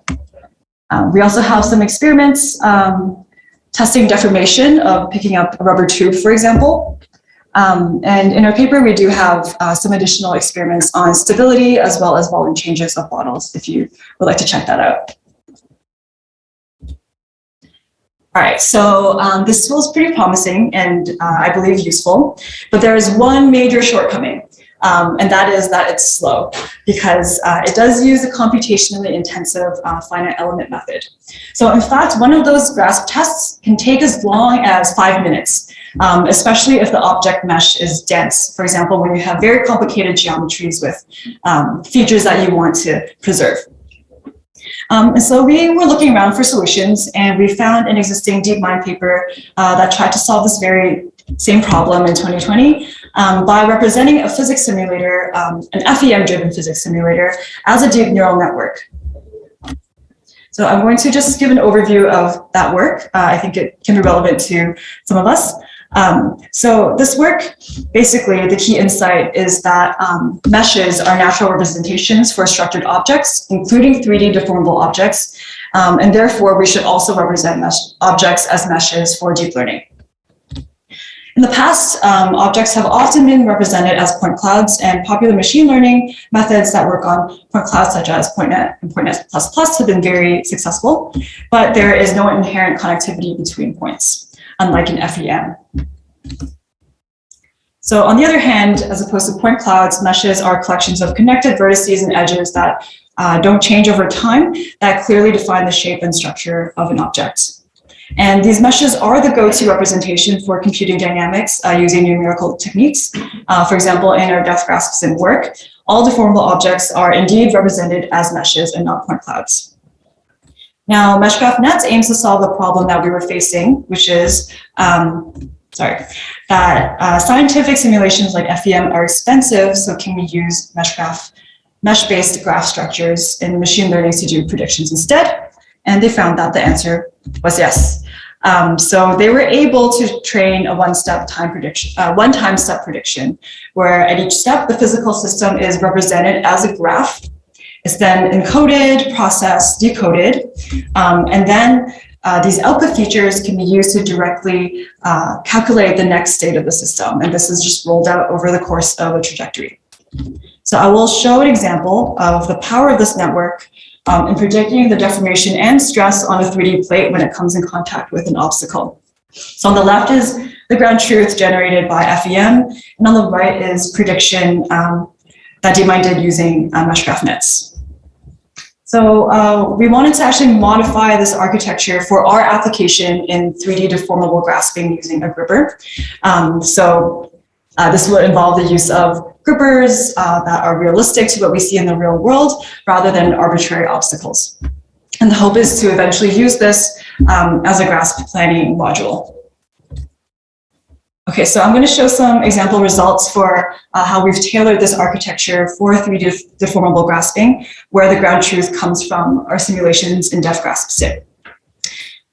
Specifically, when we're grasping 3D deformable objects, the most important quantities are stress and deformation fields. So that's what we are focusing on predicting.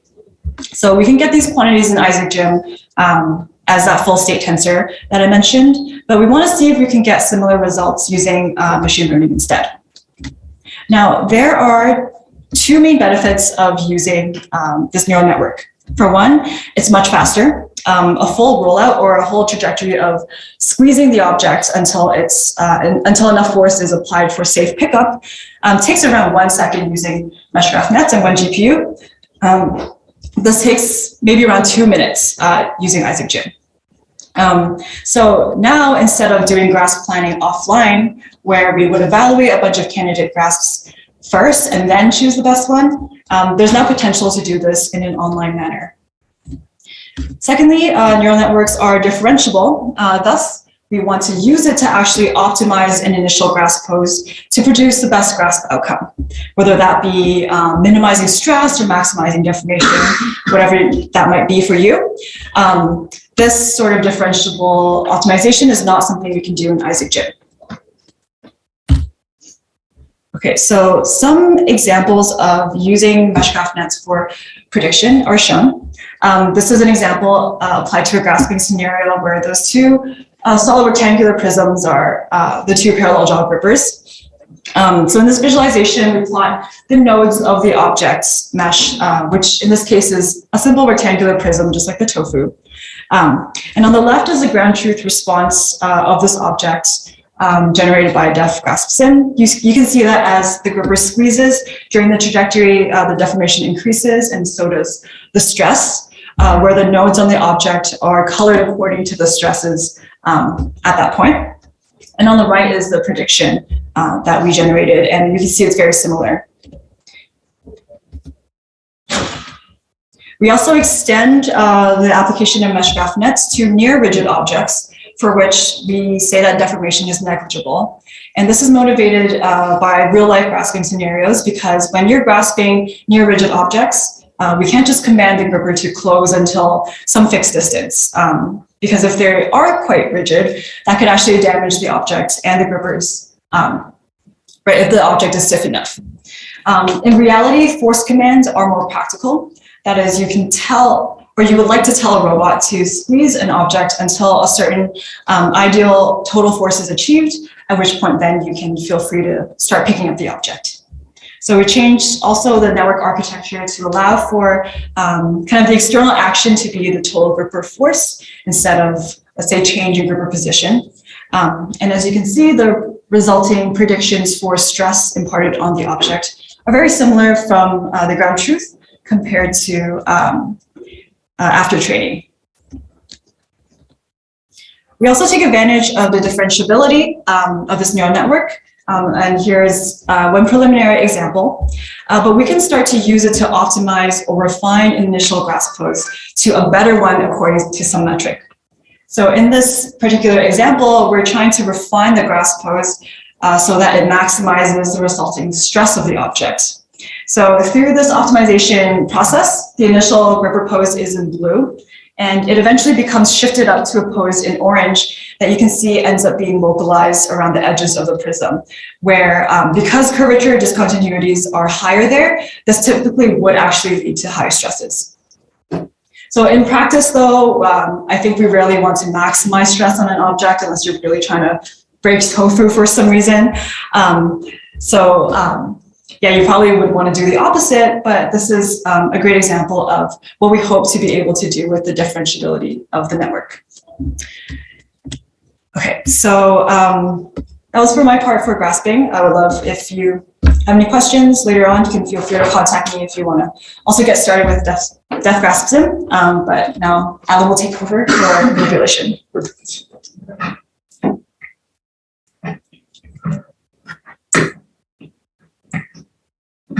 Okay, awesome. You may recognize me from the acknowledgements slide earlier, which was going to be the extent of my involvement in this talk before last night. So Tucker couldn't make it. He had a flight that was canceled, but luckily I'm a collaborator on the project he was going to talk about. And much more importantly, my flight was not canceled. So here we are together. All right.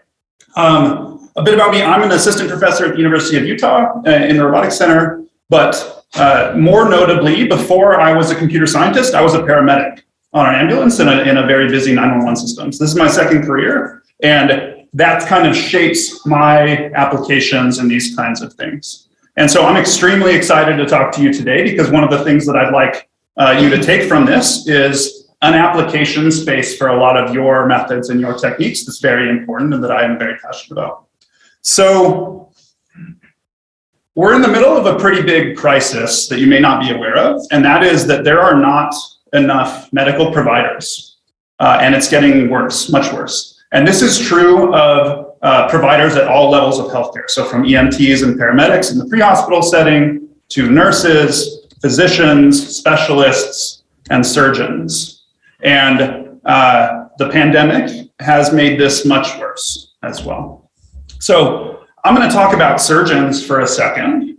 And specifically, if we look at cardiothoracic surgery, a pretty important branch of surgery, many would argue, the demand for these surgeons is going up. And that's because we're an aging and growing population, right? So many of us, there's more of us than there used to be. We're aging and we're becoming in need of these kind of specialized medical interventions, right?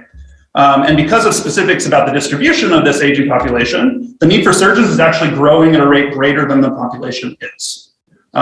Here's the problem, though. The number of surgeons is not. The number of surgeons is in fact declining, and it's projected that by the year 2035-ish, the caseload per surgeon will more than double what it is today.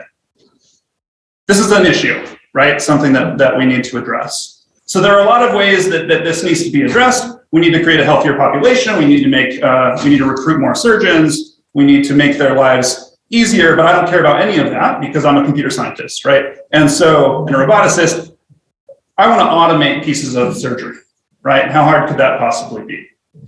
So I'm about to show you a video of surgery, robot-assisted surgery. If that bothers you, feel free to turn away and I'll tell you when it's over, okay? So here we have a video of a surgeon teleoperating a Da Vinci surgical robot to remove a lobe of a lung. And I want you to look at this video and think about the challenges that this specific application introduces to automation. So there's a bunch of them, right? One, we can look at the perception challenges, which are kind of unique to this space. Everything's kind of the same color, right? It's this gross gray pinkish color. Everything kind of looks pretty similar compared to at least when we think about manipulation in like industrial settings.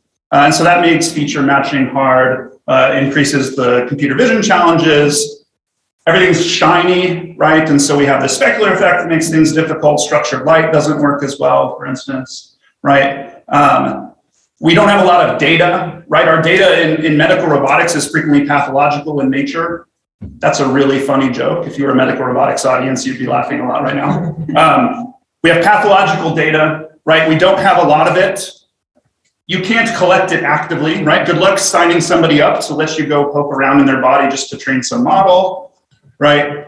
These are the challenges. And so the ones that I specifically want to talk about today are the fact that we don't have a lot of data, or we can't get a lot of real world data, and everything's deformable, right? As you saw, almost all of this was deformable. If that focus surprises you, you're in the wrong place, or I'm in the wrong place, I guess, but either way. So let's talk about deformable object manipulation in the medical context. So before we can manipulate deformable objects, we have to represent them, right? And as we've heard over and over today, this is very difficult, right? These are infinite degrees of freedom things to describe in a true way. We have these high dimensional representations. We need to choose from among these. I told you that the vision challenge was very difficult. I'm going to pretend that other people have solved that, which is what I like to do. And we're going to get our geometry in the form of point clouds. Now, the good news is that a lot of the smart people working on perception in medical robotics are producing sensors that give us point clouds. And so this is kind of a natural way to start to think about sensors in medicine.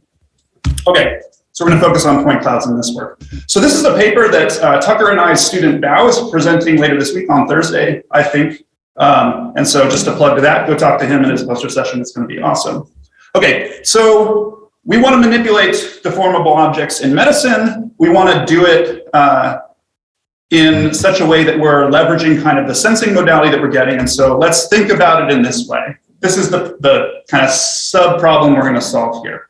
So the first thing is we're going to take our current shape of some deformable object in the form of a partial view point cloud. We're going to take some goal in the form of a point cloud. We're going to figure out where on this object to grasp it with some robot-assisted surgery device. And then we're going to, in our work, take a shape servoing approach to kind of incrementally move our current state in a point cloud representation of the deformable object to that goal point cloud.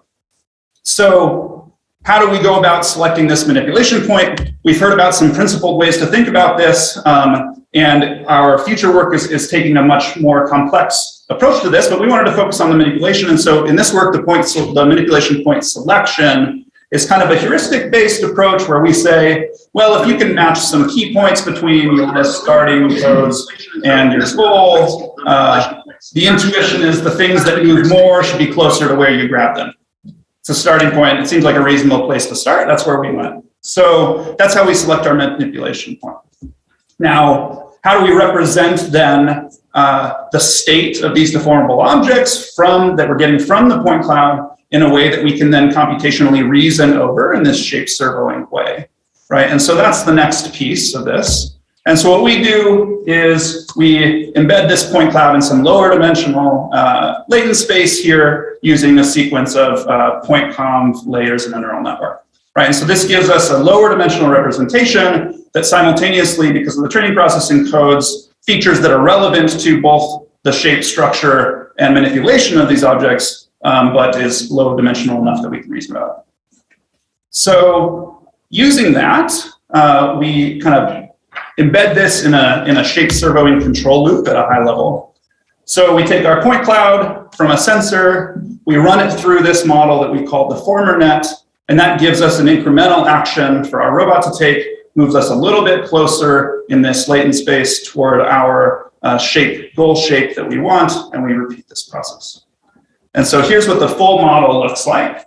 We have our feature extraction that we just talked about a little bit, that we get our current state from, as well as our goal state. So we embed these into the same latent space and we look at the difference. And then we have another model, or another piece of the same model that takes that difference and has learned how to manipulate the gripper of the object in order to move the robot such that the deformable object moves a little bit closer to where we're trying to go from a deformable object perspective. So how do we overcome this fact that we don't actually have the ability to get a lot of data from people, right, when we're deforming people, which is really deforming? So we're leveraging large-scale simulation to take steps toward that. And so this is what it looks like right now. We've got a simulated surgical robot over there on the right. This is an older version of that robot that you saw from the video. And we are placing in front of it in Isaac Gym a diverse set of shapes with different geometries, sizes, and stiffness properties, and letting it, in the way you all do, wiggle it around, right, for a while in simulation. And then from this, we get our training data that we train our method with. And so I encourage you to go talk to Bao to get the actual specifics on the results, but it works really well. So here we have objects that were not seen in the training being manipulated to goal shapes that were not seen during the training, obviously on a bunch of different geometries. So this is it working well in simulation, but how does it work well in the real world? And so it turns out that at least the ways that we've tested it, it works really well in the real world without us having to have done any kind of fine tuning or other changing of the method to get it to work in the real world. So here we have a robot that's not in the scene manipulating a laparoscopic tool that is in the scene that is grabbing this piece of foam. And here it is using our method manipulating the object, which is this goal point cloud that you see in red here. So in addition to that work, and this is now beyond the work that we're presenting at this conference into kind of some of the next steps that we've begun to take, we're also looking at bimanual manipulation for these as well. So the question you should be asking me is, how in the world are we going to get a goal point cloud in a real setting from like a surgeon that's trying to use this to help them, right? That's an excellent question. I'm glad I brought it up. So that's the key here, right? There's a lot of advantages to having this reasoning about the current state and the goal state kind of in this same modality that we're leveraging right now, but it does present this challenge, right? And so one of the things that we're taking steps toward is, well, if on a task-specific basis, you can come up with a low burden way for a non-expert human user to specify some parameter that can then be easily translated into a goal point cloud. You can create that small task-specific piece and then leverage our method on the back end that's not task-specific to accomplish a lot of things. And so that's where we're going with this, at least in the kind of near term, right? And so the first thing that we've seen to make this work is let's have a human define a plane. Now, there are other ways to get a robot to move a deformable thing to the other side of a plane, but the point here is that this is just one instantiation of this kind of interface translation layer, right? And so here we have a plane, and we have kind of a method that transforms the current point cloud into some point cloud that looks like what the object would look like on the other side of the plane in some way, and it's capable of using our method that reasons about the sequence of point clouds in a goal point cloud in order to get there. And this works both in simulation and on the real robot. And the medical application here is something called retraction, where we're thinking about moving a piece of tissue aside so that a human surgeon can then do the complicated pieces to whatever's underneath it, or visualize what's underneath it, things like this, right? This is a common task in robotic surgery. So this isn't the only thing we're thinking about. We're also thinking about the task of anastomosis, which is connecting two tubes together, and how would a human specify what this connection should look like? Here we've we're taking the approach where a human could specify a space curve that they want the two tubes to kind of look like when they're joined. And here we kind of swell that curve into a point cloud. That curve could be gathered from a 3D mouse or from the actual robotic device that they're using in surgery, kind of trace this curve in space where there are not tubes, and then have the method kind of join the tubes there, right? We're also looking at wrapping tissue around other objects, for instance, like in-stent placement and things like this. And so here, all of these are the same method underlying it, right? This point cloud reasoning shape servoing. This is just 3 instantiations of like heuristic ways that we've used more human, low burden ways to kind of specify goal representations that we then translate into this point cloud goal, right? Anyway, please work on medicine. It's all deformable. It's all super important. Come talk to me, talk to Tucker if you're interested. If you want a medical slant on things, let me know. So that, I think, is it for us, right? Awesome.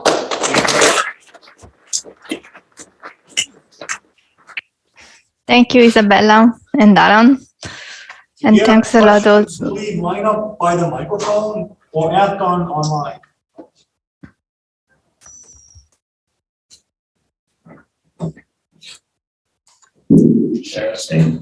Great. So first of all, fantastic talk. I honestly have a lot of questions, so I don't want to take up too much of time. We have to discuss them later. There's more time. Okay, but later, I mean, not now. So first for the grasping stuff. So 2 questions for that. There's been a growing amount of interest in using climate and solid rivers. In the work that you presented right now, are you assuming a rigid morphology, or are you assuming a very specific morphology that doesn't get any rigid morphology? Are you assuming a parallel jaw grip? Yeah. So the question for GraspSim is, can this basically support compliant grippers? And also, am I assuming that the grippers are rigid and also of a specific geometry? Currently, ISAC-GYM does not support soft body to soft body interactions, but there has been existing work using ISAC-GYM where the grippers do have a compliant pad, but the objects are rigid. But you can't really have it both ways right now. That may change soon.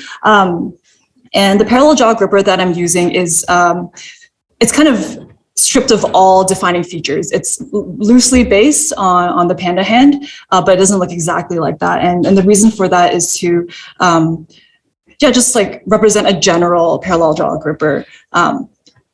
And this can definitely be tailored to other hands as well. You can upload different like URDF files to describe whatever hands you may want. So that might even include like multi-fingered hands if you'd like.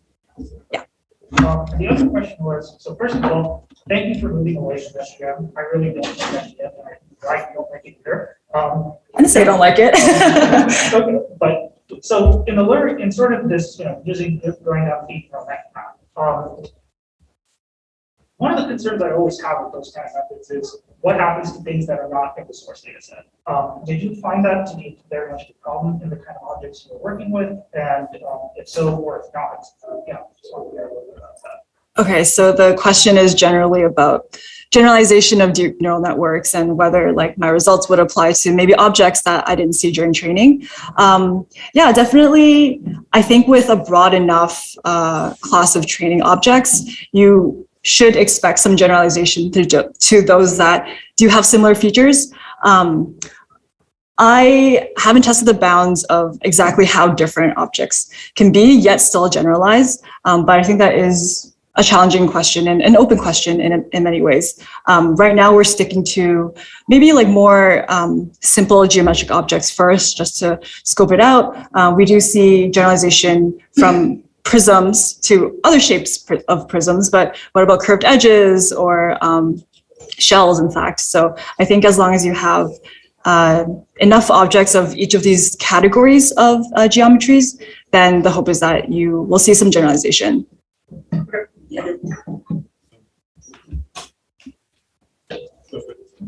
Wait, I think we have one question on online, so I want to make sure that we're able to get to the online question. Yeah, so the question online is, does the ISAC-GYM simulation actually simulates the rigid gripper grasping, or does it use fixed points, anchor points? Do I have to repeat that or no? Okay. It does not use fixed points to get there. It actually does simulate the dynamics of the rigid gripper. So you would have to define like the inertial properties of every link in the URDF, for example. And it can also do built-in, for example, position control, velocity control, torque control.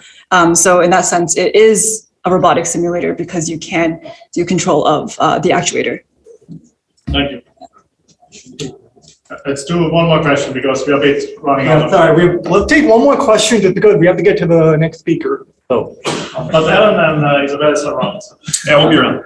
Question for the professor. I was wondering, previous work on medical robotics basically looked at different flavors of CPD, point trims with different regularizations, basically non-rigid registrations.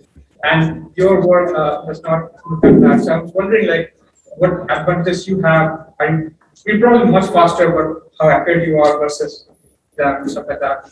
Yeah, so I think that's tackling a related but a little bit different, distinct problem, right? And so in the registration front, we're really looking at, well, I have some existing model of the anatomy. I want to deform it such that it's like what I'm looking at, and then that allows me to reason about the knowledge I had in the medical imaging, for instance, to then make decisions based on what I see. So we're just moving things, right? The things that are under the surface that we would then access, that we need to have that registration from the imaging for, we're not there yet. But once we start doing so, hugely important, absolutely. Thank you so much. Yep. Well, thanks again.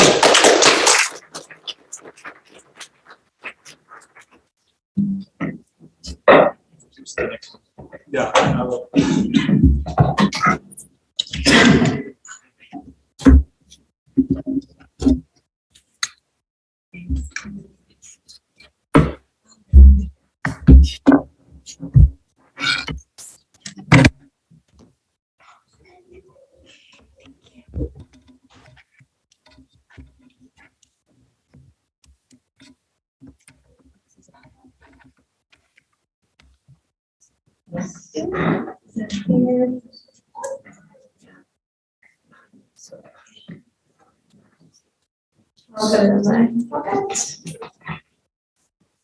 All right.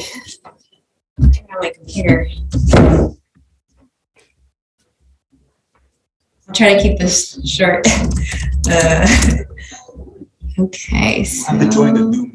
Right. So let me get I think you that can going. introduce him. Yeah, we set it up. Hello, everyone. So it's my great pleasure to introduce our next speaker, Carolyn Maddle. So Carolyn is a research scientist at Toyota Research Institute, where she worked on robotic manipulation with the mobile manipulation team. She received her doctoral degree from the University of California, Berkeley, where she was advised by Rosanna Baichi and was supported by the NSF Graduate Research Fellowship. Her research focused on developing and leveraging interactive perception for the robotic manipulation of complex material such as liquid, grains, and dough. Outside of research, she enjoys cooking for her friends and family. And I can personally attest that it's very good. Yeah. All right, go ahead. Thanks, Daniel. So yes, as you said, I'm Carolyn Maddle. Thank you so much for having me here today. This is an amazing crowd, like feeling a little stage frighty. It's first time talking to a live audience in a while. So I am a research scientist with the mobile manipulation team at Toyota Research Institute. And prior to joining TRI, I was a PhD student under the advisorship of the wonderful Rosanna Baichi, who's here right now. And there, for my dissertation, I focused on, as Daniel said, the manipulation of complex materials like liquids, grains, and doughs. So today I'll be presenting the latter half of my thesis, how we designed a soft tactile hand and used it to manipulate deformable elastoplastic materials like dough. So this presentation draws from two works that were published last year in 2021. The first at ICRA, which we were honored with the Best Manipulation Paper Award, and its follow-up paper, which was published at IROS. Both were remote presentations again, so it's really lovely to have this opportunity to revisit this work with this audience in person. Okay, so before we begin, let's first talk about what even is a deformable elastoplastic object. So in our work, and in fact, many works that simulate these types of objects, we categorize those as 3D elastoplastic objects, or in other words, objects made of materials that exhibit both elastic and plastic properties. So a simple illustration of this characteristic should be very familiar to those of you who cook or bake. When you press into dough, some of the dough springs back, but there's also some permanent deformation that can result from this forceful interaction. So modeling this type of material sounds a bit complex. And even so, we're already technically simplifying it by considering it as elastoplastic, which is rate independent of the applied loading force, instead of viscoelastic, which is rate dependent.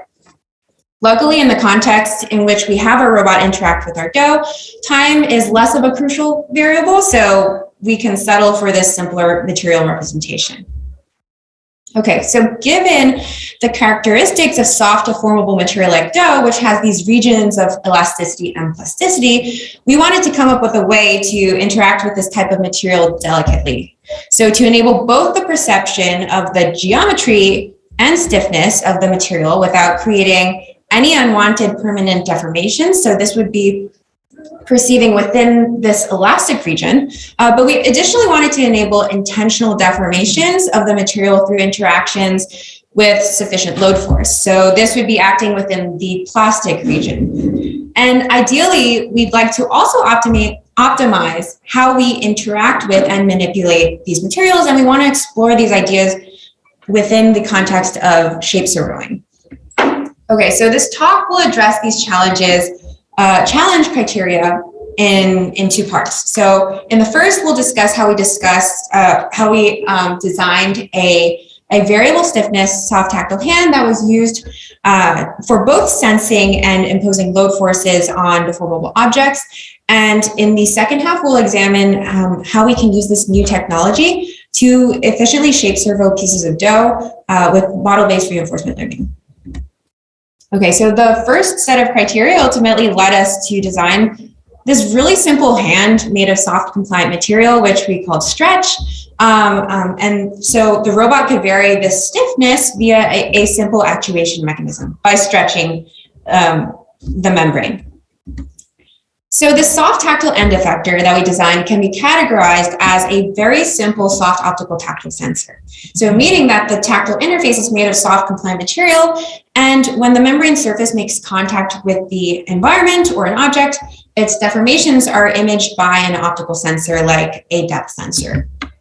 So I imagine that many of you here probably have worked with these types of sensors in your own work or may recognize some of these examples, so I'll just briefly go over them. So on the left, the gel sight sensor and all its iterations like the gel slim from MIT or the digit finger from Meta, these are all quite popular due to their high resolution contact images. In comparison, the four pictured on the right have arguably higher compliance, which opens up a lot of applications where soft contact makes interactions safer or more robust.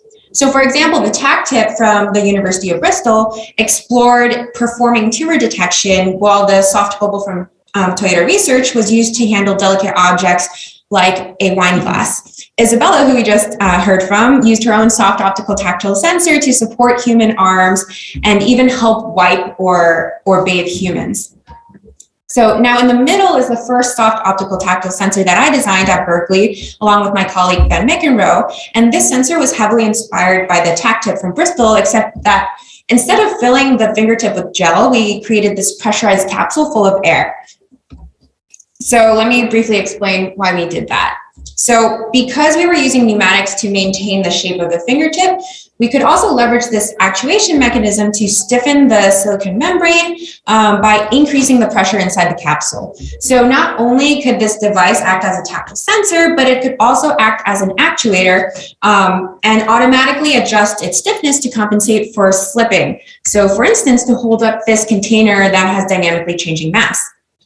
So in this prior work, we really were studying the sensing and actuation duality and found that variable stiffness tactile sensing had a lot of potential in expanding robotic manipulation capabilities, including the manipulation of deformable materials like dough, since we could leverage the fingertip in its soft regime to sense by interacting with the object within the elastic region.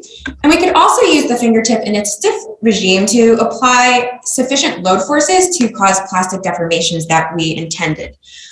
But note that at the same time, there were a lot of challenges while working with this prior design. So for one, it was pneumatically actuated, so this made it difficult to controllably vary the stiffness of the membrane, and overall this was quite difficult and tricky to manufacture. So fast forward to year 2020, year of the lockdown, when we wanted to revisit this problem, but at the same time, access to major design and fabrication centers was basically revoked. So all of these challenges motivated the design of Stretch, or soft to resistive elastic tactile hand, which we were able to make with supplies I basically had already in my living room. So as you can see, it's composed of a flat elastic membrane that can be cast very easily by pouring EcoFlex silicone into a rectangular mold. And we attached this membrane to a parallel jaw gripper using Velcro. And so instead of varying stiffness via pneumatic actuation, here, as the gripper increases its gripper width, the membrane's internal strain increases, and this subsequently increases the stiffness of the membrane. And so you can imagine that this actuation mechanism makes variable stiffness much easier to control. So we use a depth sensor to image the deformations of the membrane when it's in contact with an object. And with the assumption that the object is convex, the robot can extract out the portion of the membrane that's in direct contact with the object. So you can see how it's really a bare bones, like very simple flat version of the optical tactile sensors that we saw earlier. Because stretch was so compliant, we were able to use it at its low stiffness regime to reconstruct the geometry of very deformable objects like paper boxes or 2D wire shapes like this circle through touch. And because stretch can vary its mechanical response, we can estimate the stiffness of deformable objects as well via active palpation. So the graph on the right shows multiple indentation depth to load force curves that correspond to different stretch states of the membrane, where the higher curves correspond to the membrane being stretched more. And ultimately, we want to find the force at which the object finally deforms. Since if we imagine this object as having a single degree of freedom, we can divide this force by the amount of deflection to estimate a proxy for its stiffness in newtons over millimeters. And so we can use this force depth profile to actually save time and efficiently modulate the stiffness of the membrane so that the load force increases monotonically with each new contact condition. So instead of starting from the lowest indentation depth every time the membrane stretched, we can jump up this ladder, as you saw here, to the next indentation depth that would result in the closest increased load force. And this allowed the robot to efficiently approximate a stiffness value for the object. So the robot measured the stiffness of 4 balloons filled with different materials, as you see here. And even though these are technically, again, proxy values for stiffness, since we're using this simple 1 degree of freedom model, you can see that the values increase with each object as we would expect. And the estimated values are sufficient for differentiating between materials within this range. So just keep this in mind because we'll be reusing this proxy for stiffness in our dough rolling work, where this estimate actually enables more efficient rolling. So for this first iteration of the sensor, we chose to use the robot to roll blocks of Play-Doh into balls of dough as a way of demonstrating the range of capabilities this simple sensor could offer. So first, stretch was used to measure the membrane stiffness needed to deform this block of dough. And once the robot measured how much the membrane needed to be stretched, it was commanded to roll the block of dough in circles, tracking the position of the dough in parallel to ensure that the robot was able to maintain contact with the dough while still being stiff enough to exert force on the block of dough. So this goes on for quite a bit, but once the robot thinks that the ball is round enough, it'll stop rolling the dough. And so stretch, and then in a second, you'll see that stretch is used at its lowest stiffness to measure the geometry of the ball. So here it's estimating its diameter. And then finally, stretch is used at its highest stiffness regime to press the dough ball into this sort of scone shape. Okay, so for the most part, you can see here that the robot was able to shape these blocks of dough into circular cookies. So we wanted to use this demonstration as a way to illustrate how we could use variable stiffness soft tactile hands to safely sense the geometry and stiffness of very deformable objects while also having the capability of imposing larger load forces to make intentional deformations, therefore enabling new robotic manipulation capabilities such as dough rolling, shaping, and flattening. So the next step is, how can we use this technology to more efficiently shape servo this type of material? Dough rolling the dough rolling that I showed earlier was based on a heuristic algorithm that sometimes took up to 20 minutes to execute. But we know humans can do this so quickly. So we must be able to do this more intelligently. Okay, so that's pretty much the goal for the second half of the talk. We'll talk about how we used model-based reinforcement learning to accelerate the task of rolling out dough into a breadstick of a specific length. So for this iteration of stretch, we made the entire end effector attachment out of elastic bands. And you can see here it's a slimmer version than the prior version. The depth camera was also fixed at an overhead position instead of being rigidly attached to the robot arm. And these design changes were mainly to compensate for kinematic limits required of the dough rolling task. Okay. So, however, notice that the task of dough rolling requires dynamic interactions of a deformable end effector with a deformable object. So this is highly complex and high dimensional dynamics that are difficult to model, and as we heard earlier, even to simulate. So instead of explicitly representing the dough to hand interactions, we used model-based reinforcement learning to learn a transition function for these interactions. So meaning we learn from data the relationship of, given an action applied to the dough and its current state, what will the dough state be after that action is applied? And so that model is represented by F here. Now, within this framework, we use model predictive control to select the best action to take at this time step given the current state of the dough. So this is done by optimizing the cumulative expected reward over the over a certain number of time steps into the future. So we're looking ahead, where at each time step reward is calculated simply as, well, in this case, how close are we to the desired goal dough formation. And what the reinforcement learning framework adds to model predictive control here is that it allows us to iteratively update or improve the transition model F to better reflect the dynamics of the dough and hand interactions. So this means that if we start off with the wrong model or a poorly initialized model, then the algorithm still has time to self-correct. So I know I did just mention that these interactions are extremely complex. So this brings up the question, and a question that we think in this community a lot about is like, how do we deal with such high dimensional data? In our case, because our goal was fairly simple, we were able to simplify the problem with some engineering to make it a lot more tractable. So to simplify the state space of the dough, we took the dough formation's bounding box and used those dimensions to track the dough's shape progression over time. As for what actions to apply to the dough, well, the two things we decided to vary were the stiffness of the hand's elastic membrane, which we could vary by stretching or closing the gripper, as well as the depth at which the robot pressed the dough. These two parameters were chosen because they directly affect the load force imposed by the elastic hand. And the rest of the robotic action was fixed in that each roll consisted of a back and forth motion at the highest point of the dough formation. So given all these simplifications and action constraints, we were actually able to train a dynamics model of these interactions with only about 1 hour of robot time, where the robot randomly interacted with the ball of dough under these action constraints. Okay. So as we can see here, comparing the reinforcement learning methods with a random and heuristic policy, all of which were under the same state and action simplifications and constraints, the robot was able to roll the dough out into this 6-inch log with significantly fewer rolls.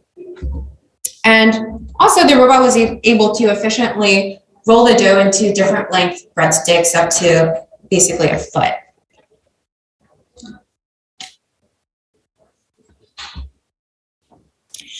However, what happens if the dough that is being manipulated now is not the same dough as the one that was used for training? Maybe it could be a drier dough, which could cause it to be less malleable or stiffer. It could also be more well rested. So this means it's much easier to plastically deform. And this is a really real problem because if any of you are familiar with working with dough, the feeling of the dough can change quite quickly. But because this is a model-based reinforcement learning framework, it allows the robot to iteratively improve the dynamics model given new observations as the robot in real time interacts with the dough. So let me replay that. Oops. Okay. So here we were able to show that it's able to self-correct and efficiently roll out a stiffer dough much faster than compared to when using a fixed model using just MPC. But you might ask, well, in our prior work, we showed how we could use stretch to approximate a proxy for the stiffness of these objects. Wouldn't it be great to use these estimates to calibrate the model more quickly so that we can more efficiently roll out the dough? And yes, you would be absolutely correct in that it does help. So here we're showing our robot measuring the stiffness of these 3 different doughs that are hydrated at different hydration levels. And we were able to demonstrate through our experiments that these stiffness measurements do indeed help the robot regress to a better dynamics model for the dough and interactions. And this leads to significantly more efficient rollouts. So if the robot sensed that the dough was soft, it would use a different rolling technique than if it sensed that the dough was hard. And the actions chosen by the robot actually made a lot of intuitive sense. So for instance, for a hard dough, the robot chose to apply actions that corresponded to higher force output, versus when it sensed that it was a softer dough, the robot chose to first apply low force to the ball until it formed into a short log, and then it started increasing the membrane stiffness to finish rolling the ball out into a longer log. So as a brief recap, through these two works, we explored how we could use a very simple variable stiffness soft tactile sensor to sense the contact geometry of very soft deformable objects, as well as to measure a proxy for stiffness for deformable objects, and finally to use that information to efficiently shape servo dough. I'd like to say, though, that there are several avenues of future work to explore here, since we really viewed this work as a stepping stone into new directions for soft robotic manipulation and sensors. So, future work includes, for one, while our simple state and action space of the dough allowed us to simplify the dimensions of our problem, a higher dimensional space would certainly allow us to explore more interesting shape servoing problems, as well as to allow us to create a tighter sensory action loop. Furthermore, there's been a lot of great recent work on modeling deformable contact and deformable objects, some of which was presented today. So I would love to see how those models could be incorporated to in a robotic system to deal with materials like dough. Finally, because this work was done during COVID times, Play-Doh made the experiments a lot more manageable to do in a household setting, but the dream would be to shape real dough, which is way more elastic, way more malleable, sticky, and tricky to deal with, but at least at the end, you could actually eat what you make. So, I just wanted to take this opportunity to thank my collaborators, Rujna, Isabella, and Josephine, as well as the ICRA workshop organizers for inviting me. This was a really great opportunity. If you have any questions, don't hesitate to reach out to me at my new email. I also just wanted to give a little plug that at TRI, we work on related problems for deformable object manipulation, and we are working on things like dough rolling or food prep. So we are hiring at TRI, so don't hesitate to reach out if you're interested in a role there. Great. Yeah. Take questions. Yeah, thank you very much for the great talk. I think we can take maybe 2 questions from the audience, and then we'll move on to the panel discussion, which concludes the workshop. But if anyone has any question for Carolyn, please, please line up or ask online. I think we have one. Yeah. Great talk. Thanks.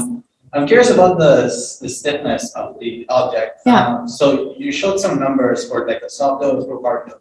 Is that relative, or is that some number you can actually trust as the softness or hardness of the object? Yeah, so again, I mentioned it's a proxy for stiffness because we use a one-dimensional model, but it is a actual number that you can measure, if that's what you were asking, because it's based on basically the state of the soft hand, so how far it's stretched and how far it's pressed into the dough. And based on our model of the sensor hand, we can estimate the load force that it's imposing onto that object. And so taking that load force and the amount of deformation you actually sense at that contact condition, you can just basically divide the force by the deformation to get this one-dimensional estimate of stiffness. Yeah. And the accuracy seems to be in hundreds of newtons per Yeah, it was within 1% of the operating region of basically the load force that we could measure. So it was fairly repeatable. So that gave us confidence that we could, even though this might not be the most accurate representation of stiffness, it was enough, it was sufficient information there to help us accomplish like more efficient overloading, for instance. Thanks. All right, let me just check online. So we don't seem to have any more questions. So thank you again. Thanks.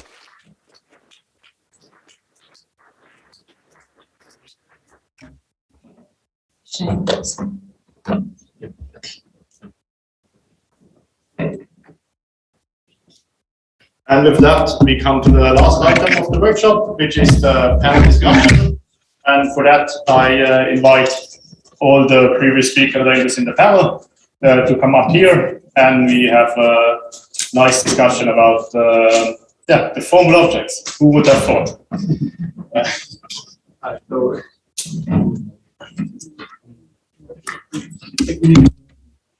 Yeah. So let's see if this works.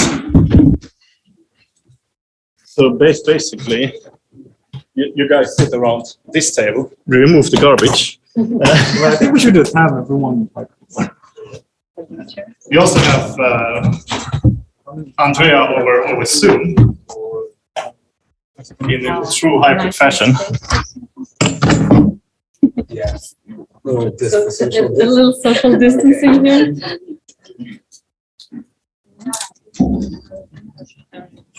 I think so. And now we play musical chairs.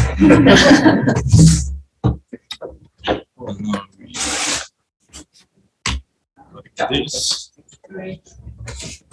So I think if we arrange like this, it might be better. And I hope this mic is able to pick most of you up. Let me see if I can.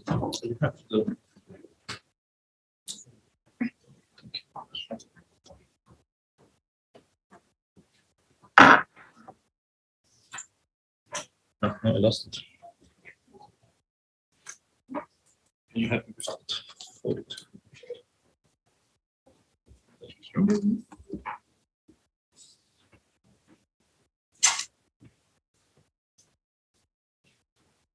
So how is the sound quality, Martina? Can you hear me? Yeah, it's good. Okay, so this distance seemed to work.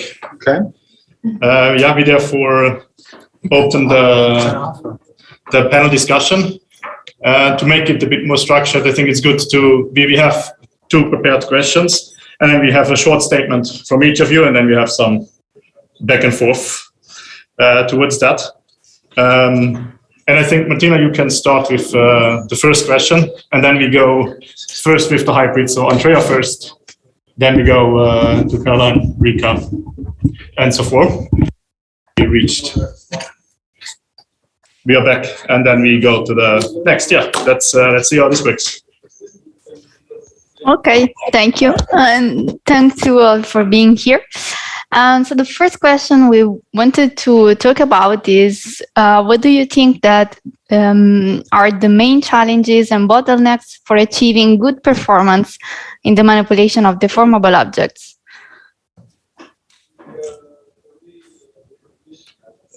So maybe, Andrea, if you can start talking about this. Yes, thank you. So thank you also for letting me speak first. So yeah, it's a very I would say broad question, because the field itself is broad, so it's hard to I think this comes out regularly at these meetings. There is so many different things we consider as deformable objects and different approaches. So well, I usually don't self-cite, but we did write a paper a few years ago. I think it came out in 21, which was a follow-up of a similar workshop, and it was on RAM, and we mentioned, in fact, the challenges and methodologies which should be addressed by newcomers in the field. And I think well, of course, that paper came out on IEEE RAM, and I recommend it. But My personal opinion, is I think perception is crucial, and of course modeling which comes along. I think nowadays it's really very difficult to have this perception modeling running online at interaction time, so that the robot can operate immediately on the object. But again, it's very, very, I mean, there are other things as well. For example, the grippers and the hardware we have are not good for certain tasks. It really depends on the tasks. But we should have better touch sensing. So now there's a lot of buzz, and I think it's very nice with the gel site type of tactile sensing, which are cheap and seem to be very performing. Maybe that's also a good tool for manipulating soft objects. Yeah, that's my 2 cents. Okay, that's great. Thank you.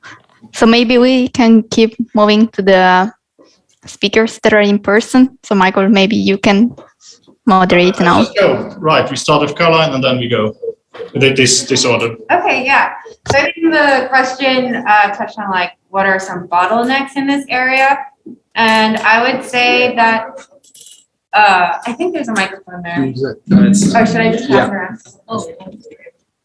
Yeah, try passing that around. Okay. But the audio is fine. Okay. One for the room. So okay. So in terms of bottlenecks, I would say that the more complex of an object, like when we start looking at doughs, for instance, or granular materials, right? How do we find a good representation that kind of succinctly summarizes what we need to know about that material or object that allows us to accomplish whatever the goal task we want to do? How do we deal with like such high dimensional representations and dynamics, right? I think figuring out how to represent those succinctly and efficiently is kind of where I see the bottleneck right now. And I think a lot of people touched on this today.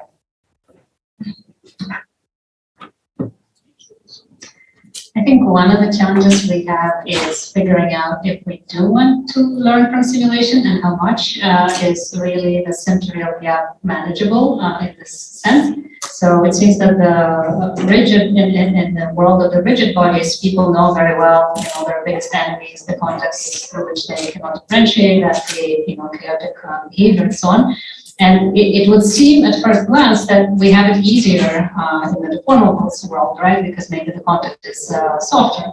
But it is still unclear whether we benefit enough because our models would have to be necessarily harder. So I think that's kind of one of the big challenges to understand in the kind of time of the big data and being able to collect a large data. Should we go more in the learning from real data, collecting large data sets, building large models from real data, or should we push on a lot more on making the simulators usable and learning from that and so on? So I think that's kind of one of the challenges that we had. Very like robust simulators that have this, like a manageable sim-to-real gap that maybe we could make in faster progress.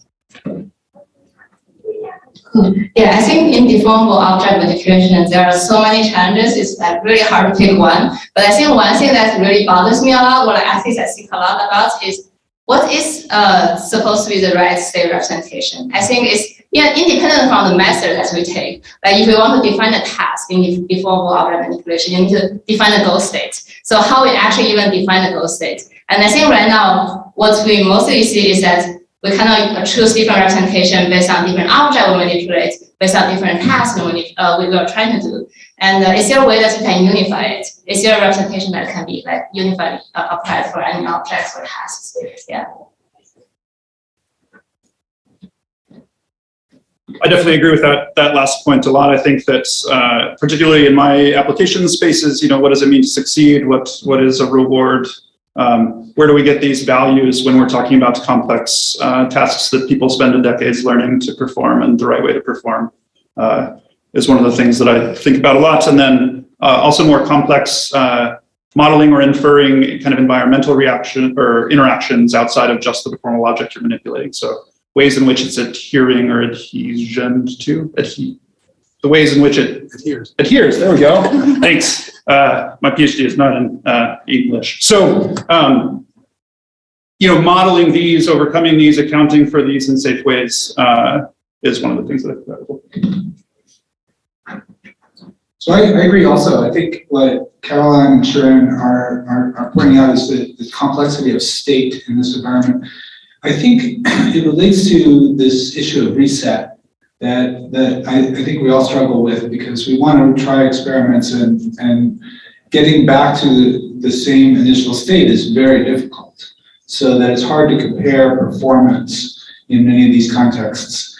The one thing that I just walked past the compliant motion manipulation workshop, and I think compliance is really important here, because when I think about how I manipulate many of these soft objects, I'm using some sort of compliance. I'm not really, for example, with dough or granular material, I'm not actually ever really knowing the state of all the different objects or the components, but I'm scooping my hands in such a way that they force the objects to comply with my hand surfaces. So understanding that in some way, it may be really important, because we may not need to know the precise state of the system, but we can impose constraints such that the state has to conform to what we're looking for.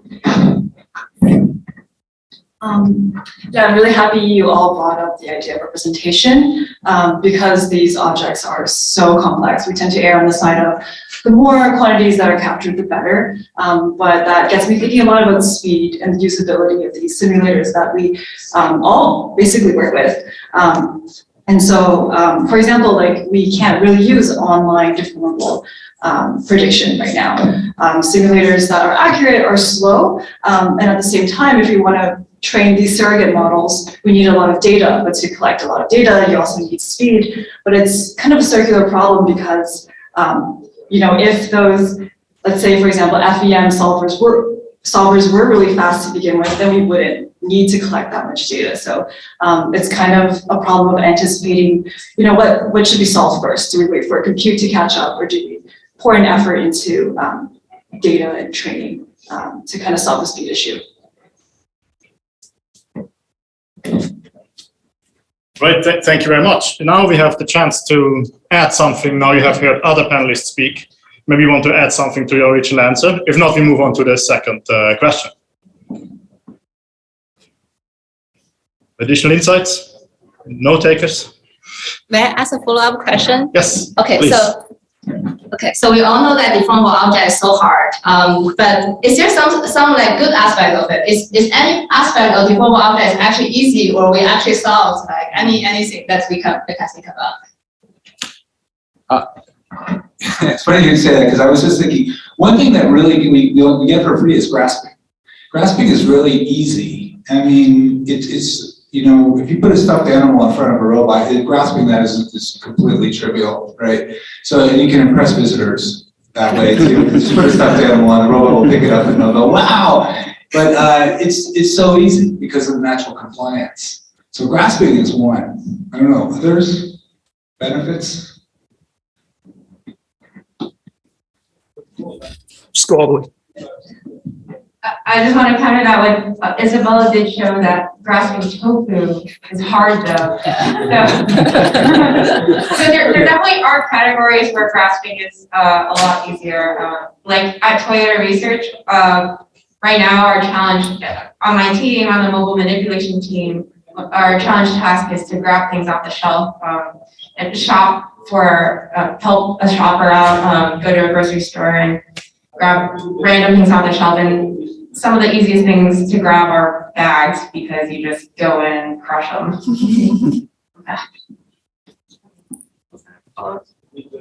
Yeah, that's true. Bananas. I see. Oh. Who should answer? Yeah.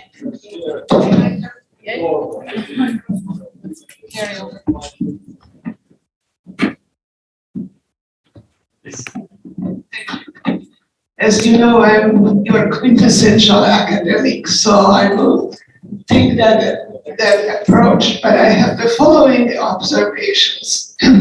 Number one, this is completely at the beginning.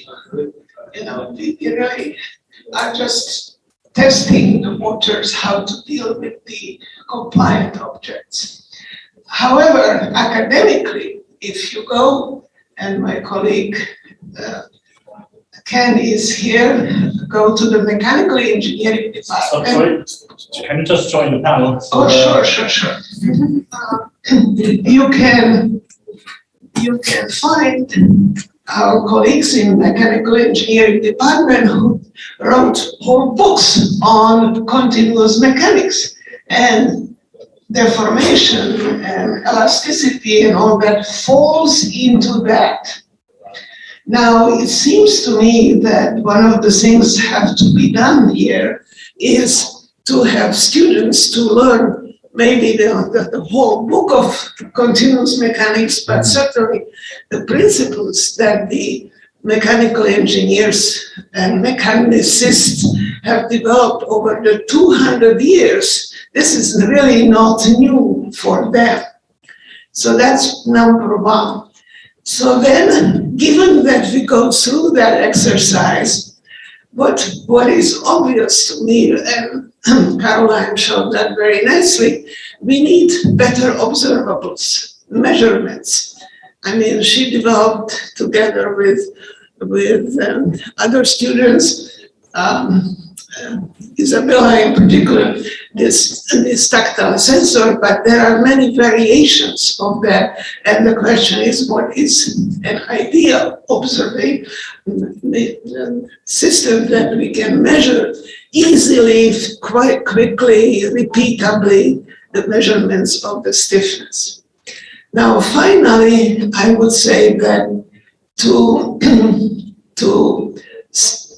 put all this together as again, the mechanical engineers have the finite elements system as their Bible. I mean, you know, so there are software packages and all that. So the question from application, and Professor Tucker made a very strong point on that, is speed. How do we can compute this whole thing fast? Because I don't want to be under a robotic surgery for 1 hour when the machine computes how to do the surgery. So those are my comments. Thank you.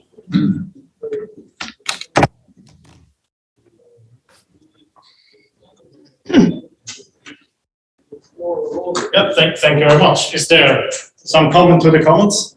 Or we move to the next question? May I say something? Absolutely. Okay. No, I just have a comment a bit provocative about this unique representation. I think someone mentioned it. So I'm a bit, sometimes I'm a bit skeptical about this because I feel like maybe what we are doing, most works are application driven, and it's such a broad field to my, in my opinion, that it's probably, I mean, I understand that some methods should be transferred, but targeting a unique representation to me seems like a utopia.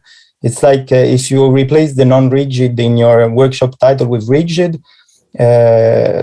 robotic manipulation has so many different perspectives. Just look at the parallel sessions we have at ICRA or IROS conference, because you can have in-hand manipulation, you can address pick and place, you can address compliant manipulation, so many different things. And for each of these, we are still struggling to find the benchmarks and challenges, or I mean, by challenge, I mean like the DARPA challenges. You know, Amazon came up with one format, but it was very specific for the pick and place. So yeah, unique representation maybe should be mechanical, but even the mechanical, if you deal with strings or fabric or you know, it's very variegate. So I'm just not too convinced about this, but that's my opinion.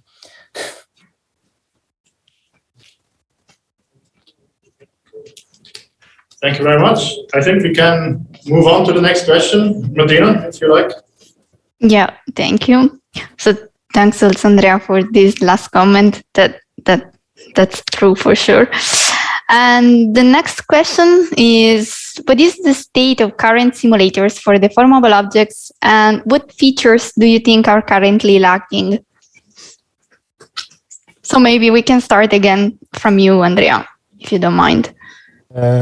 No, I don't mind, but unfortunately I don't have a neat answer for this because I haven't worked with simulators so much as you saw. So now we work a bit with SOFA, which we just started with. So it's a mechanical simulator, but I don't feel aware enough, knowledgeable enough to reply on this. I would say we basically generally we work offline with the images we acquire from objects because we do a lot of vision-based work. So we don't really trust the simulators for what we have to do, which is maybe a mistake. So that's all. Okay, thank you. So maybe we can switch to the in-person speakers. So Michael. So it's been a little bit since I've worked with a simulator. The last simulator I worked with was Isaac Sim, which Rika and Isabella presented work on. And so obviously it's gotten a lot better since I've worked on it.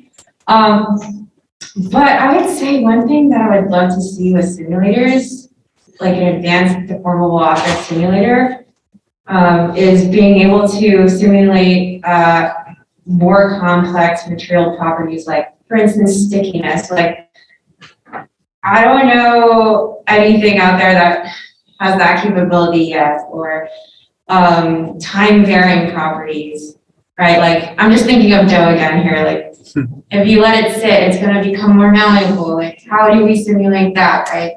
And yeah, even representations in simulation, like if we cut a piece of dough in half, how do we know that's like the same piece, but now separate entities, right? Like, I think those are all interesting questions to ask. So I work more with the simulators on the speed side, so training from large-scale simulation. And for that, I was pleasantly impressed with PyBullet, actually, from which we built, one of our frameworks that I talked about today. It handled, underneath it has, two different deformation, like generic deformation models, one of which is FEM, and you can make it reasonably fast. So not maybe as fast as you can do, real-time MVC with it, but definitely as fast as you can collect thousands and thousands and maybe millions of data points for your learning algorithms. So on that side, I think we're good, and especially with Isaac Jim incorporating and hopefully releasing into the wild more of the deformable properties and deformable models as well. Now, the issue is that I think there is a difference between that mode, where we're interested in reinforcement learning, like large-scale learning from simulation, and the mode which is more close to what we need in robotics, where I'm dealing with a particular object. I want to simulate this particular object. And for that, probably the simulators are pretty slow unless you go to the high precision ones, unless you give up on the precision. And so this is something that I think was mentioned also before when we were talking last year in different workshops, that what we don't currently have with simulators is, it's not like we don't have fast simulators. We have fast simulators, but they're not precise. We also have precise simulators. But what we don't have is a very flexible way to go from one to the other without really digging into the internals of the simulator, which takes up a lot of time. So I think if we spend a little bit of time kind of as a community to figuring out how to make the user interface such that you can say, here is the knob, I really want precision, and here is exactly how slow I expect this to be. But within the same simulator, I can turn that knob down and I will get speed. And this is something that would be nice. Currently, we have this, but we have it in all different kinds of simulators, so we have to switch between them to get this different modes. Yeah, I think that's a really good idea. I want that too. And I think it can be used in different stages of training, right? For example, in the beginning, you can use the fast one and get more diverse training data. And then in the later one, we can actually use more precise one to do sim-to-real adaptation. Yeah, I think if I want to say something else, I think I really don't expect that the physics simulator is able to simulate everything that I want, but I do hope that we can do a better job to describe the limitations of simulator in a way to the end user or to researchers. I feel oftentimes we kind of discover the limitation of the simulator while we're doing a research project or in the middle of doing a research project. And I kind of feel like this idea of like from computer vision or like just in general, like creating a data sheet for a data set, like describing the limitations of your simulator, like kind of in a clear way or easy to understand way, I think that's really, really helpful. So I'm sure I know the least about the existing simulators of anybody up here, but I can tell you what I want to see in my applications that I don't see in the ones that I've used at least, and those are complex materials, so multi-material, non-homogeneous things. Changing topologies, right? The ability to cut and to adhere and affix things to other things and still have it work. Piercing, suturing, things like this. So those may exist out there, but I haven't seen a ton. So tell me if you have that. Tell me. I'd love to see it. But yeah, so I think that it's great to see so much interest in simulation right now. I think that Mujoko, DeepMind's purchase of Mujoko is a very interesting moment because they're putting a lot of effort now into more realism. And again, the danger with simulators is that they appear very realistic. And it's very easy to fool the eye, and so we can convince ourselves, hey, this seems to work, but then it doesn't transfer. So I think that one of the factors is somehow capturing the uncertainty that's inherent in the motion. Maybe the non-determinism, because simulators are generally deterministic, and so we don't see that variation at all. But it would be nice if it could show you a range of outputs outcomes that might happen. Let's say if you provide an impact to a cable, whereas a range of places that it could fall or land. So capturing that, I think, would be really interesting. The speed, as Rujna said, I think is very critical. We do have lots of access now with the cloud to very fast computing clusters that can speed this up. I think, as Caroline said, the issue of time varying material properties is really interesting because in surgery, for example, you absolutely have that. So as soon as there's a manipulation, you immediately get edema and changes in blood flow, and so that changes the material properties. So surgeons somehow find a way, humans do, to on the fly adapt to changes of the property of their materials. So it seems like there's something where there's some fundamental approach that's not so dependent on the material properties that we seem to use, and then we adapt it on the fly based on observation to what's happening. And you're absolutely right also about tactile, because if you think about people who are blind, their ability to manipulate is actually quite good. So that's something we're completely missing. And gel site hopefully will be a way, but gel site is interesting because it's not particularly tuned to deformable. It's very good for rigid. So that's another area that we'll have to struggle with. And the last thing I want to mention is this idea of competitions or benchmarks.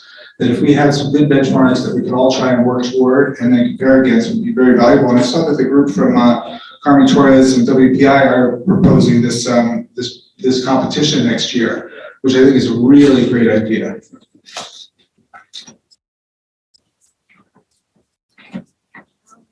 Yeah, in terms of simulation, each one that exists has, their downsides, mostly that they're not super accurate. But I think we are in a very unique position right now. Simulators in the robotics community are really just starting to ramp up, and that's mostly due to the ability to accelerate using GPUs. But these simulators have existed for a long time. For example, in mechanical engineering, right? Phenomena such as adhesion, heterogeneous materials, time-varying materials, they can be simulated, but they're painfully slow.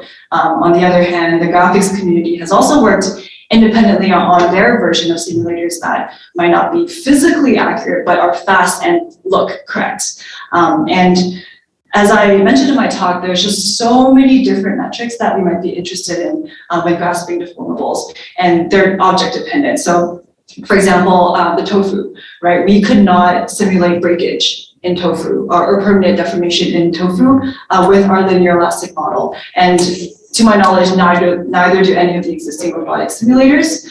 But if we could kind of have a plugin or a way to kind of switch up the model such that breakage is modeled, then maybe you trade off accuracy in other scenarios, that could be great. A good example that I can also think of that has actually been done in practice is the problem of interpenetration within many of these simulators where your mesh kind of crosses contact and you can't separate them after the next time step, and that's not physically realistic. But Chungmin, who is Professor Goldberg's student, like for example, she has repurposed a backend that uses IPC, incremental potential contact, to then build up a robotic simulator that solves that issue of removing interpenetration, but perhaps add a bit of a trade-off for accuracy in some other ways. So I don't really envision like this totally generalizable, beautifully fast simulator in robotics that works for any situation, but I do hope that we can kind of pick and choose which physical quantities we care more about and kind of have our simulator be flexible to that based on different objects and different tasks within one environment. I can foresee a future where that might be realized, and I think that would be useful to all of us. I agree. Well, I will say one thing. What to me this all suggests, we need very strong interdisciplinary groups attacking these problems, and you have been doing it, and I have been partially doing it. But I think that from educational point of view and from university point of view, the walls between departments need to be removed. And so that it's very hard to think about in one PhD, like Isabella is, to deal with and know every outcome from the material scientist, from the mechanical engineer, from the user, and even chemist, because a lot of these materials are due to different chemistry, to really include all of that. But if she, and I am as guilty as anybody else, if I would have generated an environment of all these people, then possibly she would have had an easier and much more generalized system as she has now. I mean, I'm very proud of what she has accomplished, but nevertheless, it really points to this thing that we in academia still are promoting individual accomplishments in individual fields, and these problems require much more breaking the walls. Thank you very much, everyone. We do one last kind of round. I mean, first, if there is any comment to the comments. Let's do one final round, 20 to 30 seconds, each speaker. What do you want to emphasize the focus on for the future? Like, where should we go? What should we put in grant proposals? Where should the community move? Let's start with Andrea again. In terms of I think the applications should be oriented by society, and we should not forget that this is our purpose. Other than publishing as much as we can, we should also solve useful problems. Sociology. And that's one thing. So currently I would think medical maybe, or I saw a lot of things about fabric and closed folding, and I think I run out of time. Or thank you. 30 seconds. That was the most important part. So these parts are the ones that come out. What is the 30 seconds? Yeah, because then if you only have 30 seconds to answer, only the most important things make it through. All right, I'll start. My 30 seconds. Okay. Go. So for deformable objects, I think being able to perceive important properties, material properties, or dynamics of deformable objects is important. And I'm blanking now, so I'm just gonna pass on the All right, I think we have an opportunity to benefit from high speed up that we get, GPUs, big compute resources. And I don't think that we as a community know as of now what it is that we want to invest it in. Is it like a big FEM simulator that would do a very precise thing? Is it some particular phenomenon that we want to model? So basically figure out how to make use of the larger compute resources that we might be able to have and get that, yeah. Okay, I want to say something different. Okay, so I would say multi-model or multi-sensory learning. I would say that we have a lot of sensors out there now, and also we're kind of converging on the method as well, like all deep nets, right? So I think, yeah, it is a good time to actually consider like merging all different type of sensors. Yeah. I guess I would say that we should start from the ground up, keeping kind of the human in the loop in mind at every step. So what are the data requirements? What's the burden on collecting that data? How do these things generalize to new tasks and new users and new environments and things like this, so that we keep that. So I think this real to sim question is something that would be very interesting to make progress in. I think if we could, even if we had these great simulators that we're wishing for, we need to instantiate them for our materials. So if we could find ways to do that quickly and adapt them to new materials, that would be very valuable. And I think that benchmarks is also going to be just so important for advancing this area. This is not something I have personal experience with, but something I've seen come up from others' works. That's the idea of differentiable simulators for deformable objects. I think that's a really exciting field because it's useful. You can actually optimize over inputs and do some useful control. And yeah, I just think that's an exciting thing to investigate as a community. I have nothing to add.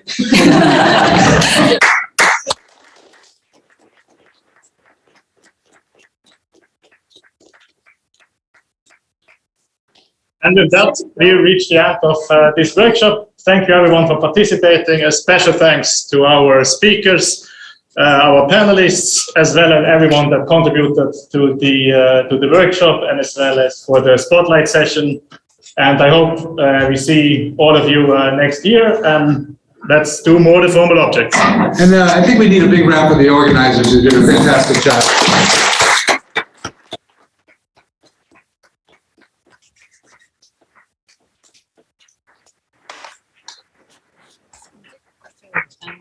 Thanks for mentioning Chang'an. Yeah. Too late, I'm sorry.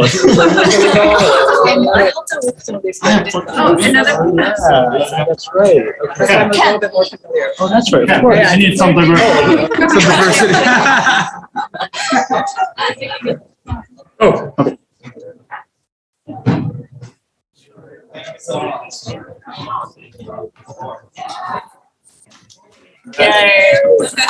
Oh, you did. That's right. I forgot to do. Thank you so much. Thank you, Andrea. Thank you. Bye. Bye-bye. I'm gonna start the job. Okay, let's stop the screen and call it now. Really? Why? The recording has stopped. Lifestyle or? Lifestyle. Okay.